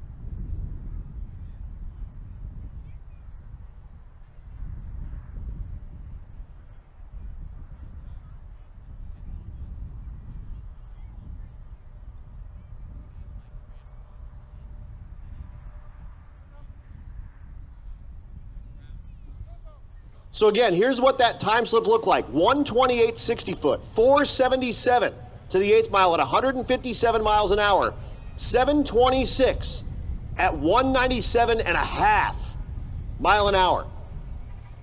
Absolutely amazing. Woo! And we're back to business here. TJ Moses, the 88 Camaro in the right lane in the 10-0 category. 4th place right now, 10.05 yesterday.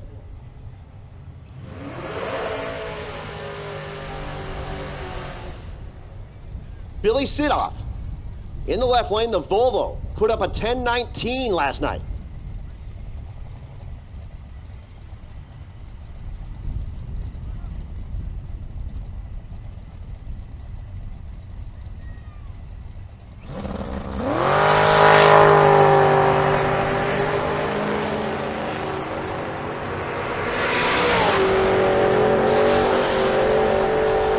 Looking for 10 flats, 10.09.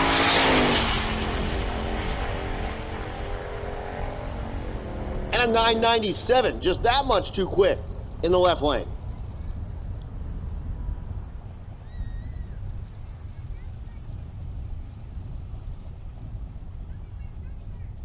Looking like maybe we've got a little bit of cleanup that needs to happen there in the left lane.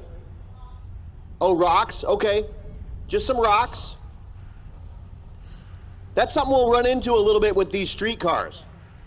Unfortunately, as we drive down the road and we pull off the road and we get into the gas stations and we do whatever we do, road type stuff gets up in these rides. They get caught up in all the fenders and whatnot. And that stuff will shake loose. So we'll just be a second while we sweep off that starting line. We'll be right back to business. So don't loosen your belts, don't take your helmets off or nothing. We'll be right back to business before you know it.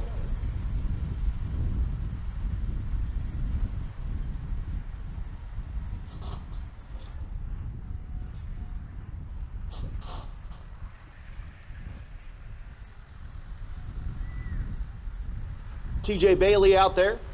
They call him El Prepe. And I told you that he told me when the sun goes down, these last couple of sessions are going to be bad fast. And he was not lying to me.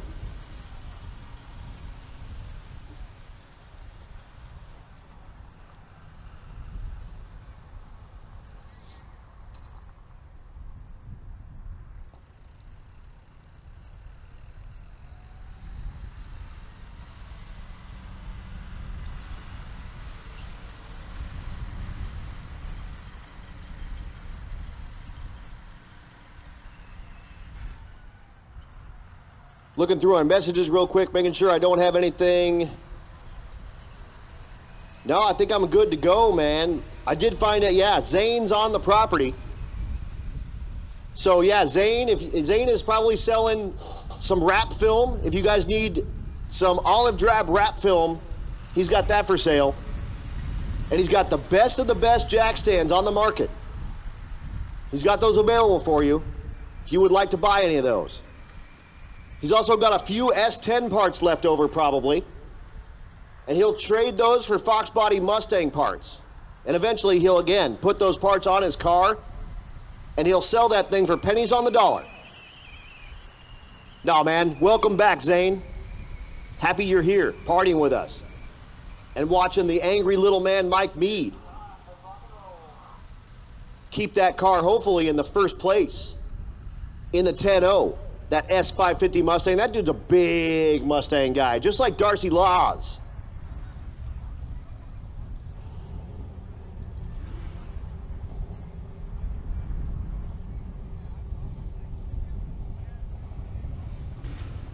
So here we go, back to action. The GTO in the right lane.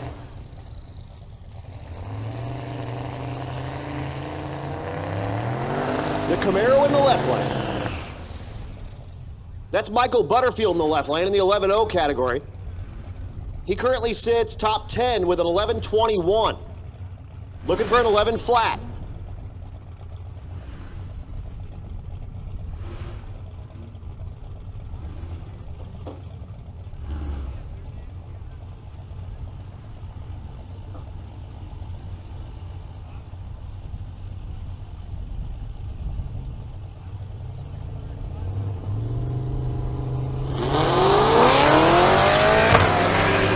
11 flats here. Here we go. Race day number 2, day number 2 of race week. 11:20 and 11:17. No help for either driver. By the end of this week, these index classes will be with less than 1/10 of a second. We'll separate 1st through 10th. I promise you that. Every year it's the same. These classes get tighter and tighter because these people bring the game.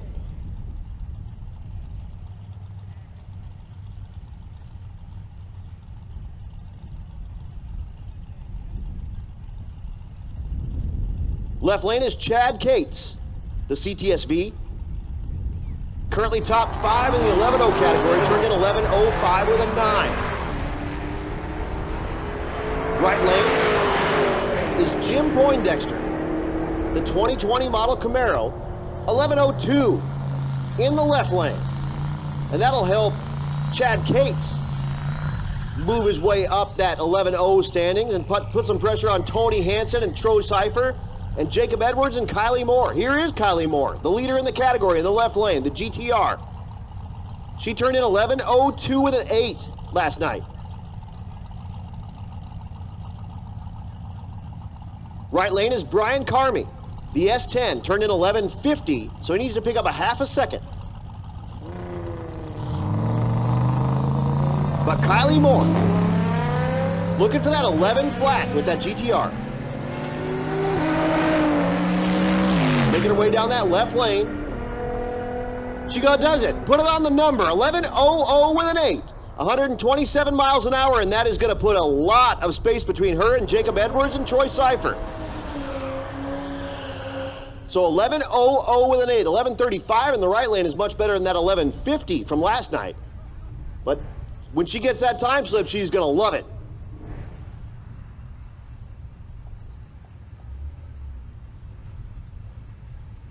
Right lane, the Camaro. I don't have his yesterday's run or his name in my spreadsheet. I may have screwed that up. I probably erased it on accident. Whoops. Tommy Fielder in the left lane. The C7 Corvette.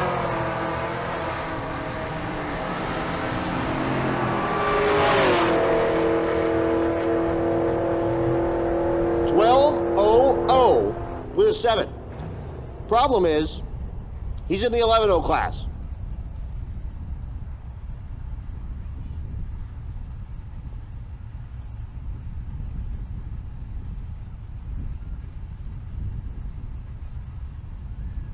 I believe that's Wade Azevedo in the right lane. Tiz, the Hellcat Supercharged CTSV. Turned in 11.60 last night. Looking to pick up over a half a second. Left lane is Michael Hollis. The Crew Cab Malibu. Turned in 11.08, goes 10.999. 1,000th from perfect. But it's still too quick. That's as good as a 20. So he'll need to bring it back around. Right lane 11.55. That's just a kick in the yarbles.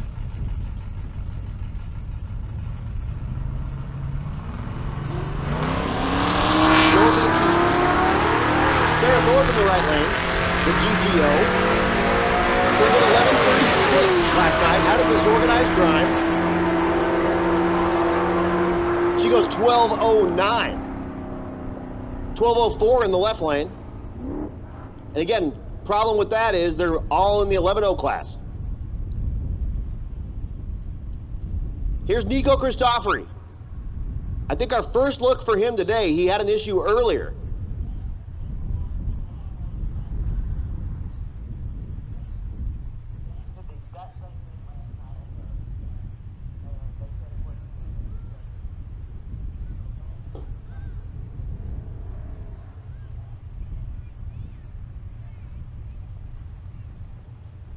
So Nico.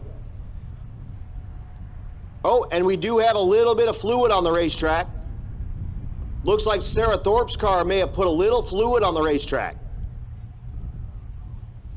So we are going to back Nico out. And Jason Bell in the right lane with the Caprice. That's that police car, PPV car. So we'll back them out and we will do a little bit of cleanup here on the right lane before we get back to action. Again, our first look, I believe, at Nico for the day. He was up earlier and then had some problems and had to get pushed back to the pits with the Fox Mustang. Hi, Nico. Nico's got a stick shift G-body Malibu too. And this Fox Mustang is one that he had to cut a tree out of it to drag out of some dude's yard.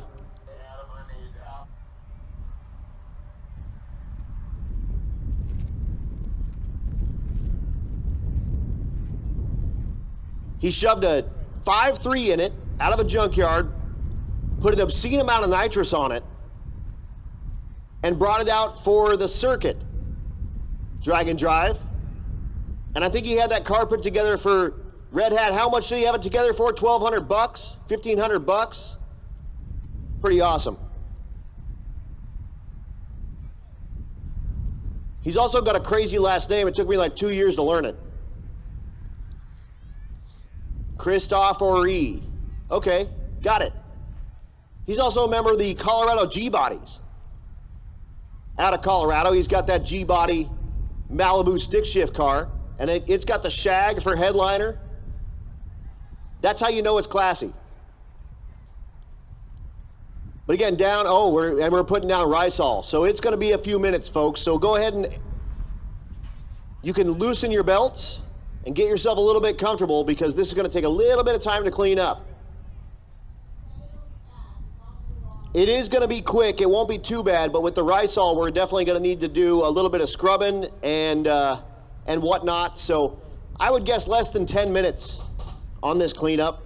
So don't go like too dang far from your car / truck / bike / whatever you got.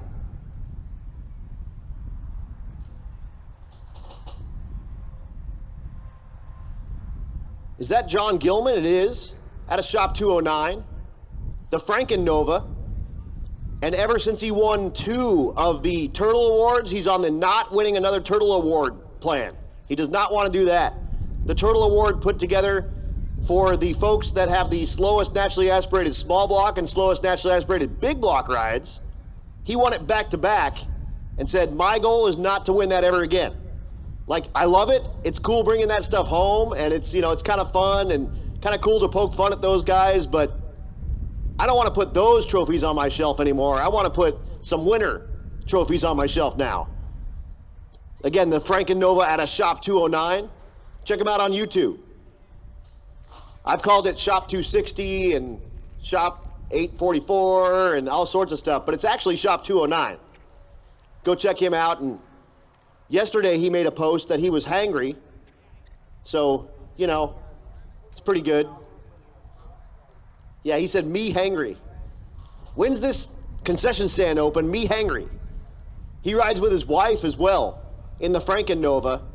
And you're a saint for doing that because, yeah, riding in about, whatever, 50 cubic feet of old school Nova, cruising around eating gas station food and farting in there. And yeah, if you don't love each other, when you leave, you'll either love each other or hate each other when you make it back home. And you keep coming back, so you must like him.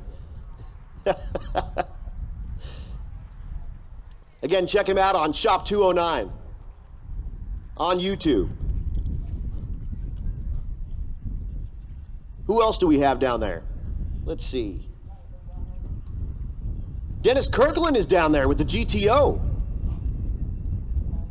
That's the naturally aspirated 427 power GTO. It's got a 4L80 transmission behind that 427. He was looking for a little bit of help tuning that 4L80 yesterday, and hopefully he got that help with that GTO. That thing is gorgeous. And also, it's the little touches. I've said it in the last couple of these drag and drives with it. The back trunk of this car, you could get the GTO with a 5.7 or a 6.0, depending on the year of it. Because it's got a 427, it's a 7.0. So he took the 7 from the 5.7 and the O from the 6.0 and built a 7.0 to put on the trunk.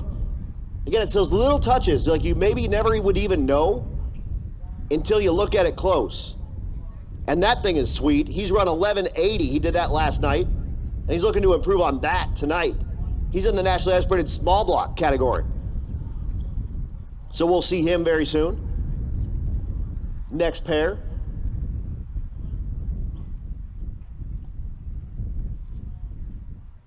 Somebody made a meme that was like, when Adam Dory talks about me on the live stream, and it was like, ah, you know, like some girls like at a Beatles concert or something like that, like, ah. And Dennis was like, one of these days he's gonna talk about my car.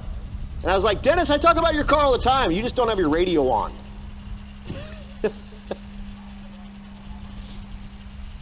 He's also got maybe the coolest trailer. It's got a big Pontiac Excitement sticker on the side. It's super neat. Very awesome. Happy to have Dennis with us here on Race Week.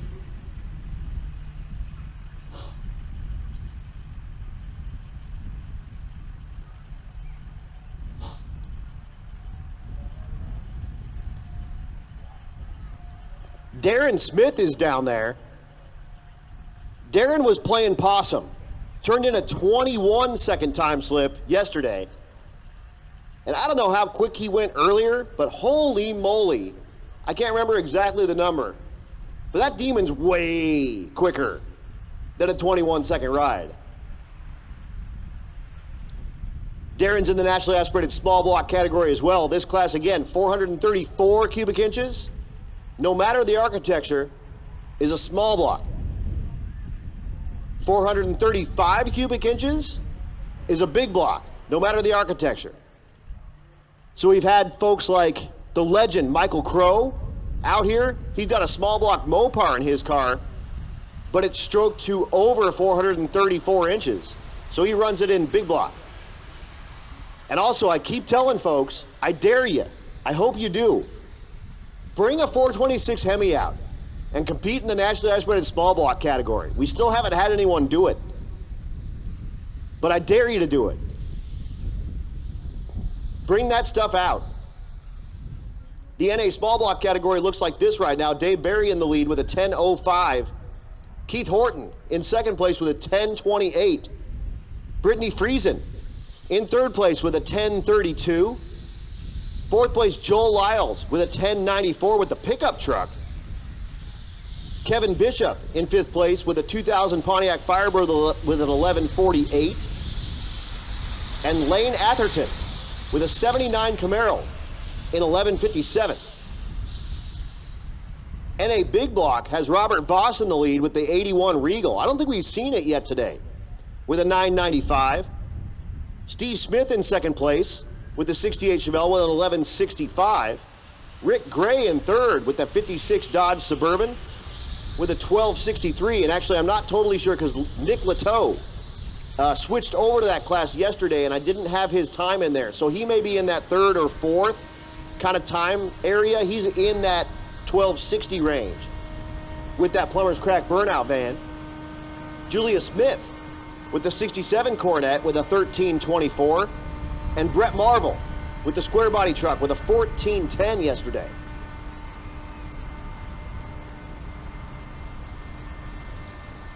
Stick shift right now, again, Rich Guido in the lead, 8.84. William Hagan right on his heels with that OBS truck with an 8.87. Bill Armstrong in third place with a 9.18. Tess Wood, who we haven't seen yet today, Miss Midnight Maverick with a 10.67. Phil Balmaceda with the ZR1 with a 10.88. Ruan Hadding with the M3, who I don't think we've seen yet today, with a 10.91. Jason Schroeder with a 10.95. Jason Dunham with a 10.98. And a big jump to Jacob Bailey with an 11.88. Blaine Stark, who we were talking to earlier, had some issues with the wagon. We could only muster a 12.55. But that ride should be in the 10.0 sort of range. I don't think the Nova wagons ever gotten the 9-second time slip, but it did go like 10:02 or 3 at Sick Week a couple of years ago.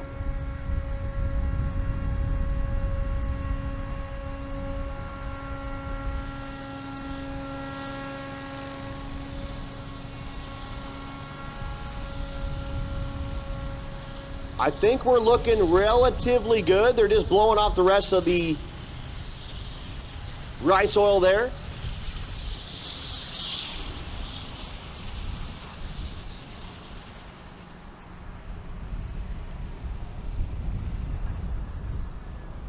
Dan Palmieri says, can you say that's cool so I can drink? I'm getting sober here.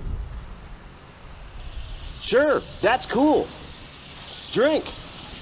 Dan Palmieri with Circle D torque converters. Have another one.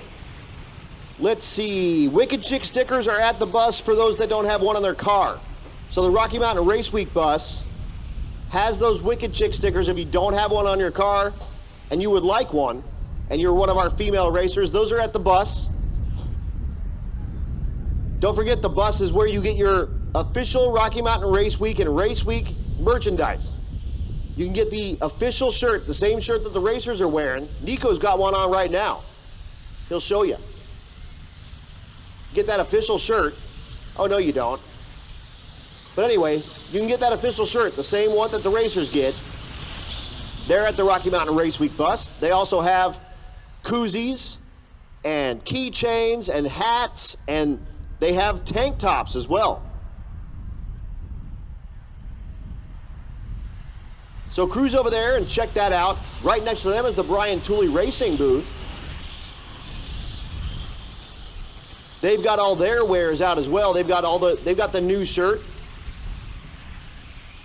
It's like the Doing Donuts shirt that looks like the Dunkin' Donuts shirt. They got hats over there. They still had, at the last time I checked, they still had some of those $10 hats down there. I don't know if they're still available or not. And also, they're going to run that 10% off all month long out there. So Matt will be the guy to help you out with that when we get everyone situated and back till the end of the month. Call Matt. His extension, if you're watching at home, this counts for you folks on the live stream as well. His extension is 4806. So you have about 2 more weeks where you can get 10% off of all the Brian Tooley Racing branded merchandise that's out there. So anything that says BTR on it, they will get you hooked up with 10% off all month long. Their IT guy that normally sets up the promo codes got married, and they were like, we don't want to bother him while he's out doing his thing. And, you know, who would want to mess with someone who just got married? Let them do their thing. You know what I'm saying?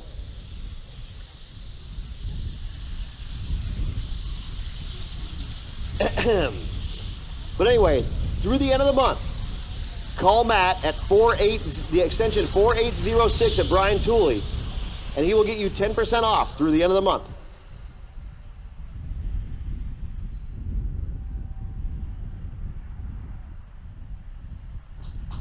Attention to the pits, attention to the pits. Outlaw Street, come on down 6 and 7, please. Limited Street, come on down 4 and 5. Again, Outlaw Street, come on down 6 and 7. Limited Street, come on down 4 and 5, please.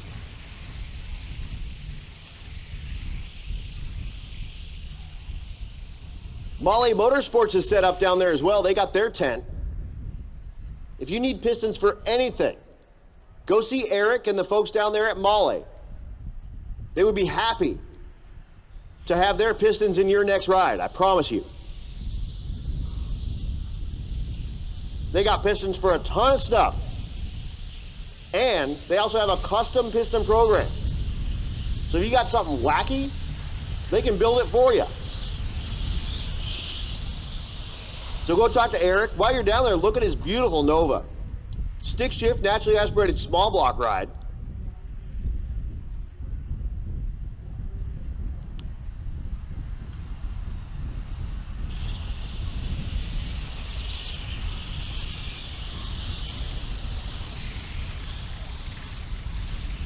Are these Nico stickers? Yeah, he wanted me to run Lufkin. Nico stickers? Nico, you have stickers. You're like famous. Man, holy moly. It's got his Fox Mustang and it's got his Malibu on it. Giddy up. Dude, good job. Thank you. Hell yes. I dig it. You can't even see, but you can't see the headliner and the Malibu on the sticker. I know you can only do what you can do, right? Nico is putting together, from what I hear, you're putting together something fire breathing for that Malibu, right? You're gonna try to bring it out and put a little pressure on Bill Armstrong and Rich Guido in the stick shift category. That's what I'm talking about. The last guy that said that was Dan Palmieri, and his car hasn't run since. So be careful with that. Dan Palmieri's got that Pontiac Le Mans, and he was like, I'm building a twin turbo LS and it's gonna be so wicked, woo! And no one's ever seen it since. And that's cool. Drink, Dan. Someone made a drinking game in the Rocky Mountain Race Weekers page of every time I say Red Hat Scotty. So you drink when I say Red Hat. Go ahead and suit up, drivers. Go ahead and suit up. Get back in those cars. Get those belts tight. We're getting ready to send you. And our first pair is going to be Nico.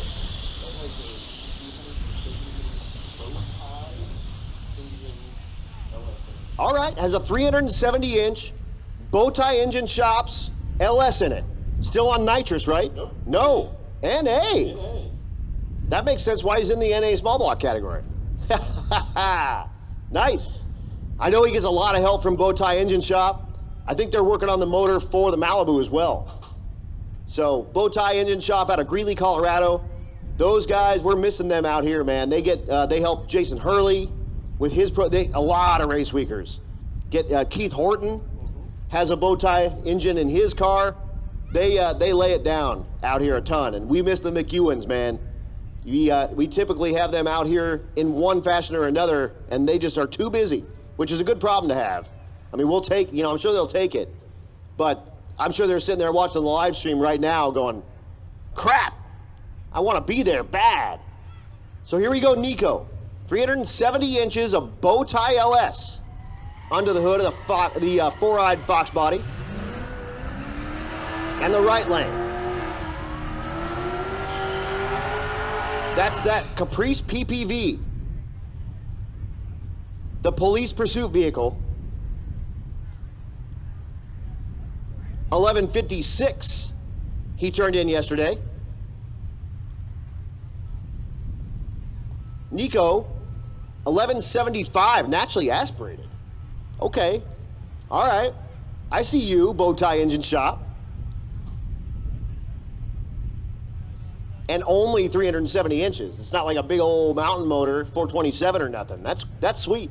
Must run some good RPM in that thing. I like RPM. I like sticks better. Maybe I'll put a stick in this one day. The hatch comes open a little bit. That's because it twists good. Both rides making their way down. The police pursuit vehicle goes 1139. Nico goes 1176. It's like the same. It ran 1175 with an 8. He goes 1176 with a 1. It's a total bracket car. That's what you get with those NA combos. They just make the power they make, the power they make. See you, Red Hat. Drink. Here's Dennis Kirkland and John Gilman. NA small block entries.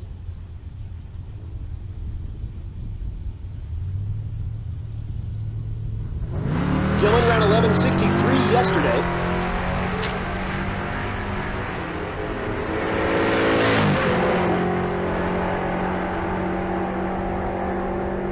Kirkland went 1180 yesterday. He goes 1280 this time. 1124 though. For Gilman, that's his best pass of the week by a ton. And that'll bring up Eric Grillo out of Molly Motorsports. He's the guy I was telling you, keep an eye out. For those Molly Motorsports guys, this is the dude. The Black Nova stick shift car in the naturally aspirated small block category. Again, the demon in the right lane is Darren Smith.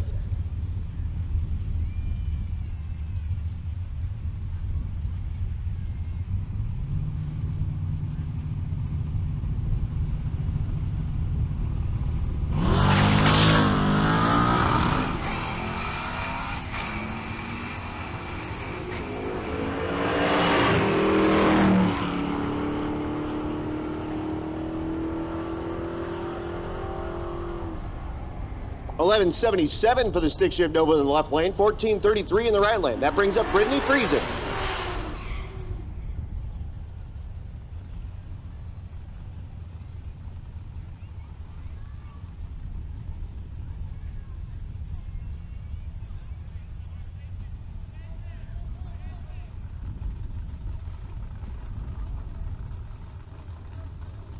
And they shut her off. Not sure what's going on with Friesen's car, but there's like 7 people around the front of it.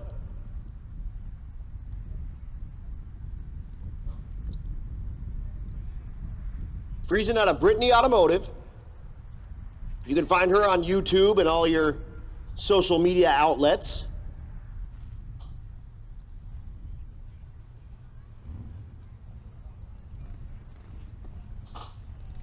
Again, I don't know what happened. I didn't really see, and all of a sudden there's like 900 people around the car.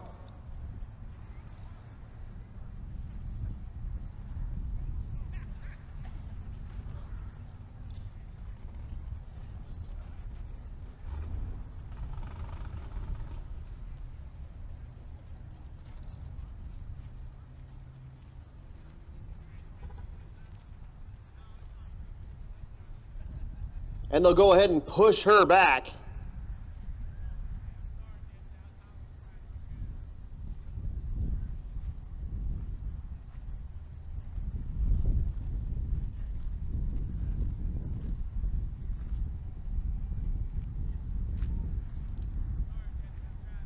Friesen was number 3 in this category, 10:32 last night. And they are down there with some rags, doing a little bit of cleanup. So something went wrong on the Gen 6 Camaro.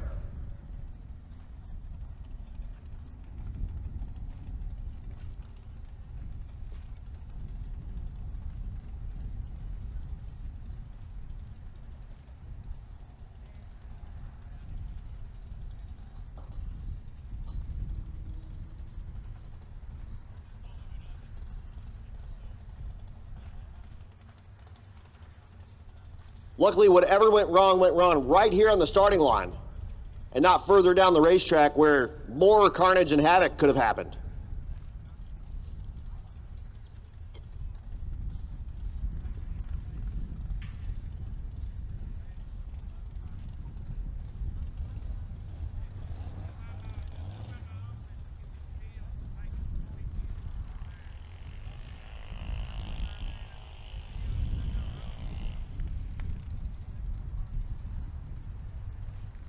And there is some rice all down.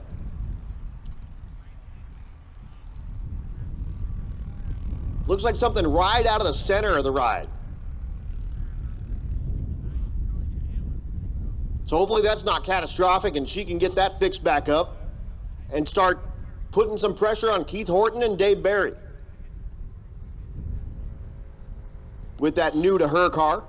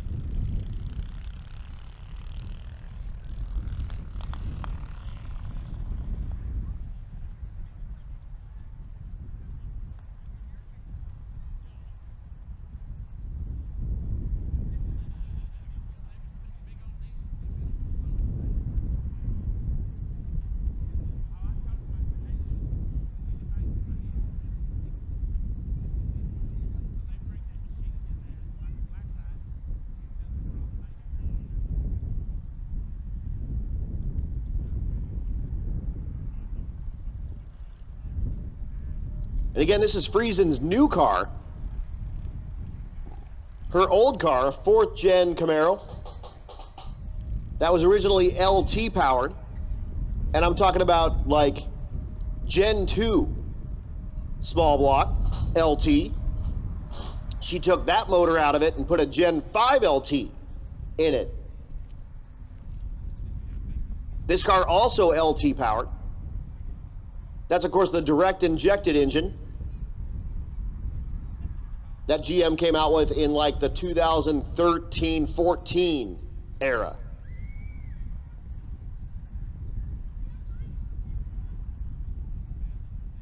So again, tough break. Hopefully that's nothing too bad. And we'll be down just a couple of minutes while we clean up that starting line in the left lane, and we'll bring you our next pairs down there.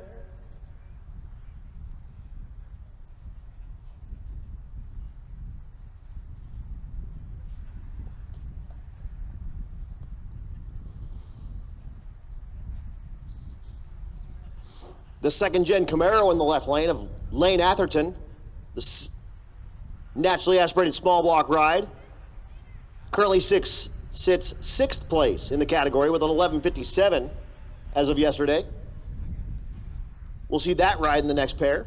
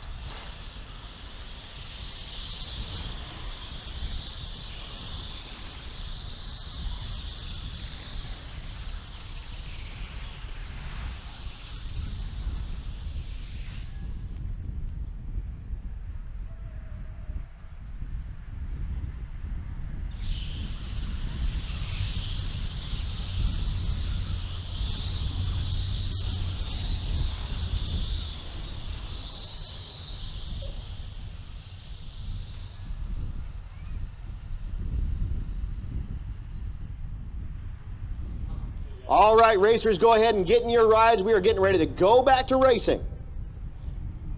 Lane Atherton, the second-gen Camaro in the left lane. Again, turned in 11:57 last night.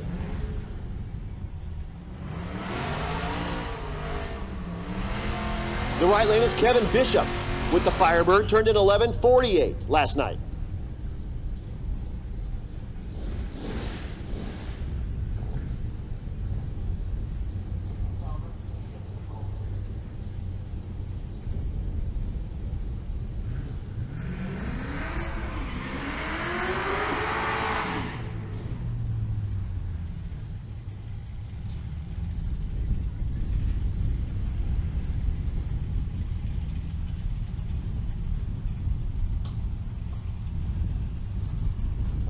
Currently 8:41. We have an hour and 20 minutes of playtime left.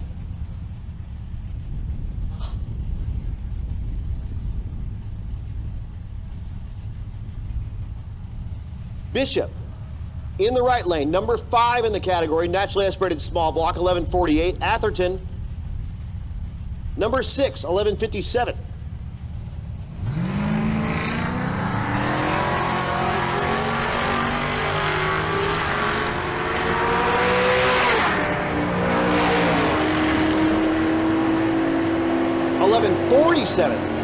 In the right lane for Bishop, 68 for Atherton, and that'll be no help for either. Here's your leader in the category in the right lane. He turned in 10:05 last night, looking for something in the 9-second range.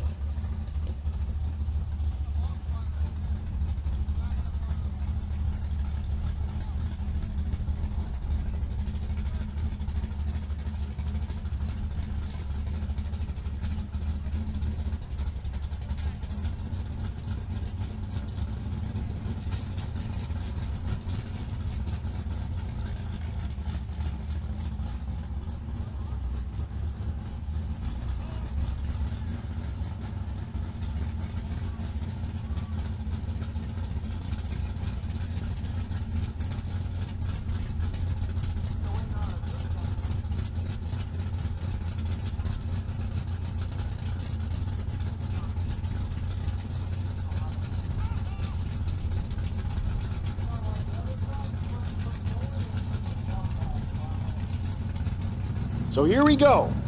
Dave Barry, your leader in small block, looking for something in the 9s.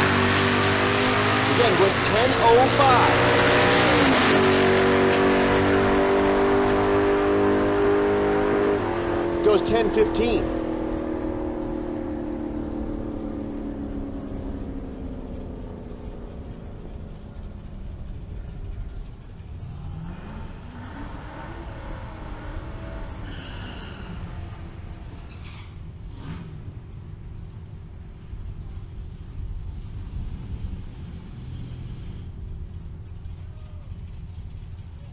Here's Julia Smith, the Coronet in the left lane, the naturally aspirated big block entry.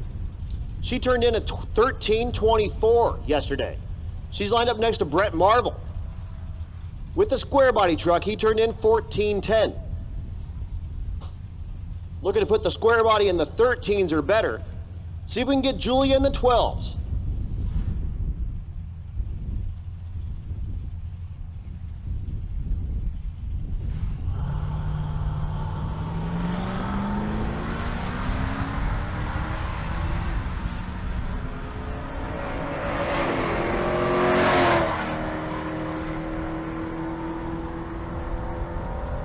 $12.38 and $13.76, and they both do it. 12s in the left lane, 13s in the right lane, their best passes of the week by a ton. And that brings up Blaine Stark in the right lane, the crew chief, the stick shift 55 Chevy LS Nitrous for power.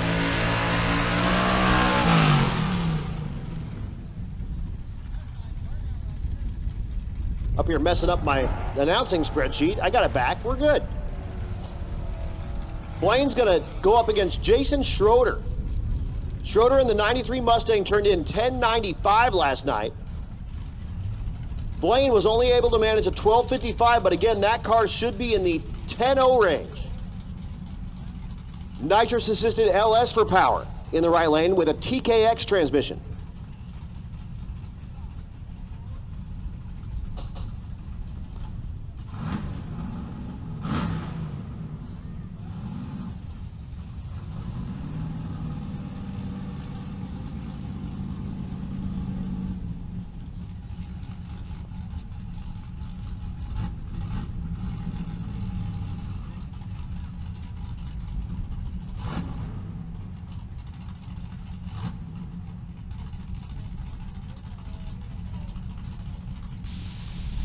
So Blaine's dad, Tom, gets in there and turns on the nitrous bottle, and Blaine starts purging the nitrous with the 55 wagon.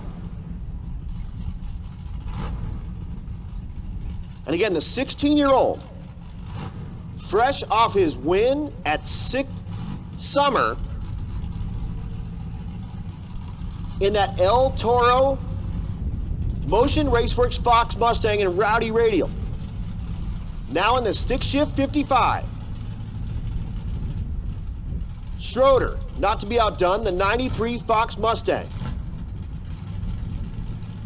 Looking for a pair of 10-second passes.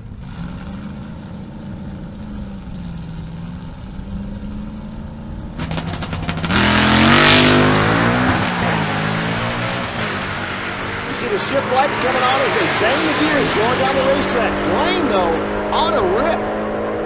He goes 10.04 at 133. Will improve a ton off of his last night's 12.55.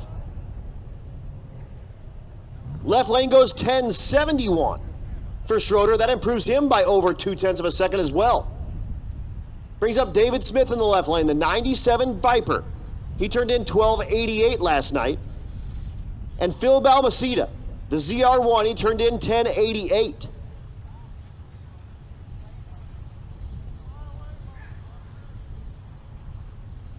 Looking to improve on both of those times. I'm pretty sure, man, 10.04, I'm pretty sure that Tommy Stark wheeled that 55 Chevy to a 10.03. So Blaine right there with his old man wheeling that 55.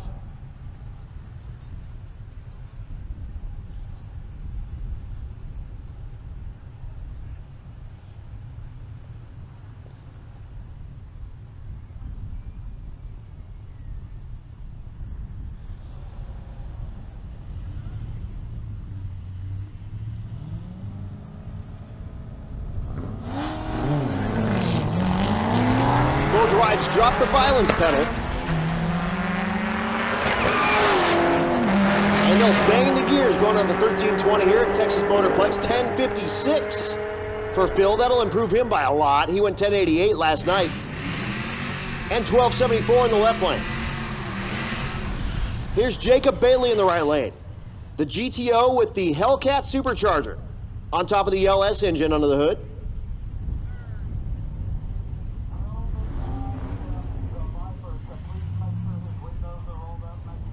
Left lane, Trevor Bergman in the Fox Mustang. He turned in a 15.05 last night.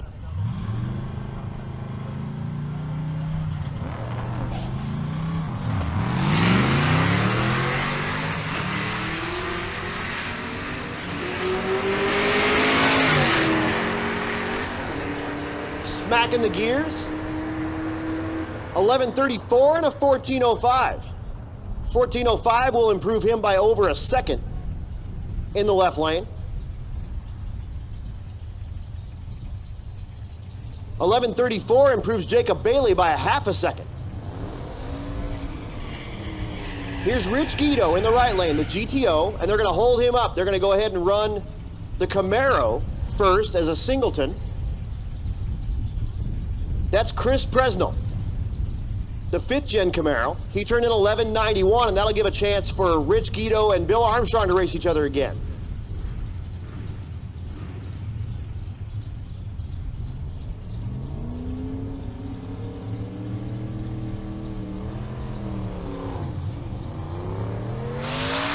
Presnell turned in 11.91, looking to improve that number.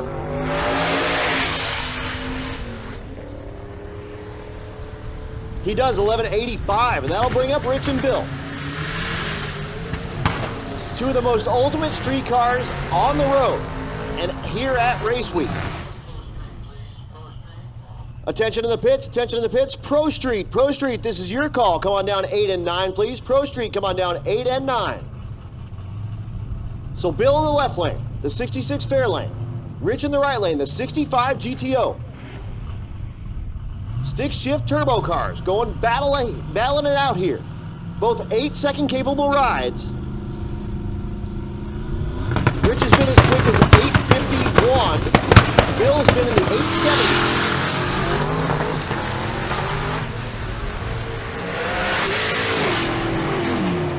Bill having some issues. Rich drives out of his life and goes 9:03. 12:39 for Bill at 142 for Rich is way short. That thing is about 20 miles an hour short. So both of those rides having some issues. Attention in the pits, attention in the pits. Pro Street, you should be making your way down to 8 and 9, and let's get Gasser. Come on down 6 and 7, please. Gasser, come on down 6 and 7. Tess Wood, Miss Midnight Maverick in the right lane. First time we've seen her. She turned in 10:67 last night. She's currently 4th place in the category.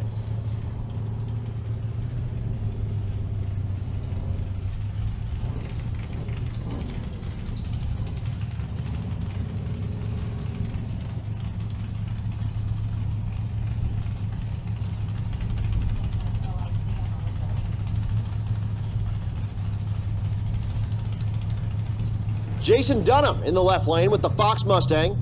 He turned in 10:98 last night.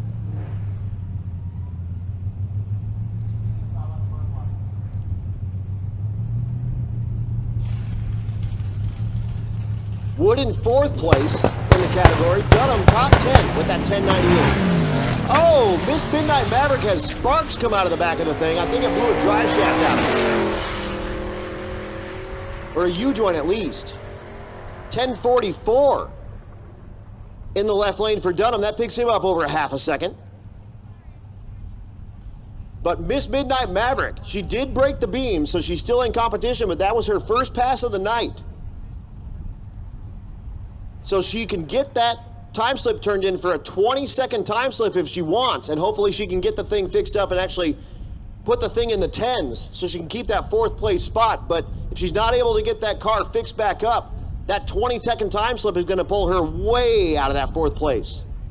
She let off the clutch pedal and sparks came out of it. So it for sure hurt something. They're not like in a rush.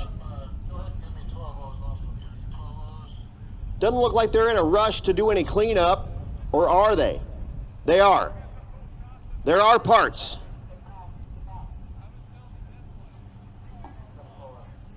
So TJ is on the tractor. He's going to go up there and sweep it off, and that probably means a U-joint, which means that there's needle bearings all over the starting line.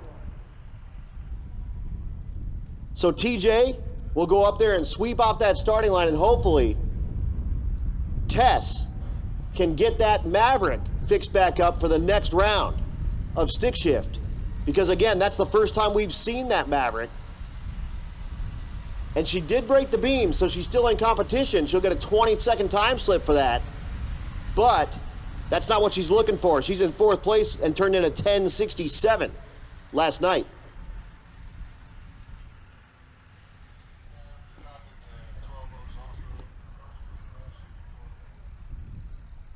Yes, sir. Thank you so much. Attention in the pits, attention in the pits. 12-0, 12-0. This is your call to the staging lanes, please. Come on down lanes 4 and 5. Again, we should have Pro Street in 8 and 9. Gasser in 6 and 7. 12-0. Make your way down to 4 and 5, please.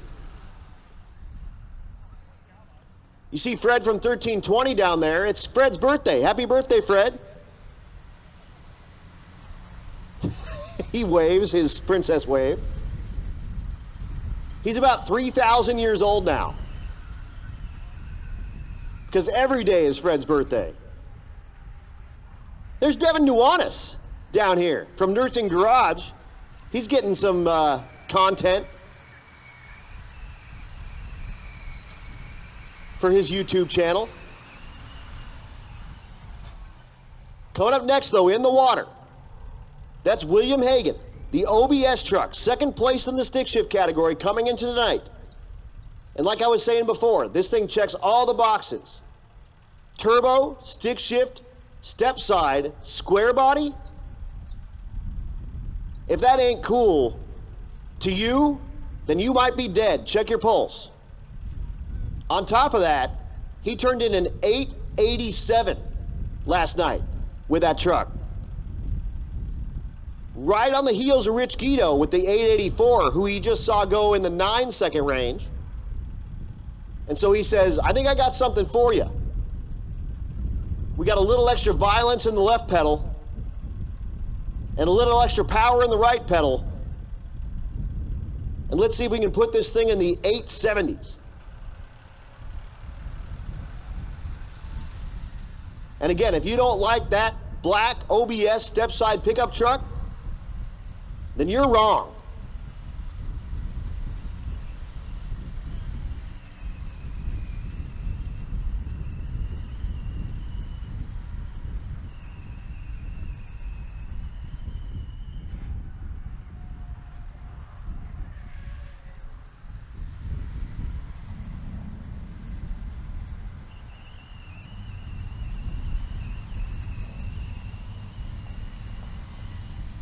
Behind them, we got Robert Voss in the right lane, the 81 Regal. Sitting behind the water in the right lane. That's your leader in naturally aspirated big block coming into tonight. He turned in a 995 with that Regal. But first, here comes that stick shift ride. William Hagan, looking to put the thing in the 880 or better range to get himself on top of the stick shift category and ahead of Rich Guido.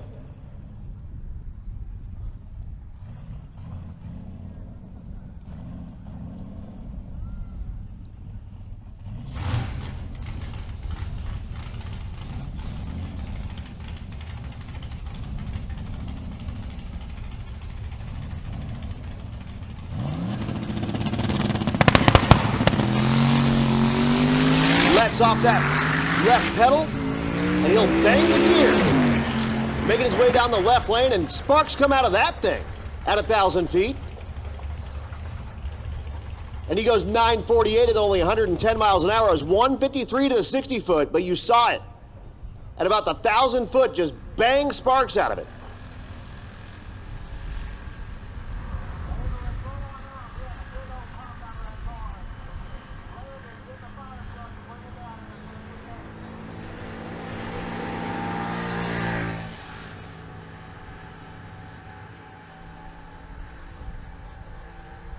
So we are going to roll all of the safety equipment just to make sure, because that big pop came out of that thing at about 1,000 foot, and it was on a rip.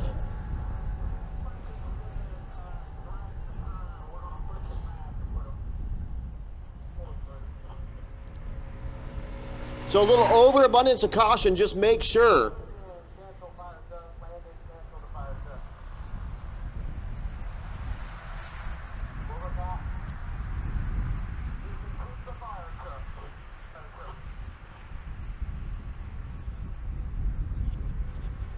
So unfortunately, William Hagan going after Rich Guido's 884 time put a little bit too much violence in that right pedal, it looks like. And it had a big pop and a lot of sparks at about 1,000 feet. Again, he was 153 to 60 foot. It was 589 in the eighth mile at 125. And then after that big pop, rolled through the beams at 948 at 110.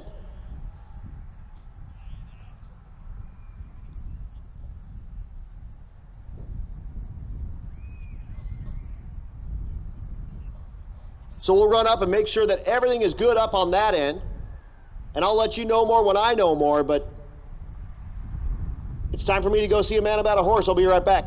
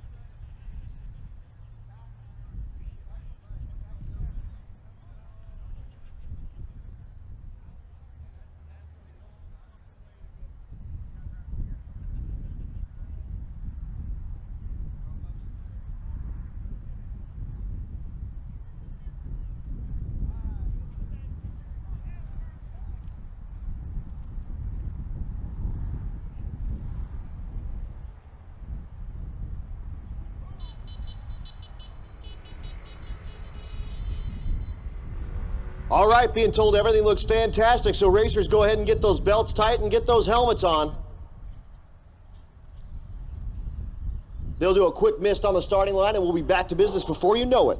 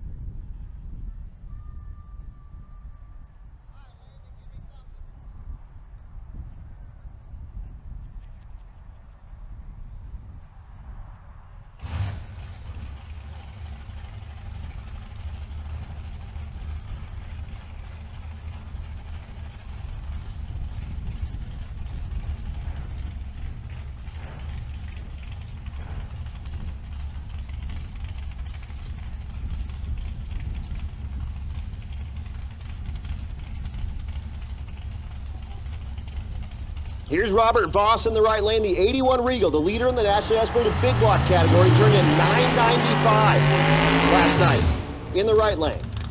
And again, it's got the headers that come out in the fenders in that nationally aspirated big block car, and he drove it with all the sound and all the fumes going right in that car.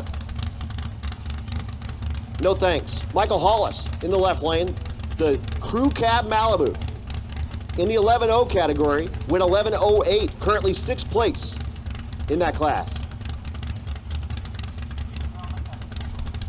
That car's also running in Junior Street with his son behind the wheel. Nitrous assisted here in the 11.0 trim, runs an NA in the Junior Street trim. 11.00 with an 8. Puts it on the number, 123 miles an hour, and he'll take that slip and turn it in and go to the hotel and get himself a nice frosty barley pop. And he'll drink it out the can. Whew, loving that.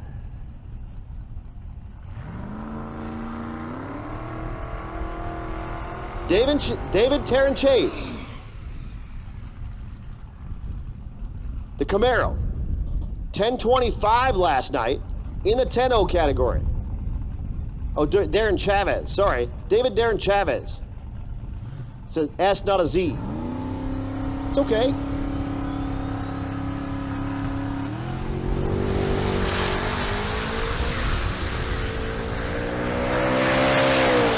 He's 605 in the 8th. 949, way too fast in that 10.0 category.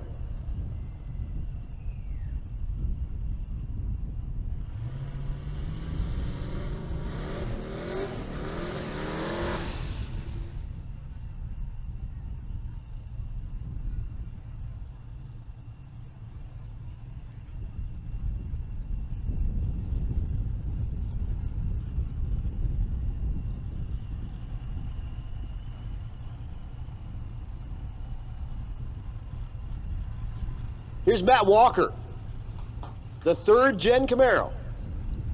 This in the Outlaw Street category. He turned in 995 last night.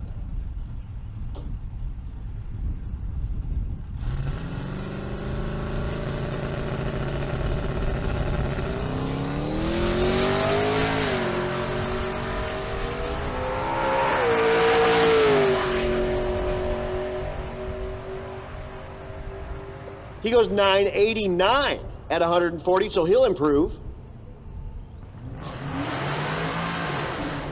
And that brings up Danny Odom in the right lane. Odom in the green Challenger. She went 1057.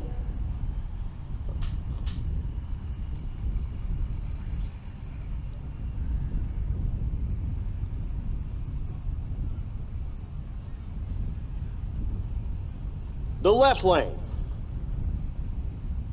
Liz Smith in her Challenger. So Odom and Smith. Odom went 10.57, Smith went 10.97. Last night.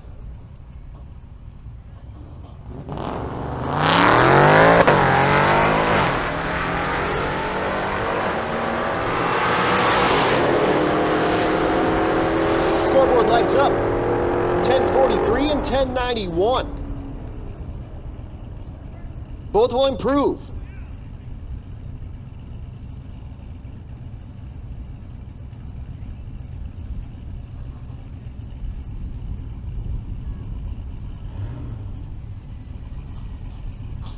Here comes the Silverback Camaro in the right lane. That's Aaron Schaefer, currently second place in Outlaw Street, turned in 8.55. He's lined up next to Blaine Thiessen, first place in that same category. He turned in 8.54. So this should be a good side-by-side drag race. Schaefer, 427 cubic inches of fuel performance. Single turbo on the hood. Blaine Thiessen, LT for power with a turbo in the bed. 8.46 in the right lane and 8.54 in the left lane. So they'll both improve, and that'll actually help Aaron Schaefer move ahead of Blaine Thiessen in that category. Keith Fenstad in the right lane, the small block Ford turbo with a blow-through carburetor. The Futura. Left lane is David Black with the 85 third-gen Camaro in Limited Street. Black turned in a 9.45.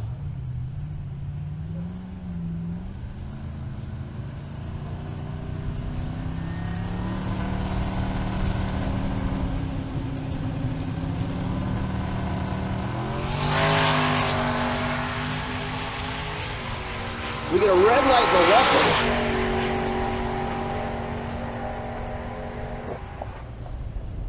That right lane goes 8.76. That's Fenstad, his best pass of the weekend by a ton. He went 8.70 last night.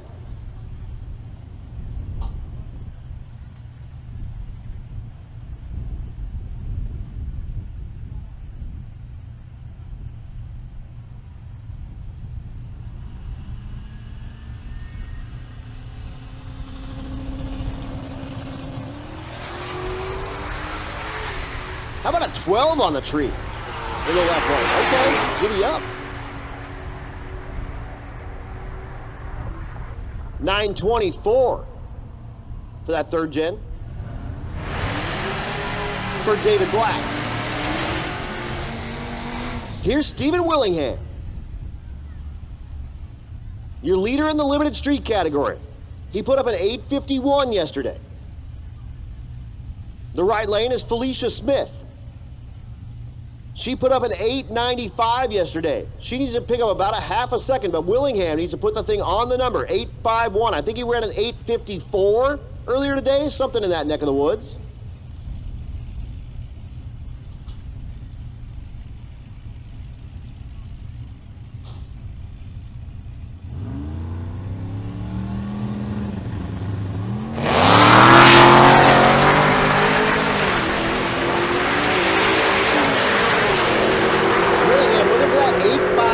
Goes 8.51, 8.83 in the right lane for Felicia. That's her best pass of the week as well.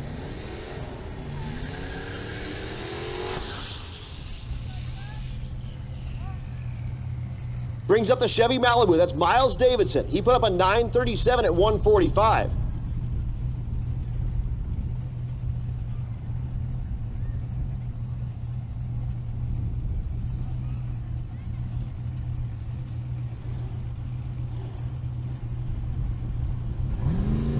Looking to improve that number. He told me his goal is to put this car in the 8s and at 150. Here this week, it ain't gonna happen this time. I got Larry over here messing with my computer. It's all right, Larry. You're cool. You just can't press buttons, sir. 1385 is not an 8, and it's not 150 miles an hour. He'll come back, and we'll try to get that squared up. Here brings up Nick Lateau The Plumber's Crack Burnout van. Plumber's Crap? Yeah, it could be the Plumber's Crap. If you look at the wrap on this thing, it's got barn doors on the back, and it looks like a dude's behind. He's in the naturally aspirated big block category. He's lined up next to Luna Tran out of Joe Tech. She put up an 897 yesterday, but earlier today, I'm not sure exactly what she ran, but it was way, way better than that. Looking for 850 in the left lane. Right lane, that Plumber's Crack van, looking for as quick as he can go. 540 big block Chevrolet.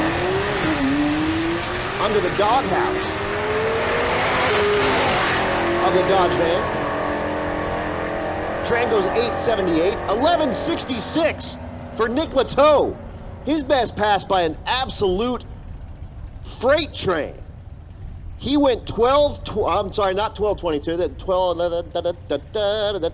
there we go. He went 1260 yesterday. He picked up a full second in that Plumber's Crack van. Stevie's giving me some lines. It hauls ass, if you know what I'm saying.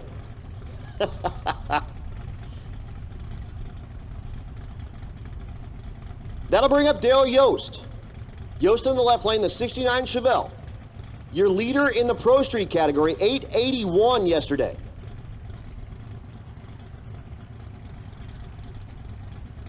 The right lane, the S10. Zane Bobo's up here, a little tear in his eye. Missing his S10. That's Cameron Andreen. She, yes, she, is behind the wheel of the S10. She ran 952 yesterday, so first place and sixth place in the category, duking it out.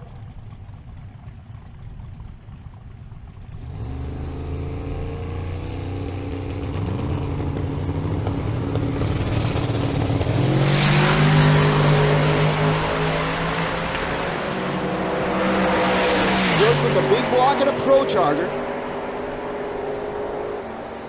Goes 874, 927 in the right lane. Attention to the pits, 13-0, come on down 8 and 9. 13-0, come on down 8 and 9. 14-0, come on down 6 and 7.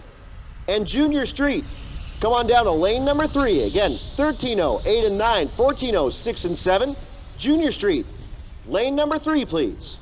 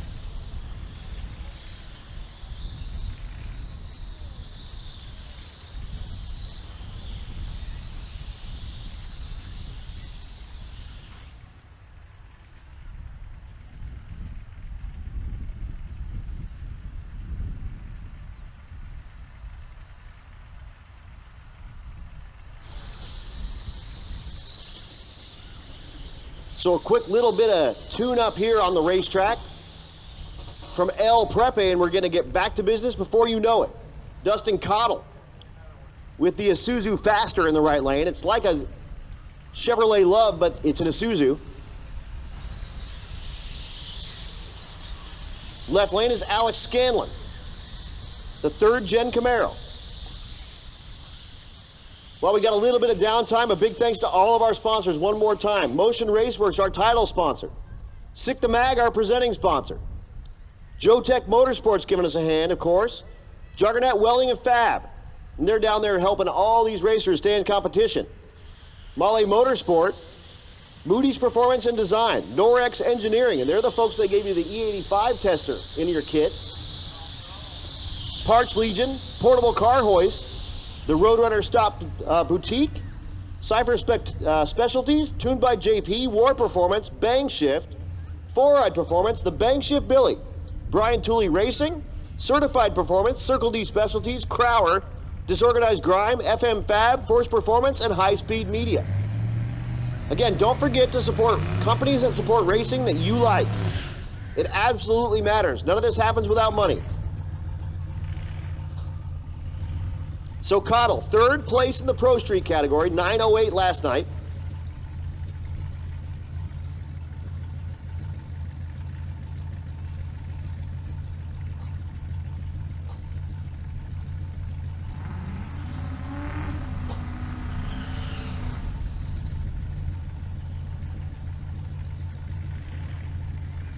Steve, that's not Steve Farber. I'm like, what?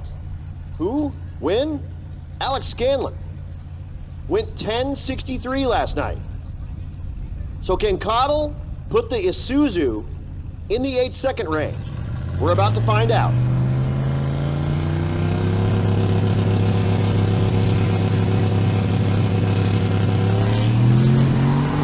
Great launch, goes 136 to 60 foot. At the stripe, 9:15, not that 8 he was looking for. It was 5:82 in the 8th mile, and it just, yeah, the math doesn't add up quite for an 8-second pass. He needs to be in the high 560s range. 570s would do it to get him in the 8s there. Here's Brian Glover in the left lane, the cool rat rod pickup truck.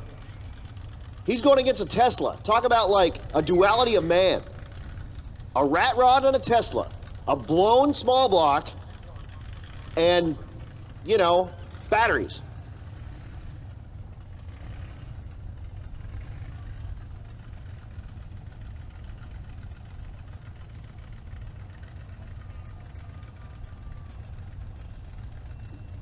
Once again, Junior Street, come on up lane number 3, please. Junior Street, come up lane number 3. So who you riding with? Blown small block or batteries and motors? I'm not going to judge either way. Have fun. He's out here racing this thing, and I'm for it. Glover mixing up cylinders. He's been having problems with that at about 1,000 feet. He goes 12:37 in the rat rod, 12:05 with the Tesla on the brakes.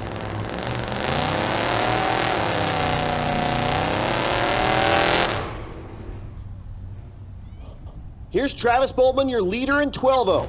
The OBS truck in the right lane, he turned in 12:00 with a 2. He's tied with Greg Stafford, who put up a 12:00 with a 2.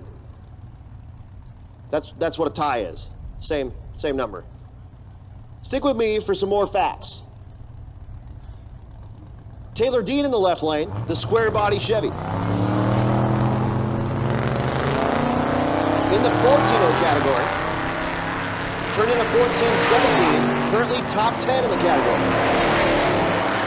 Looking for 12 flat, goes 12:01 with a 3. And looking for 14 flat, he goes 14:17.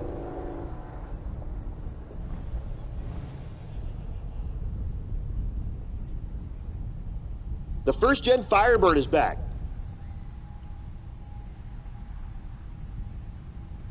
Lined up next to the C6 Corvette. John Long Sr. behind the controls in the left lane. The right lane is Chris Benkin, and that's C6.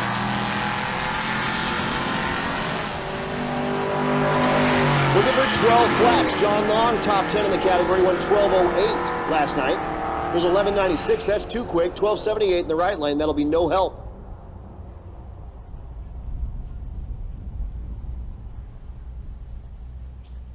Currently have 9:23, and we're running through 12:0. Looks like we're gonna get one more round in. So if you're still out there in the pits, Get your stuff turned back around. I think we're going to have no problem getting another round in. Again, that's not promised. We could have problems like we had last night. It just happens sometimes. But as long as everything goes well, we're going to be in good shape. Great, Gary Bro. Wow, in the right lane. Square body goes 1258, 1278 in the left lane. The F-150 is back in the right lane.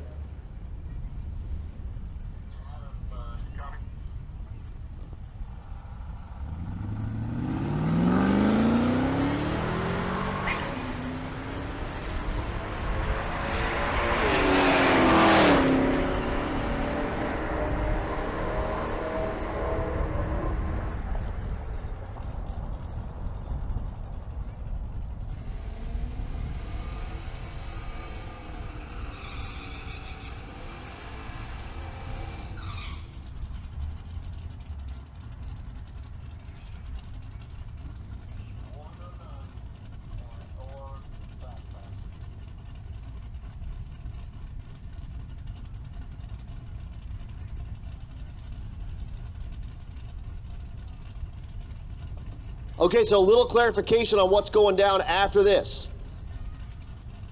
What we're going to do after this round is we're going to do 1 or none passes. If you've had 1 or 0 passes, we're going to call you up.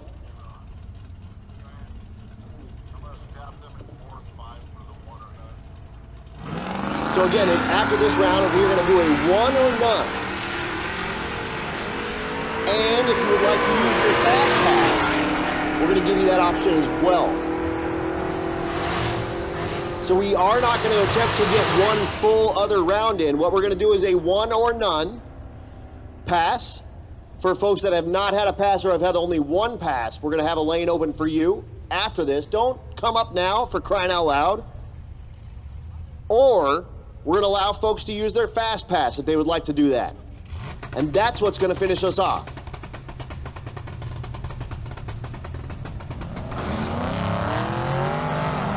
Michael Duranda, they call him the Sexy Bear. In the left lane, the Camaro. Put up a 12:51 last night. Right lane is Cesar Camus. He goes 12:32. The left lane on the brakes goes 18:57.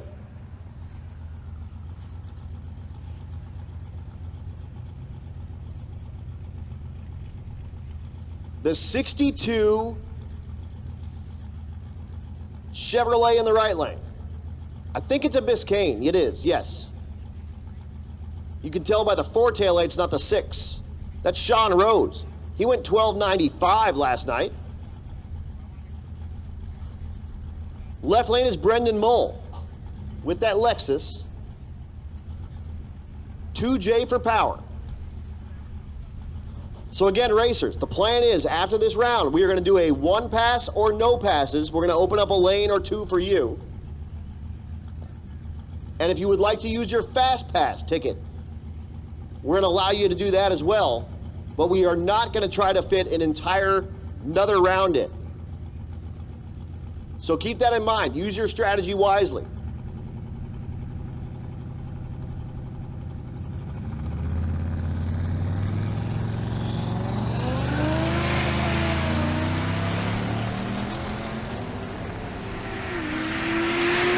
So Mole with the Lexus and that awesome Biscayne. 1302 and 1286, no help for either driver. Steve McDermott Jr. in the right lane. The Dodge Dakota. Pro Charge small block Mopar for power. With a Power Glide transmission. Left lane is Mindy Kuhn. The S197 Mustang. She's outside looking in, turned in 1219, the 12-0 category, our largest category.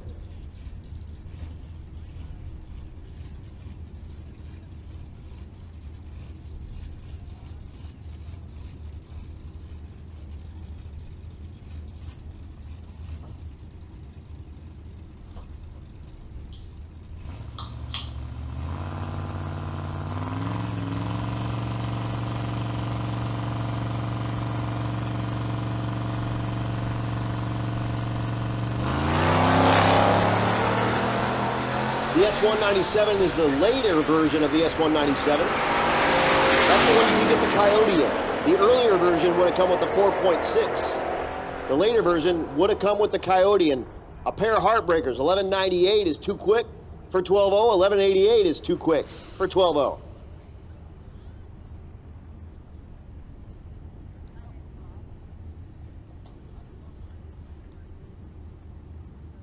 David Winnett in the right lane. The F-150. Left lane is Chad Wilson with that Camaro SS.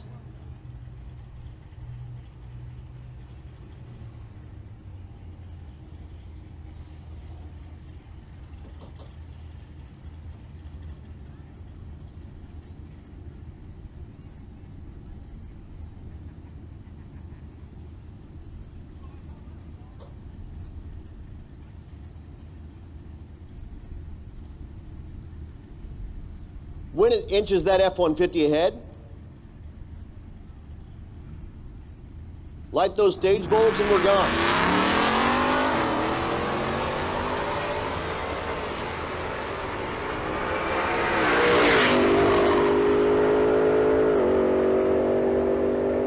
At the stripe, 12.06 in the right lane. He'll love that. 12.30 in the left lane.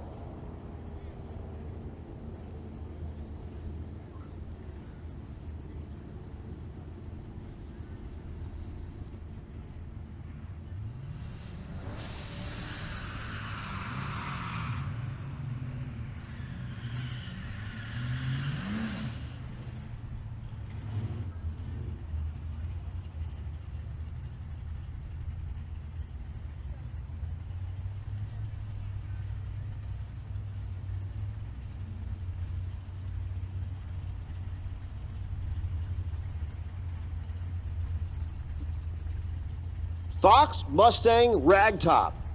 Again, if you had this car in like 1993, you were it. Like, you were the dude. There was no one cooler than you. You may as well have been Vanilla Ice. Rolling in your 5.0 with your ragtop down till your hair can blow. Tyler Johnson in the right lane. The twin-turbo Mercedes goes 1120. Vanilla Ice goes 1373 in the left lane.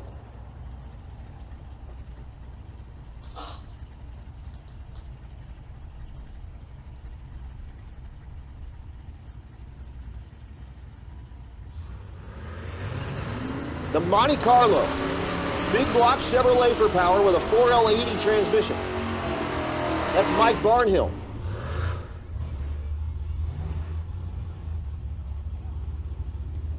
The right lane, that awesome C10. Looking for the driver information on that bad boy. I may have messed up my spreadsheet again. I believe... Is that He's a pilot? I don't know. It's not. That's for sure not.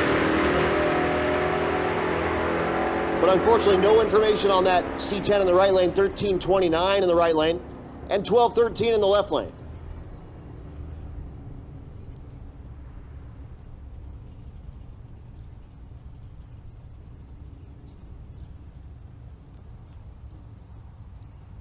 Shout out to my co-pilot forever, Brad Stapp, watching on the live stream.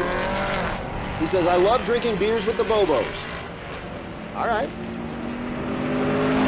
Michael Friesen in the right lane. The 2010 Camaro goes 1278, 1301 in the left lane. That's Nathan King with the C6 Corvette.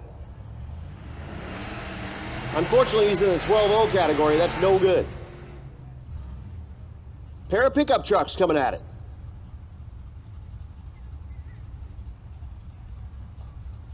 Jeff Short, the OBS truck in the right lane.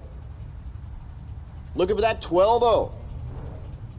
Left lane, Jake Banman with the 2000 model Silverado. Drink.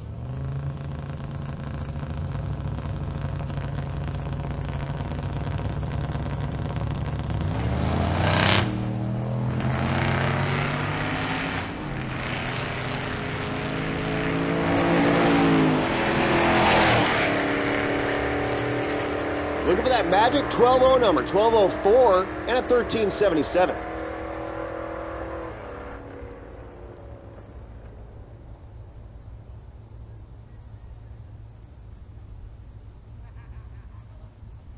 Larry Dawkins, the CTSV wagon in the left lane.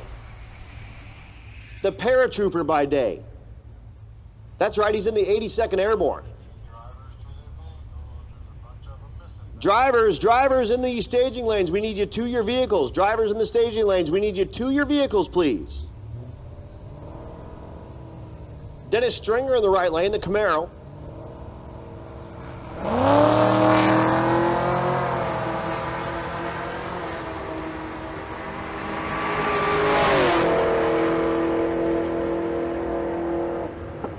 $12.37 and a 10.92, no help for either driver.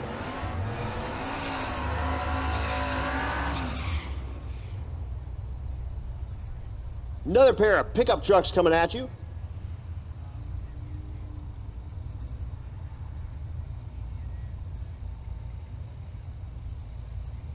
Square body in the right lane is Chris Erickson.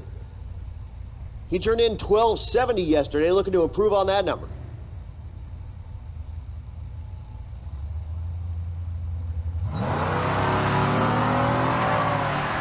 Silverado in the left lane is BJ Saucier.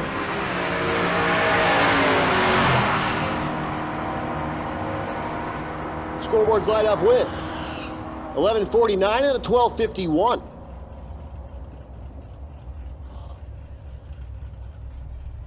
Here's Rich Thorpe in the right lane with the G8. Out of disorganized grime.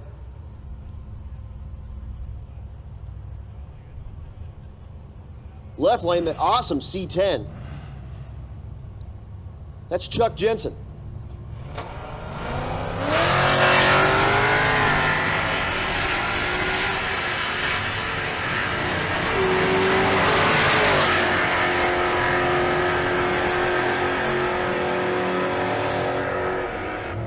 $12.55 and a 12.07 in that right lane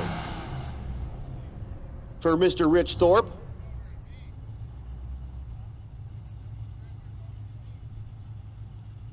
Brings up the C7 in the left lane.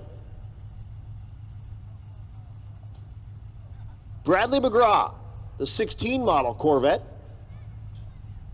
Right lane is Leland Gurrell with the OBS truck.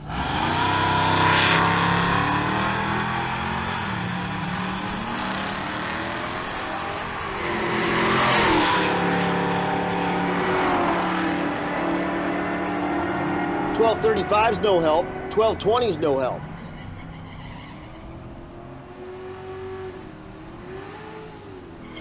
James Desrat finishes the burnout in the El Camino. 12.04 he turned in yesterday. Second place chasing Greg Stafford and Travis Boltman, who were tied with those 12 flats.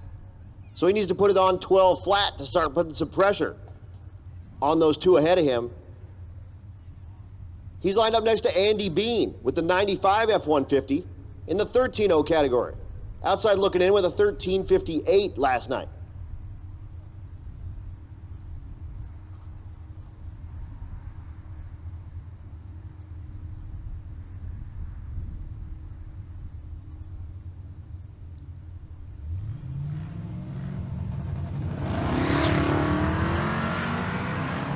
Looking for 12.0 in the left lane, 13.0 in the right lane.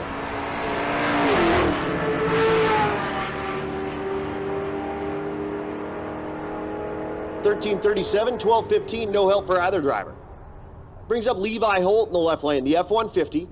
He's in the 14.0 category, running with the 13.0 category because his daughter's running the truck in Junior Street. We run 14.0 and Junior Streets back to back, so we said just run it in 13.0 so you can get it turned back around and we can put Isabella in it for Junior Street without having to like try to hurry back around.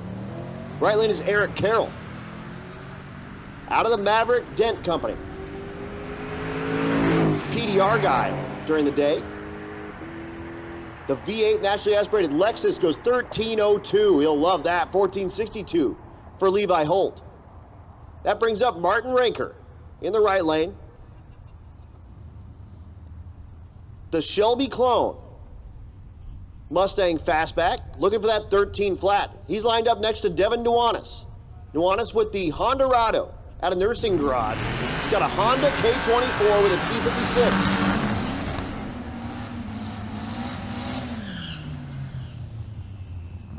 Nuanez turned in a 13:49 last night, looking to better that number. Ranker, 13:22 last night. You just saw Eric Carroll put the thing on the 13:02, I believe. Yes. And that'll put some pressure on Alex Williams ahead of him and Ernie Riley.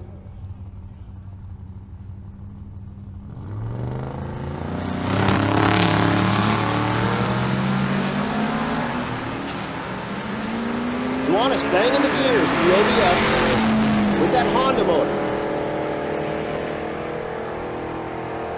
He goes 1240. Holy moly. Ranker goes 1291.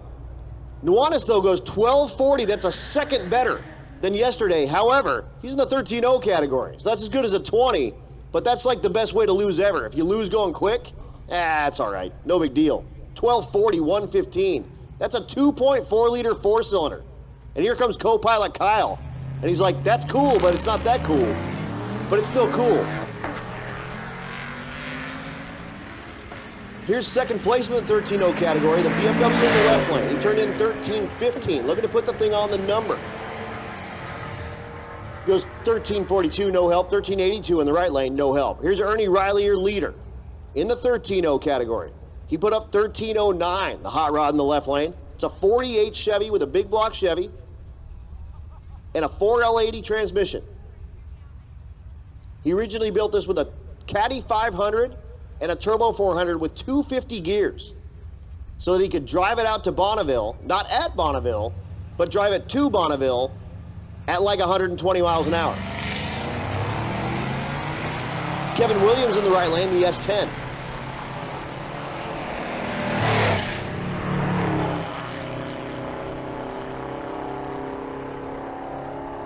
$13.05 for Ernie, so that'll actually improve on that 13:09. The 13-0 class, relatively small, only like 10 cars in the 13-0 category. That'll bring up Wade Sunderland, the CTSV first gen, stick shift car in the right lane. He went 14:17 yesterday. Left lane is Danny Fatka. Sunderland banging the gears in that CTSV.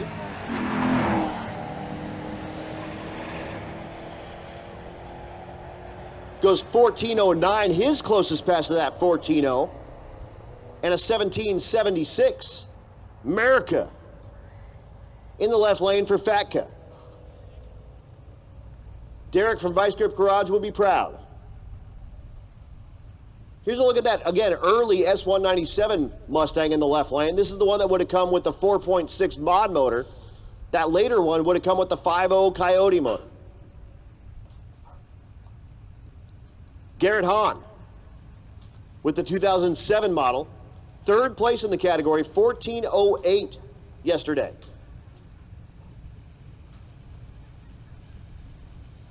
Right lane is Benny Fair, the 07 GMC Sierra.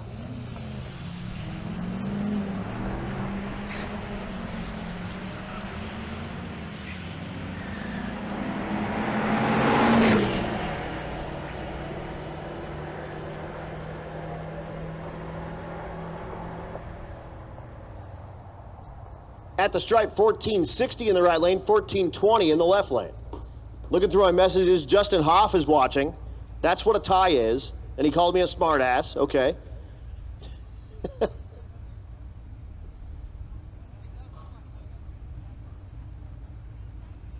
I think I'm caught up. Awesome.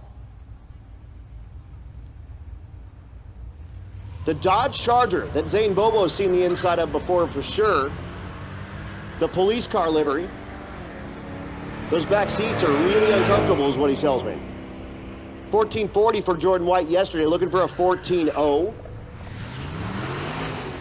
13:28 in the left lane, 14:09 for that cop car in the right lane. Blake Williams was driving that square body in the S10, I'm sorry, in the left lane, and went way too quick. Randy Miller in the right lane, the swept line.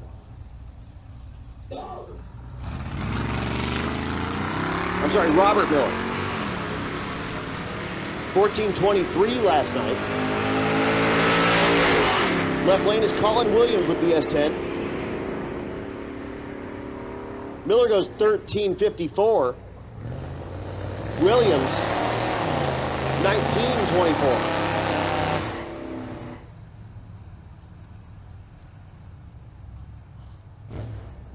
The supercharged Buick is back in the right lane. That's a front drive supercharged Buick. Regal. Matt Potter. He put up a 14:25 yesterday, but I think he put up a 14:0 earlier today. Oh, something. Left lane is Taylor Dean with the square body. Put up a 14:17 yesterday. Looking for 14 flats. 1390 is too quick.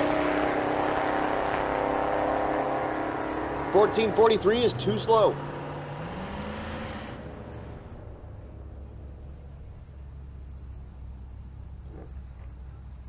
Aaron Slayton, the LTD long roof wagon in the right lane.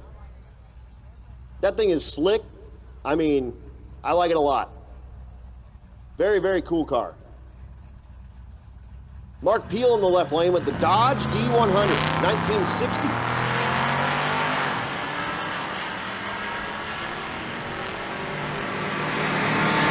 Slayton's LTD turned into 1467. Again, looking for 14 flats. 1415 and 1470.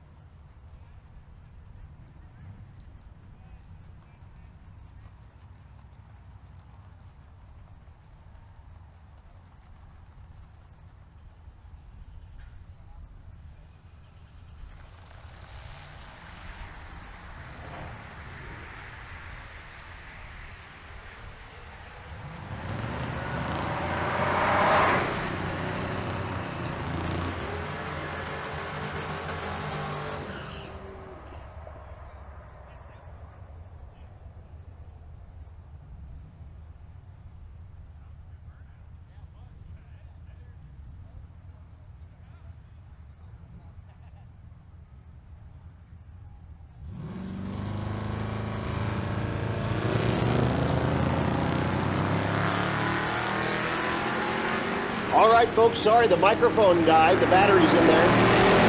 Gave up the ghost.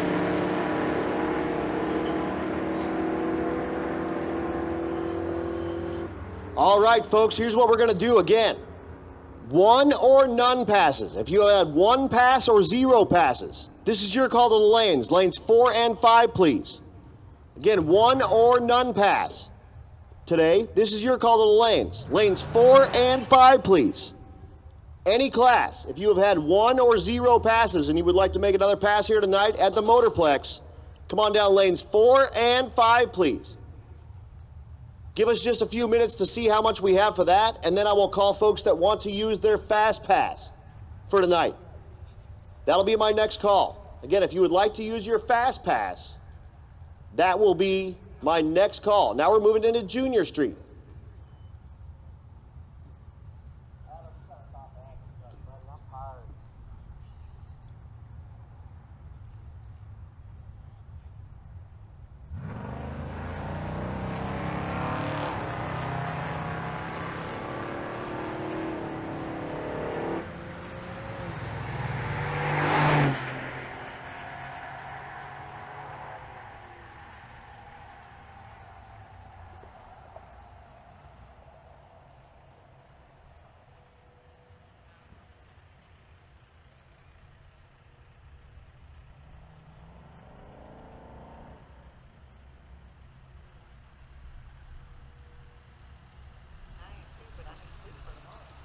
So again, we're gonna do a full prep on this racetrack. So TJ's out there on the rotator. He is gonna do a 100% full prep on this racetrack. That way, if any of you real fast folks that are in my 0 and 1 run come up here, we will have the best racetrack we can give you here for your final pass here at the Motorplex. Larry, you don't need to step on my computer. There's no reason for that. So again, 0 and 1 run cars. Come on up to 4 and 5 if you would like to make another pass here on the Motorplex. Again, we're going to get a look at how many cars we have left there. And then I will call up folks that would like to use their fast pass. And if those of you that are watching on the live stream, and those of you that are here watching the races that don't understand or know what the fast pass is, every one of the racers gets a fast pass ticket. You can use it once through the week. That's it. You get one shot for it. That's if, I don't know, say you're in second place and you're chasing first place. First place goes up and puts a number down that you like absolutely need to do something awesome with. You go out and knock the tires off of your car. You can come up, hand up that fast pass ticket, and we'll put you right back in the lanes, and then you have a chance to put yourself in front of that first place car.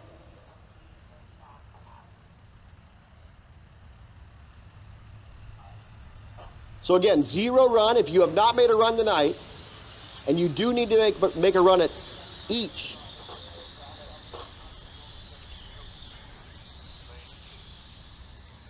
Sorry, I'm hearing 2 different radios going off here and just making sure I'm getting all the stuff deciphered the right way. You get one of those passes for the week, and there's some strategy involved with this. So if you would like to use that fast pass, I'll be calling you very soon. And again, we're going to do a full prep on this racetrack in case we get any of our real fast cars down here. We'll make sure we have the best racetrack for you and the most safe racetrack for you before we send this next round. So 0 and 1 run cars. Come on down to 4 and 5, please. 0 and 1 run cars, 4 and 5.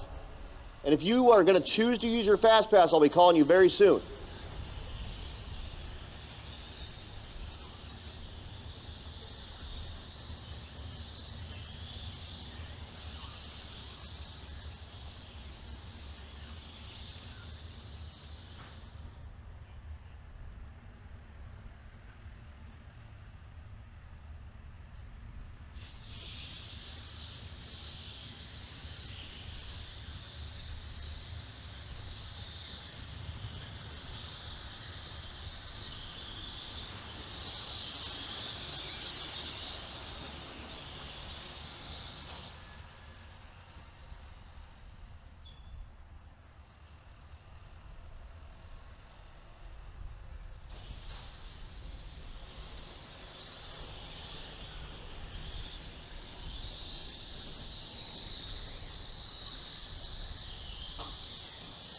Now's a great time to give a big shout out to all of our sponsors: BANGshift, War Performance, Tuned by JP, Cypher Specialties, the Roadrunner Stop Boutique, Portable Car Hoist, Parts Legion, Norex Engineering, Moody's Performance and Design, Molly Motorsports, Juggernaut Mobile Welding and Fab, Joe-Tech Motorsports, 4Ride Performance, the BANGshift Billy, Brian Tooley Racing, Certified Performance, Circle D Specialties, Crower, Disorganized Grime, FM Fab, Force Performance, and High Speed Media. And of course, don't forget our presenting sponsor, Stick the Magazine, and our title sponsor, Motion Raceworks.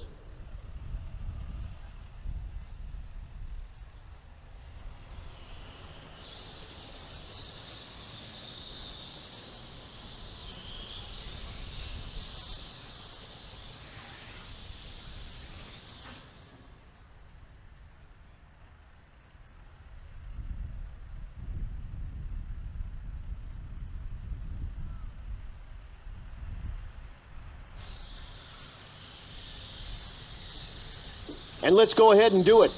Attention in the pits, attention in the pits. Fast pass cars, fast pass cars. If you would like to use your fast pass and you have had more than 1 run, you can do that right now. Come on down to lane number 2, fast pass cars. Come on down lane number 2 for your final lick here at Texas Motorplex. We're going to put a nice little tidy bow on day number 2, race day number 2 of Race Week 2024. Tomorrow is our drive day. 450 miles, Mr. Clifton. Are you guys out of here? Awesome. Thank you so much. It's been an absolute pleasure seeing you both. Again, tomorrow is our drive day. 450 miles tomorrow. So no live stream for those of you out there in the chat bleachers. And then Wednesday, note the time change. 8 a.m. to 3 p.m. We're at State Capitol Raceway in Port Allen, Louisiana. Thursday, we're back to 3 to 11 p.m. at Twin City Motorsports Park in Monroe, Louisiana. And then Friday at Pine Valley Raceway,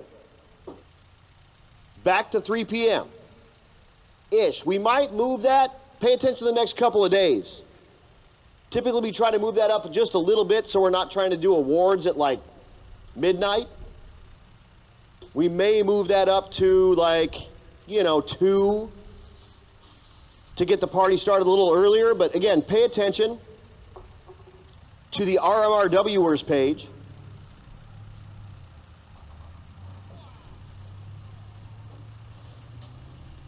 And I will let you know when we know more. But again, nothing tomorrow. Just a drive day, because we have over 400 miles to travel. State Capitol Raceway, 8 a.m. to 3 p.m. That's going to be Wednesday.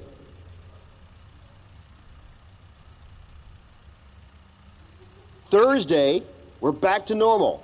3 to 10. And then Friday, we do the shootout. We heads up race our quickest 32 cars. We bracket race everybody else.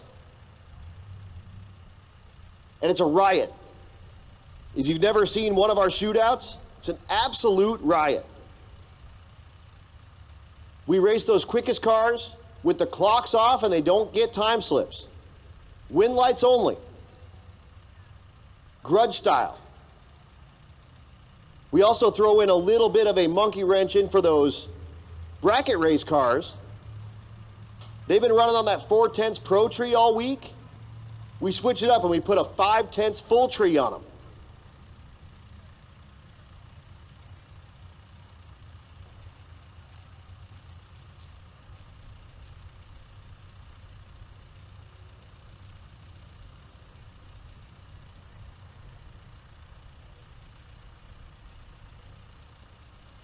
Looking for a 9-inch third member, 40 spline, 370 to 390 gear, probably with a 1350 yoke.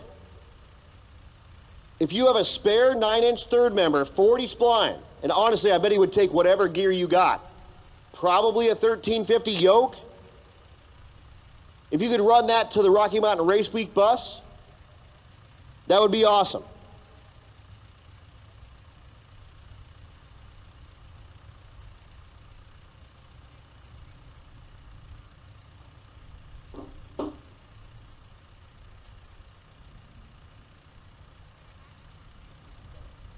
So again, fast pass cars. Fast pass cars come on up to 2.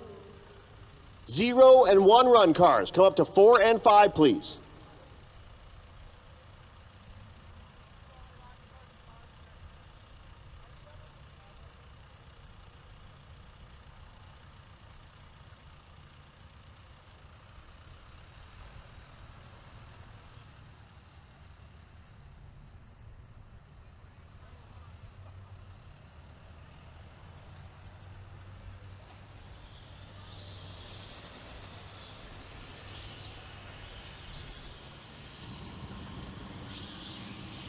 Looks like I've got 6 pairs of 0 and 1 run cars.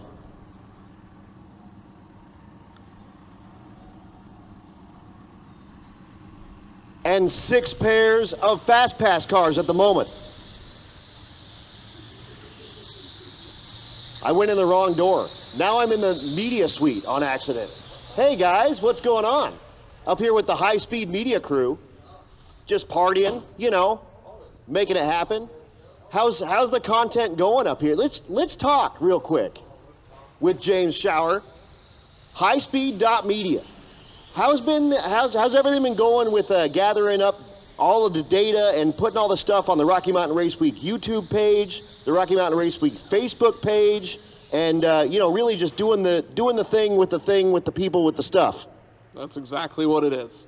It's just doing all of it with everybody and just getting as much content as we can, not only for this week to then spread out throughout next year and to help promote the next year's events and all of those things. So we just love everybody's stories and being part of the event and being out here watching everybody make their passes or struggle and then persevere and get through it and get to the next track or whatever it is. So we're just as much a part of this thing and love watching everybody do their thing. So yeah, and you've been part of this for a long time. You and of course your fiance April, and congratulations on that. I don't think I've seen you since that has transpired. But really, I mean, you do a ton for small business stuff as well with High Speed Media. I know you do the Rocky Mountain Race Week website. You do the Facebook page. You do the YouTube channel. And you're doing the Instagram, you're doing the whole thing. So for like a small business, you really offer a ton of stuff with High Speed Media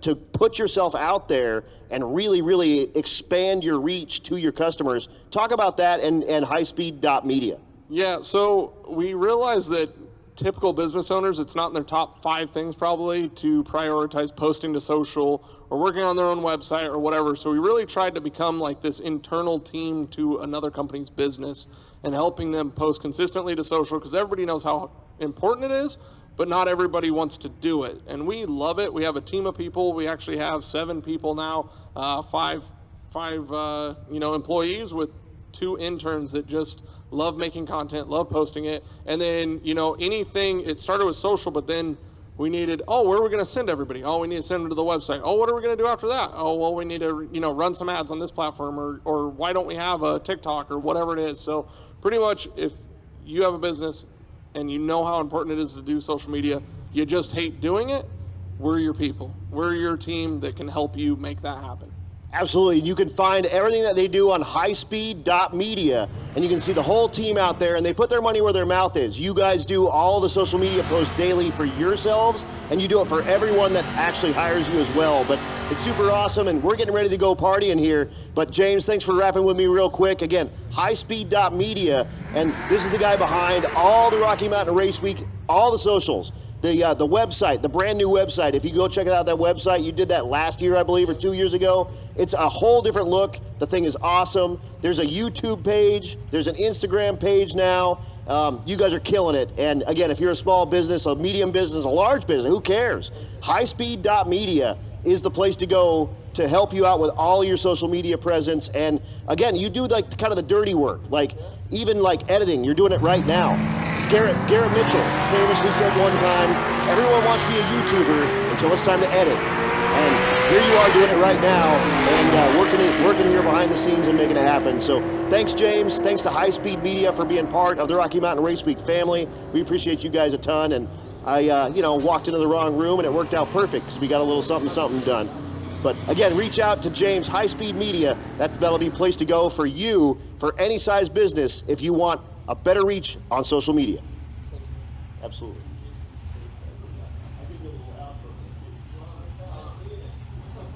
All right, we're back to racing. We got just a handful of pairs coming at you right now. 0 and 1 run cars coming at you first. Intensity in 10 cities. Walter Doyle is up here. And here we go. Frick, Larry.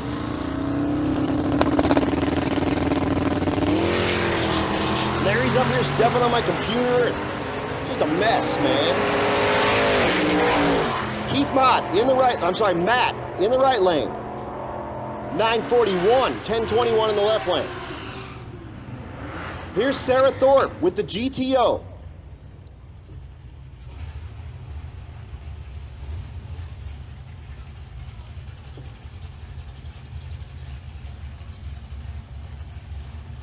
And our first look at the Showboat Blazer in the right lane.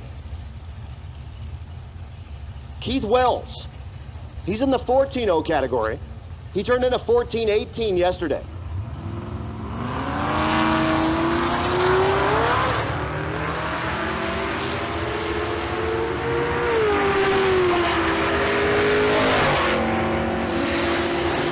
the stripe, 11:53 in the left lane. And a 14:02 for Keith. He's going to love that. His first pass and his only pass. Puts it on the number, goes 0-2 in the Showboat Blazer.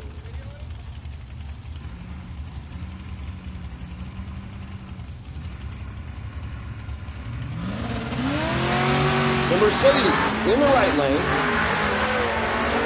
That's Tyler Johnson with that Mercedes. The left lane, Michael Austin with the Corvette goes 12:58, 11:22 in the right lane. Here's our first look at the diesel pickup truck in the left lane. Out of unrivaled diesel. This thing is a dry block. There's no water that runs through the block of this Cummins diesel. The only water that runs through the thing is in the heads. The right lane is Robert Voss, the 81 Regal, in the naturally aspirated big block category. He turned in 995 last night, trying to improve on that. The left lane actually in our Rowdy Radial category, so I'll read you an 8th mile and you'll see a corner.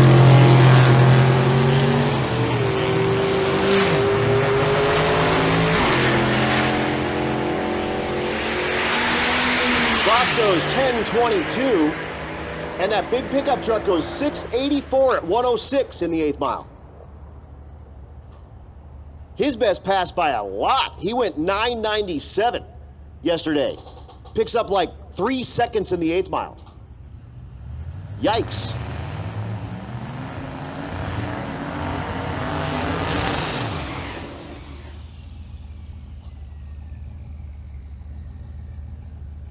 Benny Geisbright, the 07 Silverado. In the left lane. Right lane is Jeremiah Crook. Both of these in the 10-0 category, looking for 10 flats.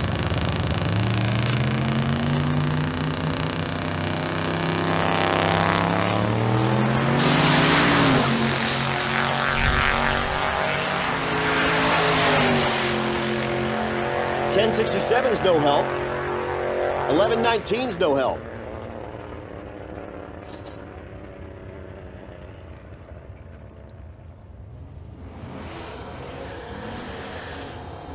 Mustang versus Camaro. Who you riding with? Ford versus Chevy. Ford in the left lane, Chevy in the right lane. Brian Price, the 2020 Camaro in the right lane. The S197 in the left lane, that's Mindy Kuhn.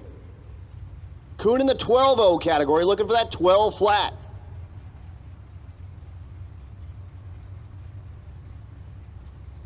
Right lane, Brian Price in the 12-0 category as well. So looking for 12 flats on both sides of the racetrack.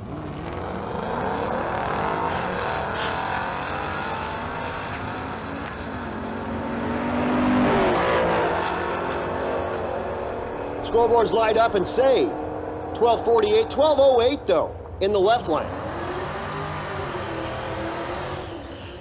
So Mindy Kuhn will improve on the 12:19 she turned in yesterday with that 12:08.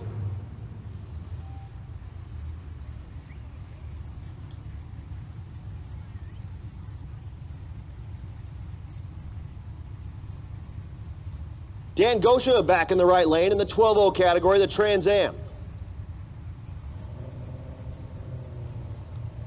Left lane is Dennis Stringer, the 5th gen Camaro.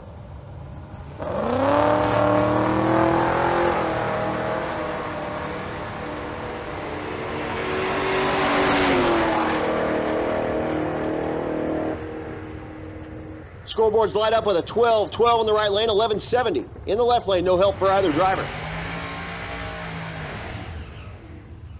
Pickup truck on pickup truck crime. GMC and Chevrolet. The OBS in the right lane, the Denali in the left lane.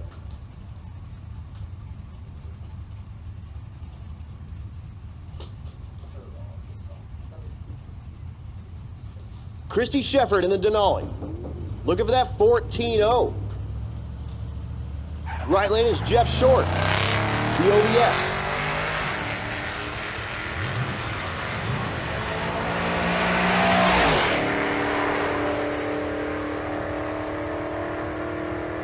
12:14, no help.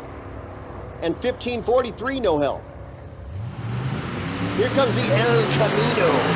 If you have an El Camino, you have to say it like that. El Camino. If you've ever seen the movie El Camino, you get it. Brad Pitt. I want the El Camino. I want something authentic. He's in Mexico. He's renting a car. And they're like trying to give him a Nissan Altima. And he's like, I want something authentic. Like, El Camino. No? All right. Watch it. It's worth it. I promise you. Alex Scanlon in the right lane in the 3rd gen. And James Desrat in the El Camino. 2nd place in the category, 12:04, chasing Greg Stafford with a 12 flat, and Travis Bowman with a 12 flat. Needs to put it on the number. Look at the 12:00. 10:60 in the right lane, 12:06 in the left lane. That'll bring up Vince Rui. Rui with the Nova. Looking for a 9 flat. Heather runs this car again in the 12:0 category. They foot brake it, they take the CO2 off of the wastegates, and it went 12:02 earlier. They hooked the CO2 back up, hooked up the trans brake, and tries to put in a 9.0 number. Twin turbo LS for power. The FM Fab shop car goes 9.05 at 138. He'll like that for sure. That brings up the Isuzu.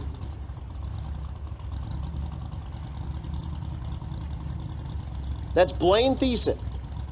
LT for power with all the turbo stuff in the bed. Right lane is Brad Thiessen, his dad. So a little dad versus son. Brad's been as quick as 7:69 this week at 179 miles an hour.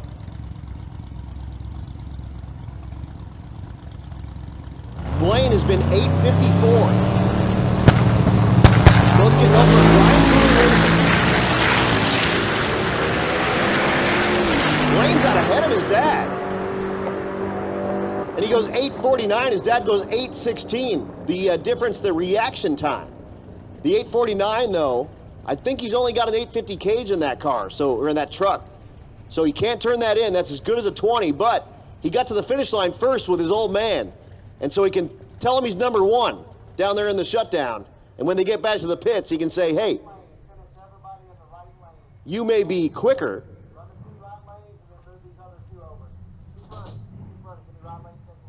So we're just going to run out of the right lane. It looks like Blaine Thiessen left a little bit of fluid on the racetrack, so we're going to run everybody out of the right lane that we have left. So it'll be Singletons till we're done. Ronnie Hagan in the right lane, the 2014 Silverado. And then we'll back up Daryl Yost, we'll put him in there. Daryl Yost's 69 Chevelle is like a show car, and it runs 8s. Used to have a stick in it. And that's one of those cars I was racing one time, I think at Great Bend, and he was shifting to 4th gear, and I saw the entire side of that car at about the 1,000-foot mark. It was hairy, to say the least. 14:51 for the Silverado, and we'll move Daryl Yost over in the right lane. Pro-charged big block Chevrolet.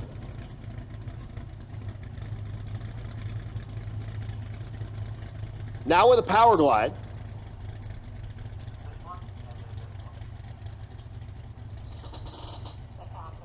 So we've got Yost. We've got Aaron Schaefer in the Silverback Camaro. And we've got the Mercedes. And ladies and gentlemen, lanes are closed. Lanes are closed. We are done for the night after this 3 cars. Lanes are closed. Once again, folks, lanes are closed. Lanes are closed.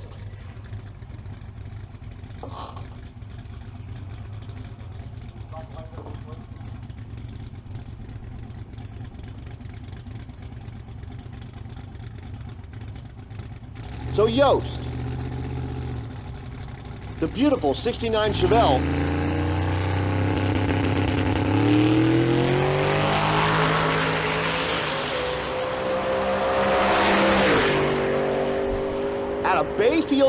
Colorado goes 873-163.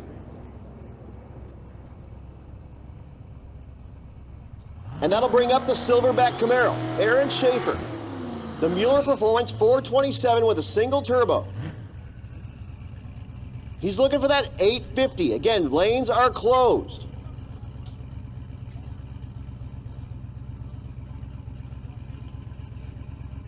He's actually in the Outlaw Street category. Typically, he's in the Limited Street category, but I think he looked at the Outlaw Street and said, then I don't have to race my good buddy Stephen Willingham if I'm in that class. Schaefer chasing down Blaine Thiessen, who turned in that, or just ran that 849 that he can't turn in. So Schaefer's got the wide open door. He can put the thing on the 850. He turned in 855 yesterday. Today, the ticket prints with an 854-164 for Schaefer. And our final taker, the V12 twin turbo Mercedes-Benz. He's got the seat heaters on, or the seat coolers on. He's blasting the XM.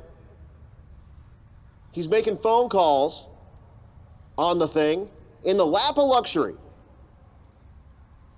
Also, it runs in the low 11-second range, by the way.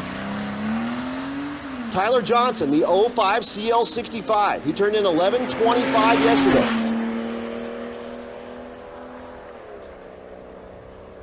He goes 11:15 at 126, and ladies and gentlemen, on behalf of all of our sponsors, Motion Raceworks, Sick the Mag, 4-Ride Performance, the BANGshift Billy, Brian Tooley Racing, Certified Performance, Circle D Specialties, Crower, Disorganized Grime, FM Fab, First Performance, High Speed Media, Joe-Tech Motorsports, Juggernaut Welding and Fab, Molly Motorsports, Moody's Performance and Design, Norex Engineering, Parts Legion, Portable Car Hoist, the Roadrunner Shop Boutique, Cypher Specialties, tuned by JP, War Performance, and BANGshift.com.